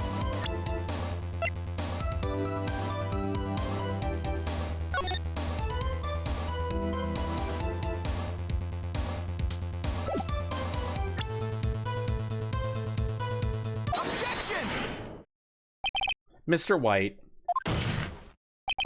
it was impossible for you to have seen the glass stand. What? Look at this. These are the floor plans to the scene of the murder, yes? Correct, Your Honor. Now, look. If you were to look through the window at the office, this is the area you would be able to see. Here. Well, note that the stand is not within the visible area. Well, Mr. White, what do you have to say to that? Ridiculosity! Mr. White, if you were in the Gatewater Hotel as you claim, you could not have seen the stand before it fell over. In fact, you wouldn't have been able to see it after it fell either. There's no way you could have recognized the broken shard as a glass light stand. So, when did you see the stand, Mr. White? It must have been the moment that it fell. And the only place you could have seen that from is inside the Fey Law offices. In other words, you were at the scene of the crime when the murder took place.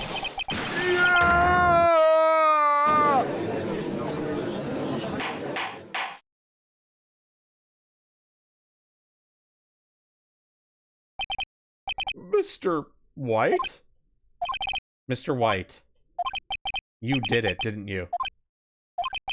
Mr. Your Honor, I Miss Mia.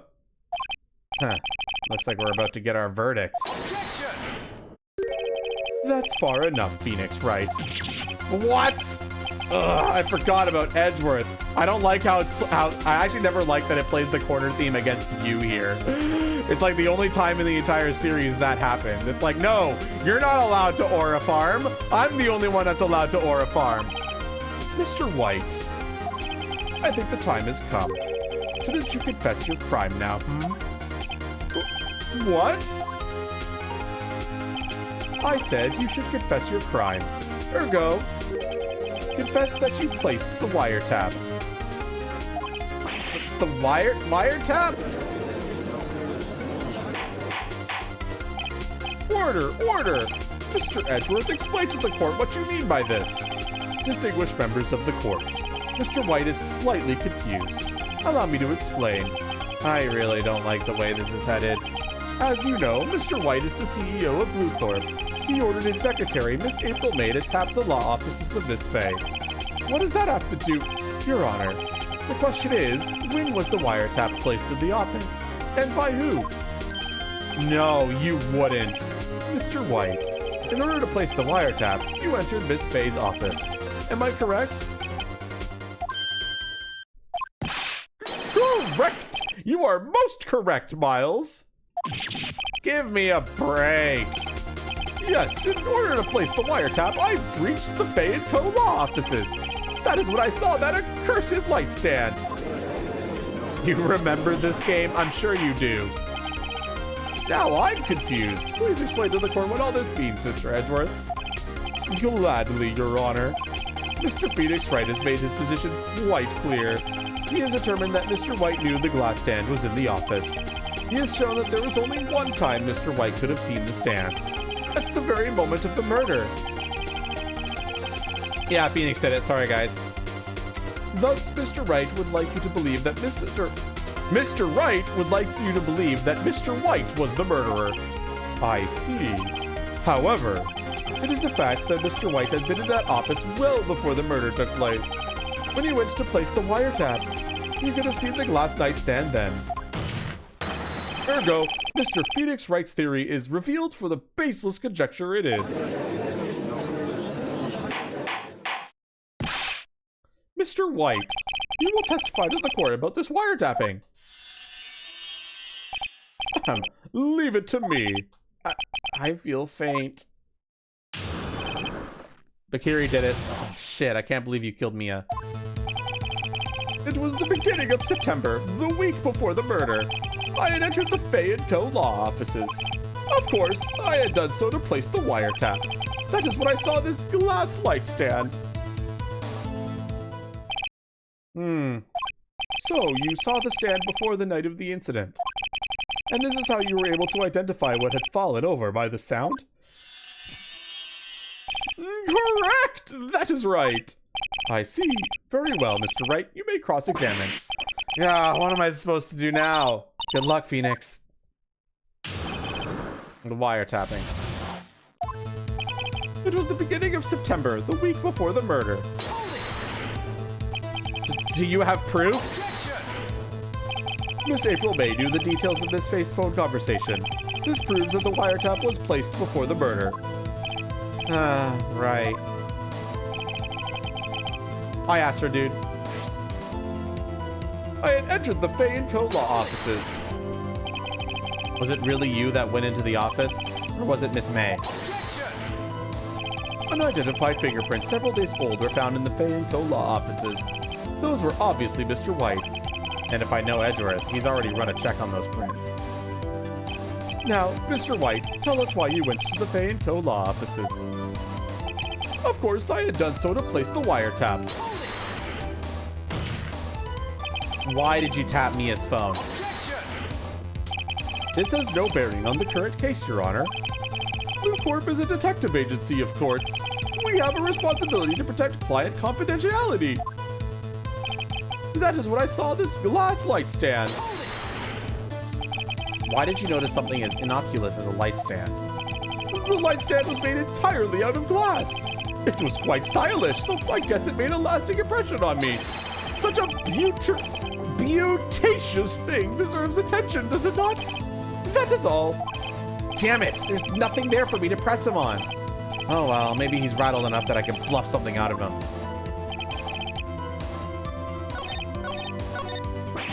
Uh-oh. Don't tell me I've run out of ammo. Tisk, tisk. I'm afraid that's as far as you go, Mr. Wright. The time has come for you to admit your defeat. You fought honorably. No more. I can't take this anymore. Mr. Wright, are you giving up? Yes, Your Honor. Phoenix! Phoenix, over here! I know that voice. Mia? Never give up, Phoenix. Mia? Whoop. Oh, shit.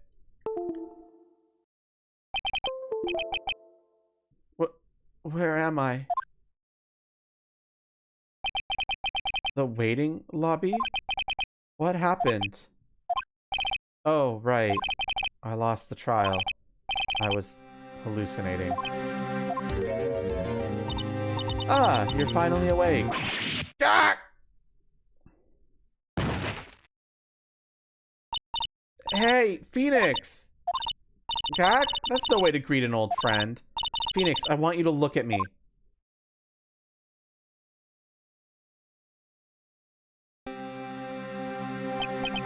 You're... Maya? Didn't you know the Fae women have strong psychic powers? When you accepted your defeat in court, it appears that was enough of a shock to awaken Maya's true powers. So, Maya is channeling you, Mia? That's right. I am Maya, but I am also Mia. Now, I want you to listen to me, Phoenix. Maya never gave up. You can't either. That's what I came here to tell you. But we don't have much time. Phoenix, now listen. You've already won. Huh? You have that receipt in the court record, right? Oh, yeah, the one you wrote Maya on? Phoenix, Wright wrote that, not me. So what do I do with it? Look at the front of the receipt. The front? It's a regular receipt. Looks like it's from a famous department store. $1,000. Wow, big spender. Item. Glass light stand. Date of purchase. September 4th. September 4th! That's right, Phoenix. I bought that stand the day before I was killed. Whoa. Now, what did Mr. White say in his testimony? It was the beginning of September, the week before the murder. He said he saw the stand the week before the murder. There you go. I think the court is about to reconvene. Go do it, Phoenix. You know you're innocent. Now you just have to prove it. Right. Receipt updated in the court record.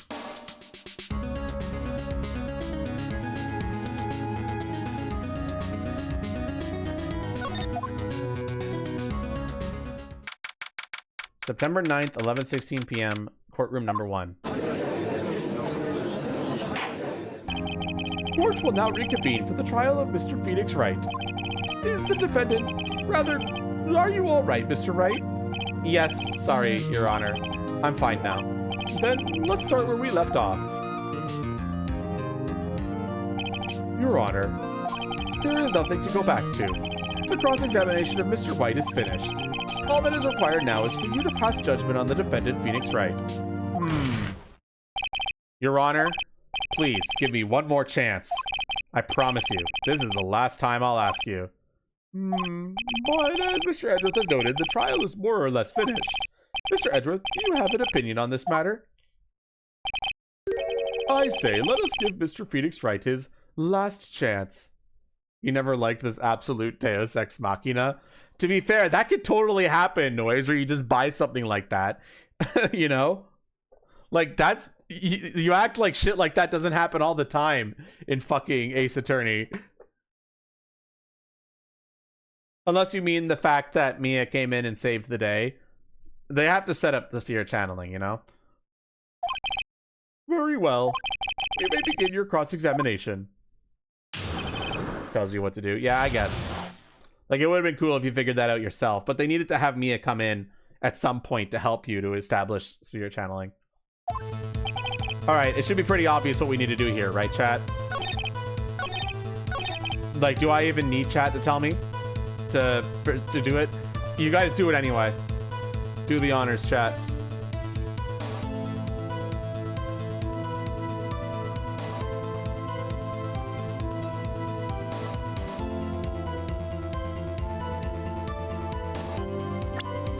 You want to present the receipt to this statement?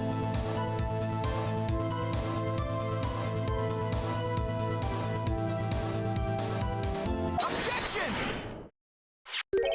Look closely at this. See the word Maya written in blood? Why, you're grasping. I think not. Look at the other side of the receipt. The other side? Your Honor, would you tell the court what is written on the other side of the receipt? Whoa! A glass light stand! And the date of purchase? Why, that's the day before the murder! You see? Mr. White, When you allegedly entered Fay & Co. law offices at the beginning of September, the stand could not have been there. Ah! Well, Mr. White? Can't get out of this one, can you? No, it's impossible.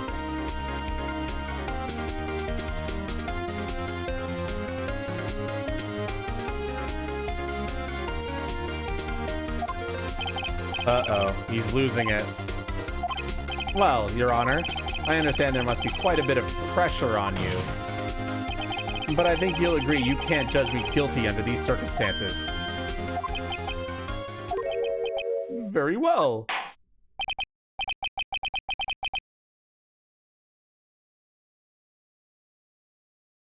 Then that is all for the trial of... Objection!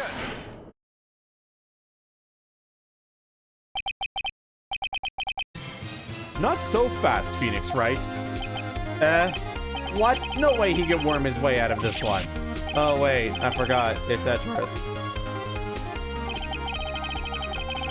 There is a certain thread of logic to the defense's claims. However, there is no concrete proof that Phoenix Wright is innocent. Ergo, I would like to request one more day before Phoenix Wright is granted his freedom. I need time to make one more inquiry into this matter. Another inquiry? This isn't going to be another one of those updated autopsy reports. This guy just makes up evidence as he pleases. This is bad. What do we do, chat?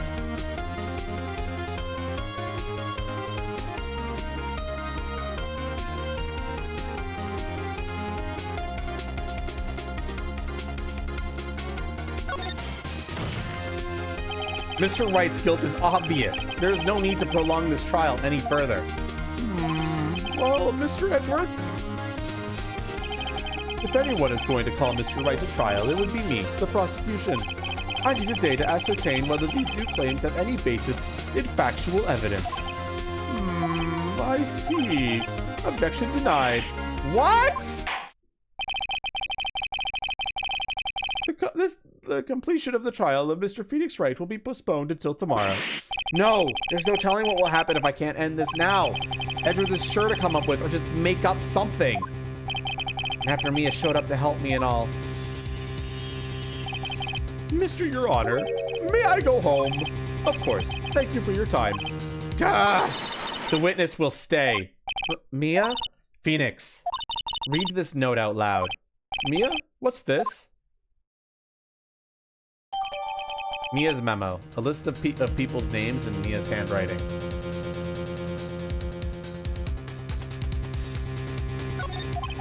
Your Honor, if I may. You're quite persistent today, Mr. Wright. You bet I am. My life is riding on this one.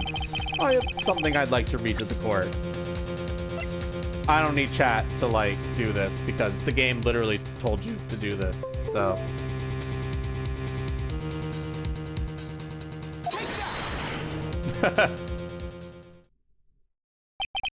The memo Mia had given me was a list of names. Many of them sounded strangely familiar. People in finance, famous celebrities. That's when it happened. Stop! Desist! Halt! Please stop! Make him stop! How did you get that list? Mr. White, admit your guilt right here, right now, or else this list will be released to the press.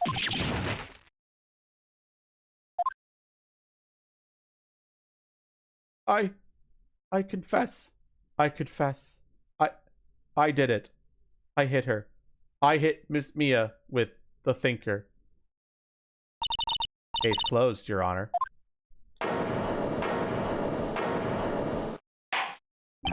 Well, I see no reason to continue this trial. Mr. Wright? Yes, Your Honor. You've done it again. That was quite a spirited defense. Yes, Your Honor. I guess you could say that, if only you knew how spirited it was. Well, this court finds the defense, rather, the defendant, Mr. Phoenix Wright.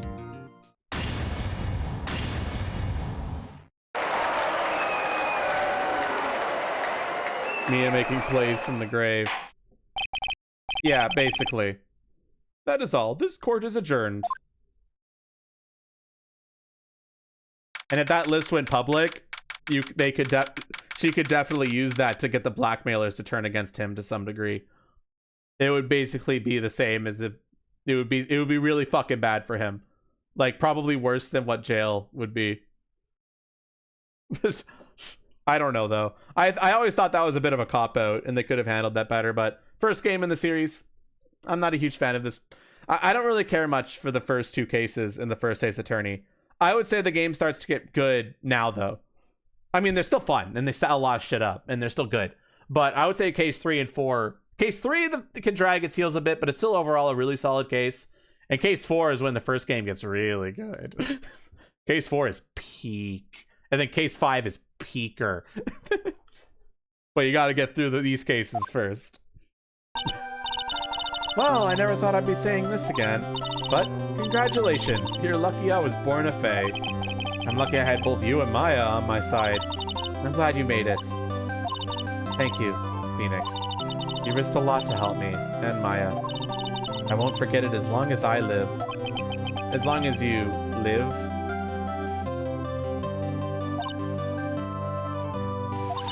My time here's running out. Huh? Maya's powers are still weak. I can't stay here that long. What? No, there's still so much to say. Don't worry. I'm sure we'll meet again. Chief? I'm not the chief anymore. Phoenix? Can you come to the office tonight, say 9 p.m.? The office? I'll see you later. Chief, Mia!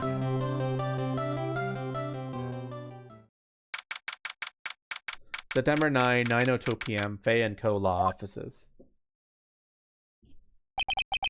Being here, it's hard not to think about that night. You came, Mia. I was kind of worried you might not. Of course I came. Well then. I'm pretty hungry. How about a burger? Mia? You should see your face. Mia? What are you talking about? It's me, Maya. Maya? What? Did I look like my sister? Look like? You were her. I might not be able to use that. I might be able to use that. Oh, Phoenix, go to the store and buy me lunch, would you? Maya, why are you here? Because of this! See? Mia wrote me a letter. Take care of Phoenix for me. Take care of... Huh? She means the office! This office! Someone has to help with the new Wright & Co. Law offices, right? And who better but me, Maya Faye, reporting for duty. Wait, no, on second thought, let's make this casual. Yo, Nick, Maya here, ready to get down to business. You don't mind me calling you Nick, do you? It's a great name. Mia said that's what your friend Larry calls you. Nick? You know what this means. We're partners. It's a ramen shop in Japan, yeah. You know, when I think about it, it is Maya's fault I'm here now. But if it wasn't for her, I'd probably be in jail. Wright & Co. Law Offices. It's got a good ring to it. Yeah. Thanks, Maya.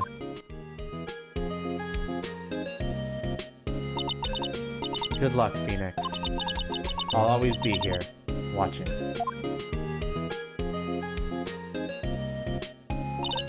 Right, okay, Nick, let's do it. Huh? Do what? Burgers, dummy! Burgers! There's a great burger joint just down the street. Come on, time's a-wasting. Okay, wait up.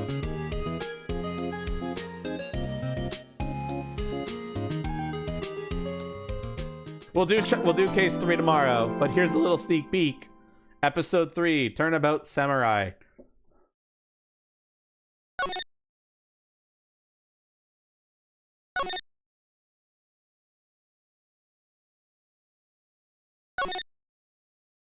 Okay, that's it for now, guys. Oh, wait. Whatever, you get a peek. I can't, it's not letting me quit. You'll see this intro again tomorrow, but whatever. It is you who should gaze upon the moon, for it will be the last moon you ever see.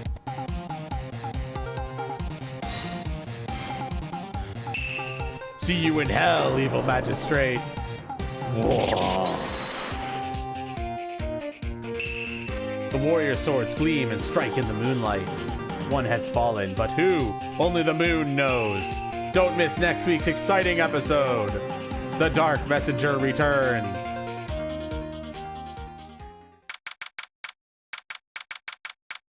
And that's all you get for now.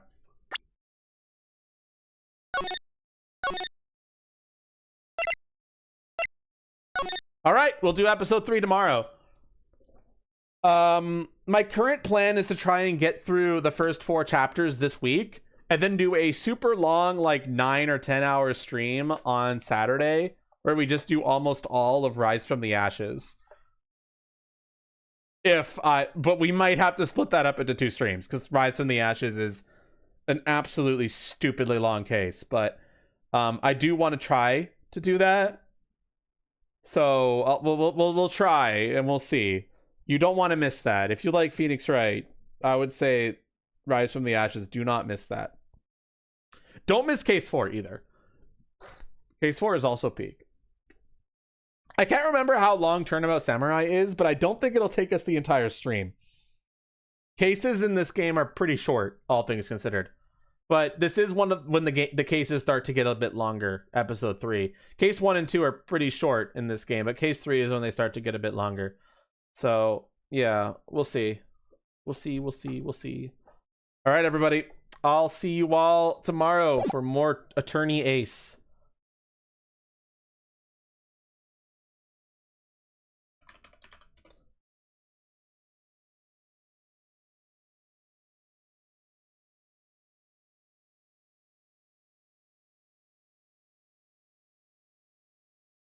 Bye.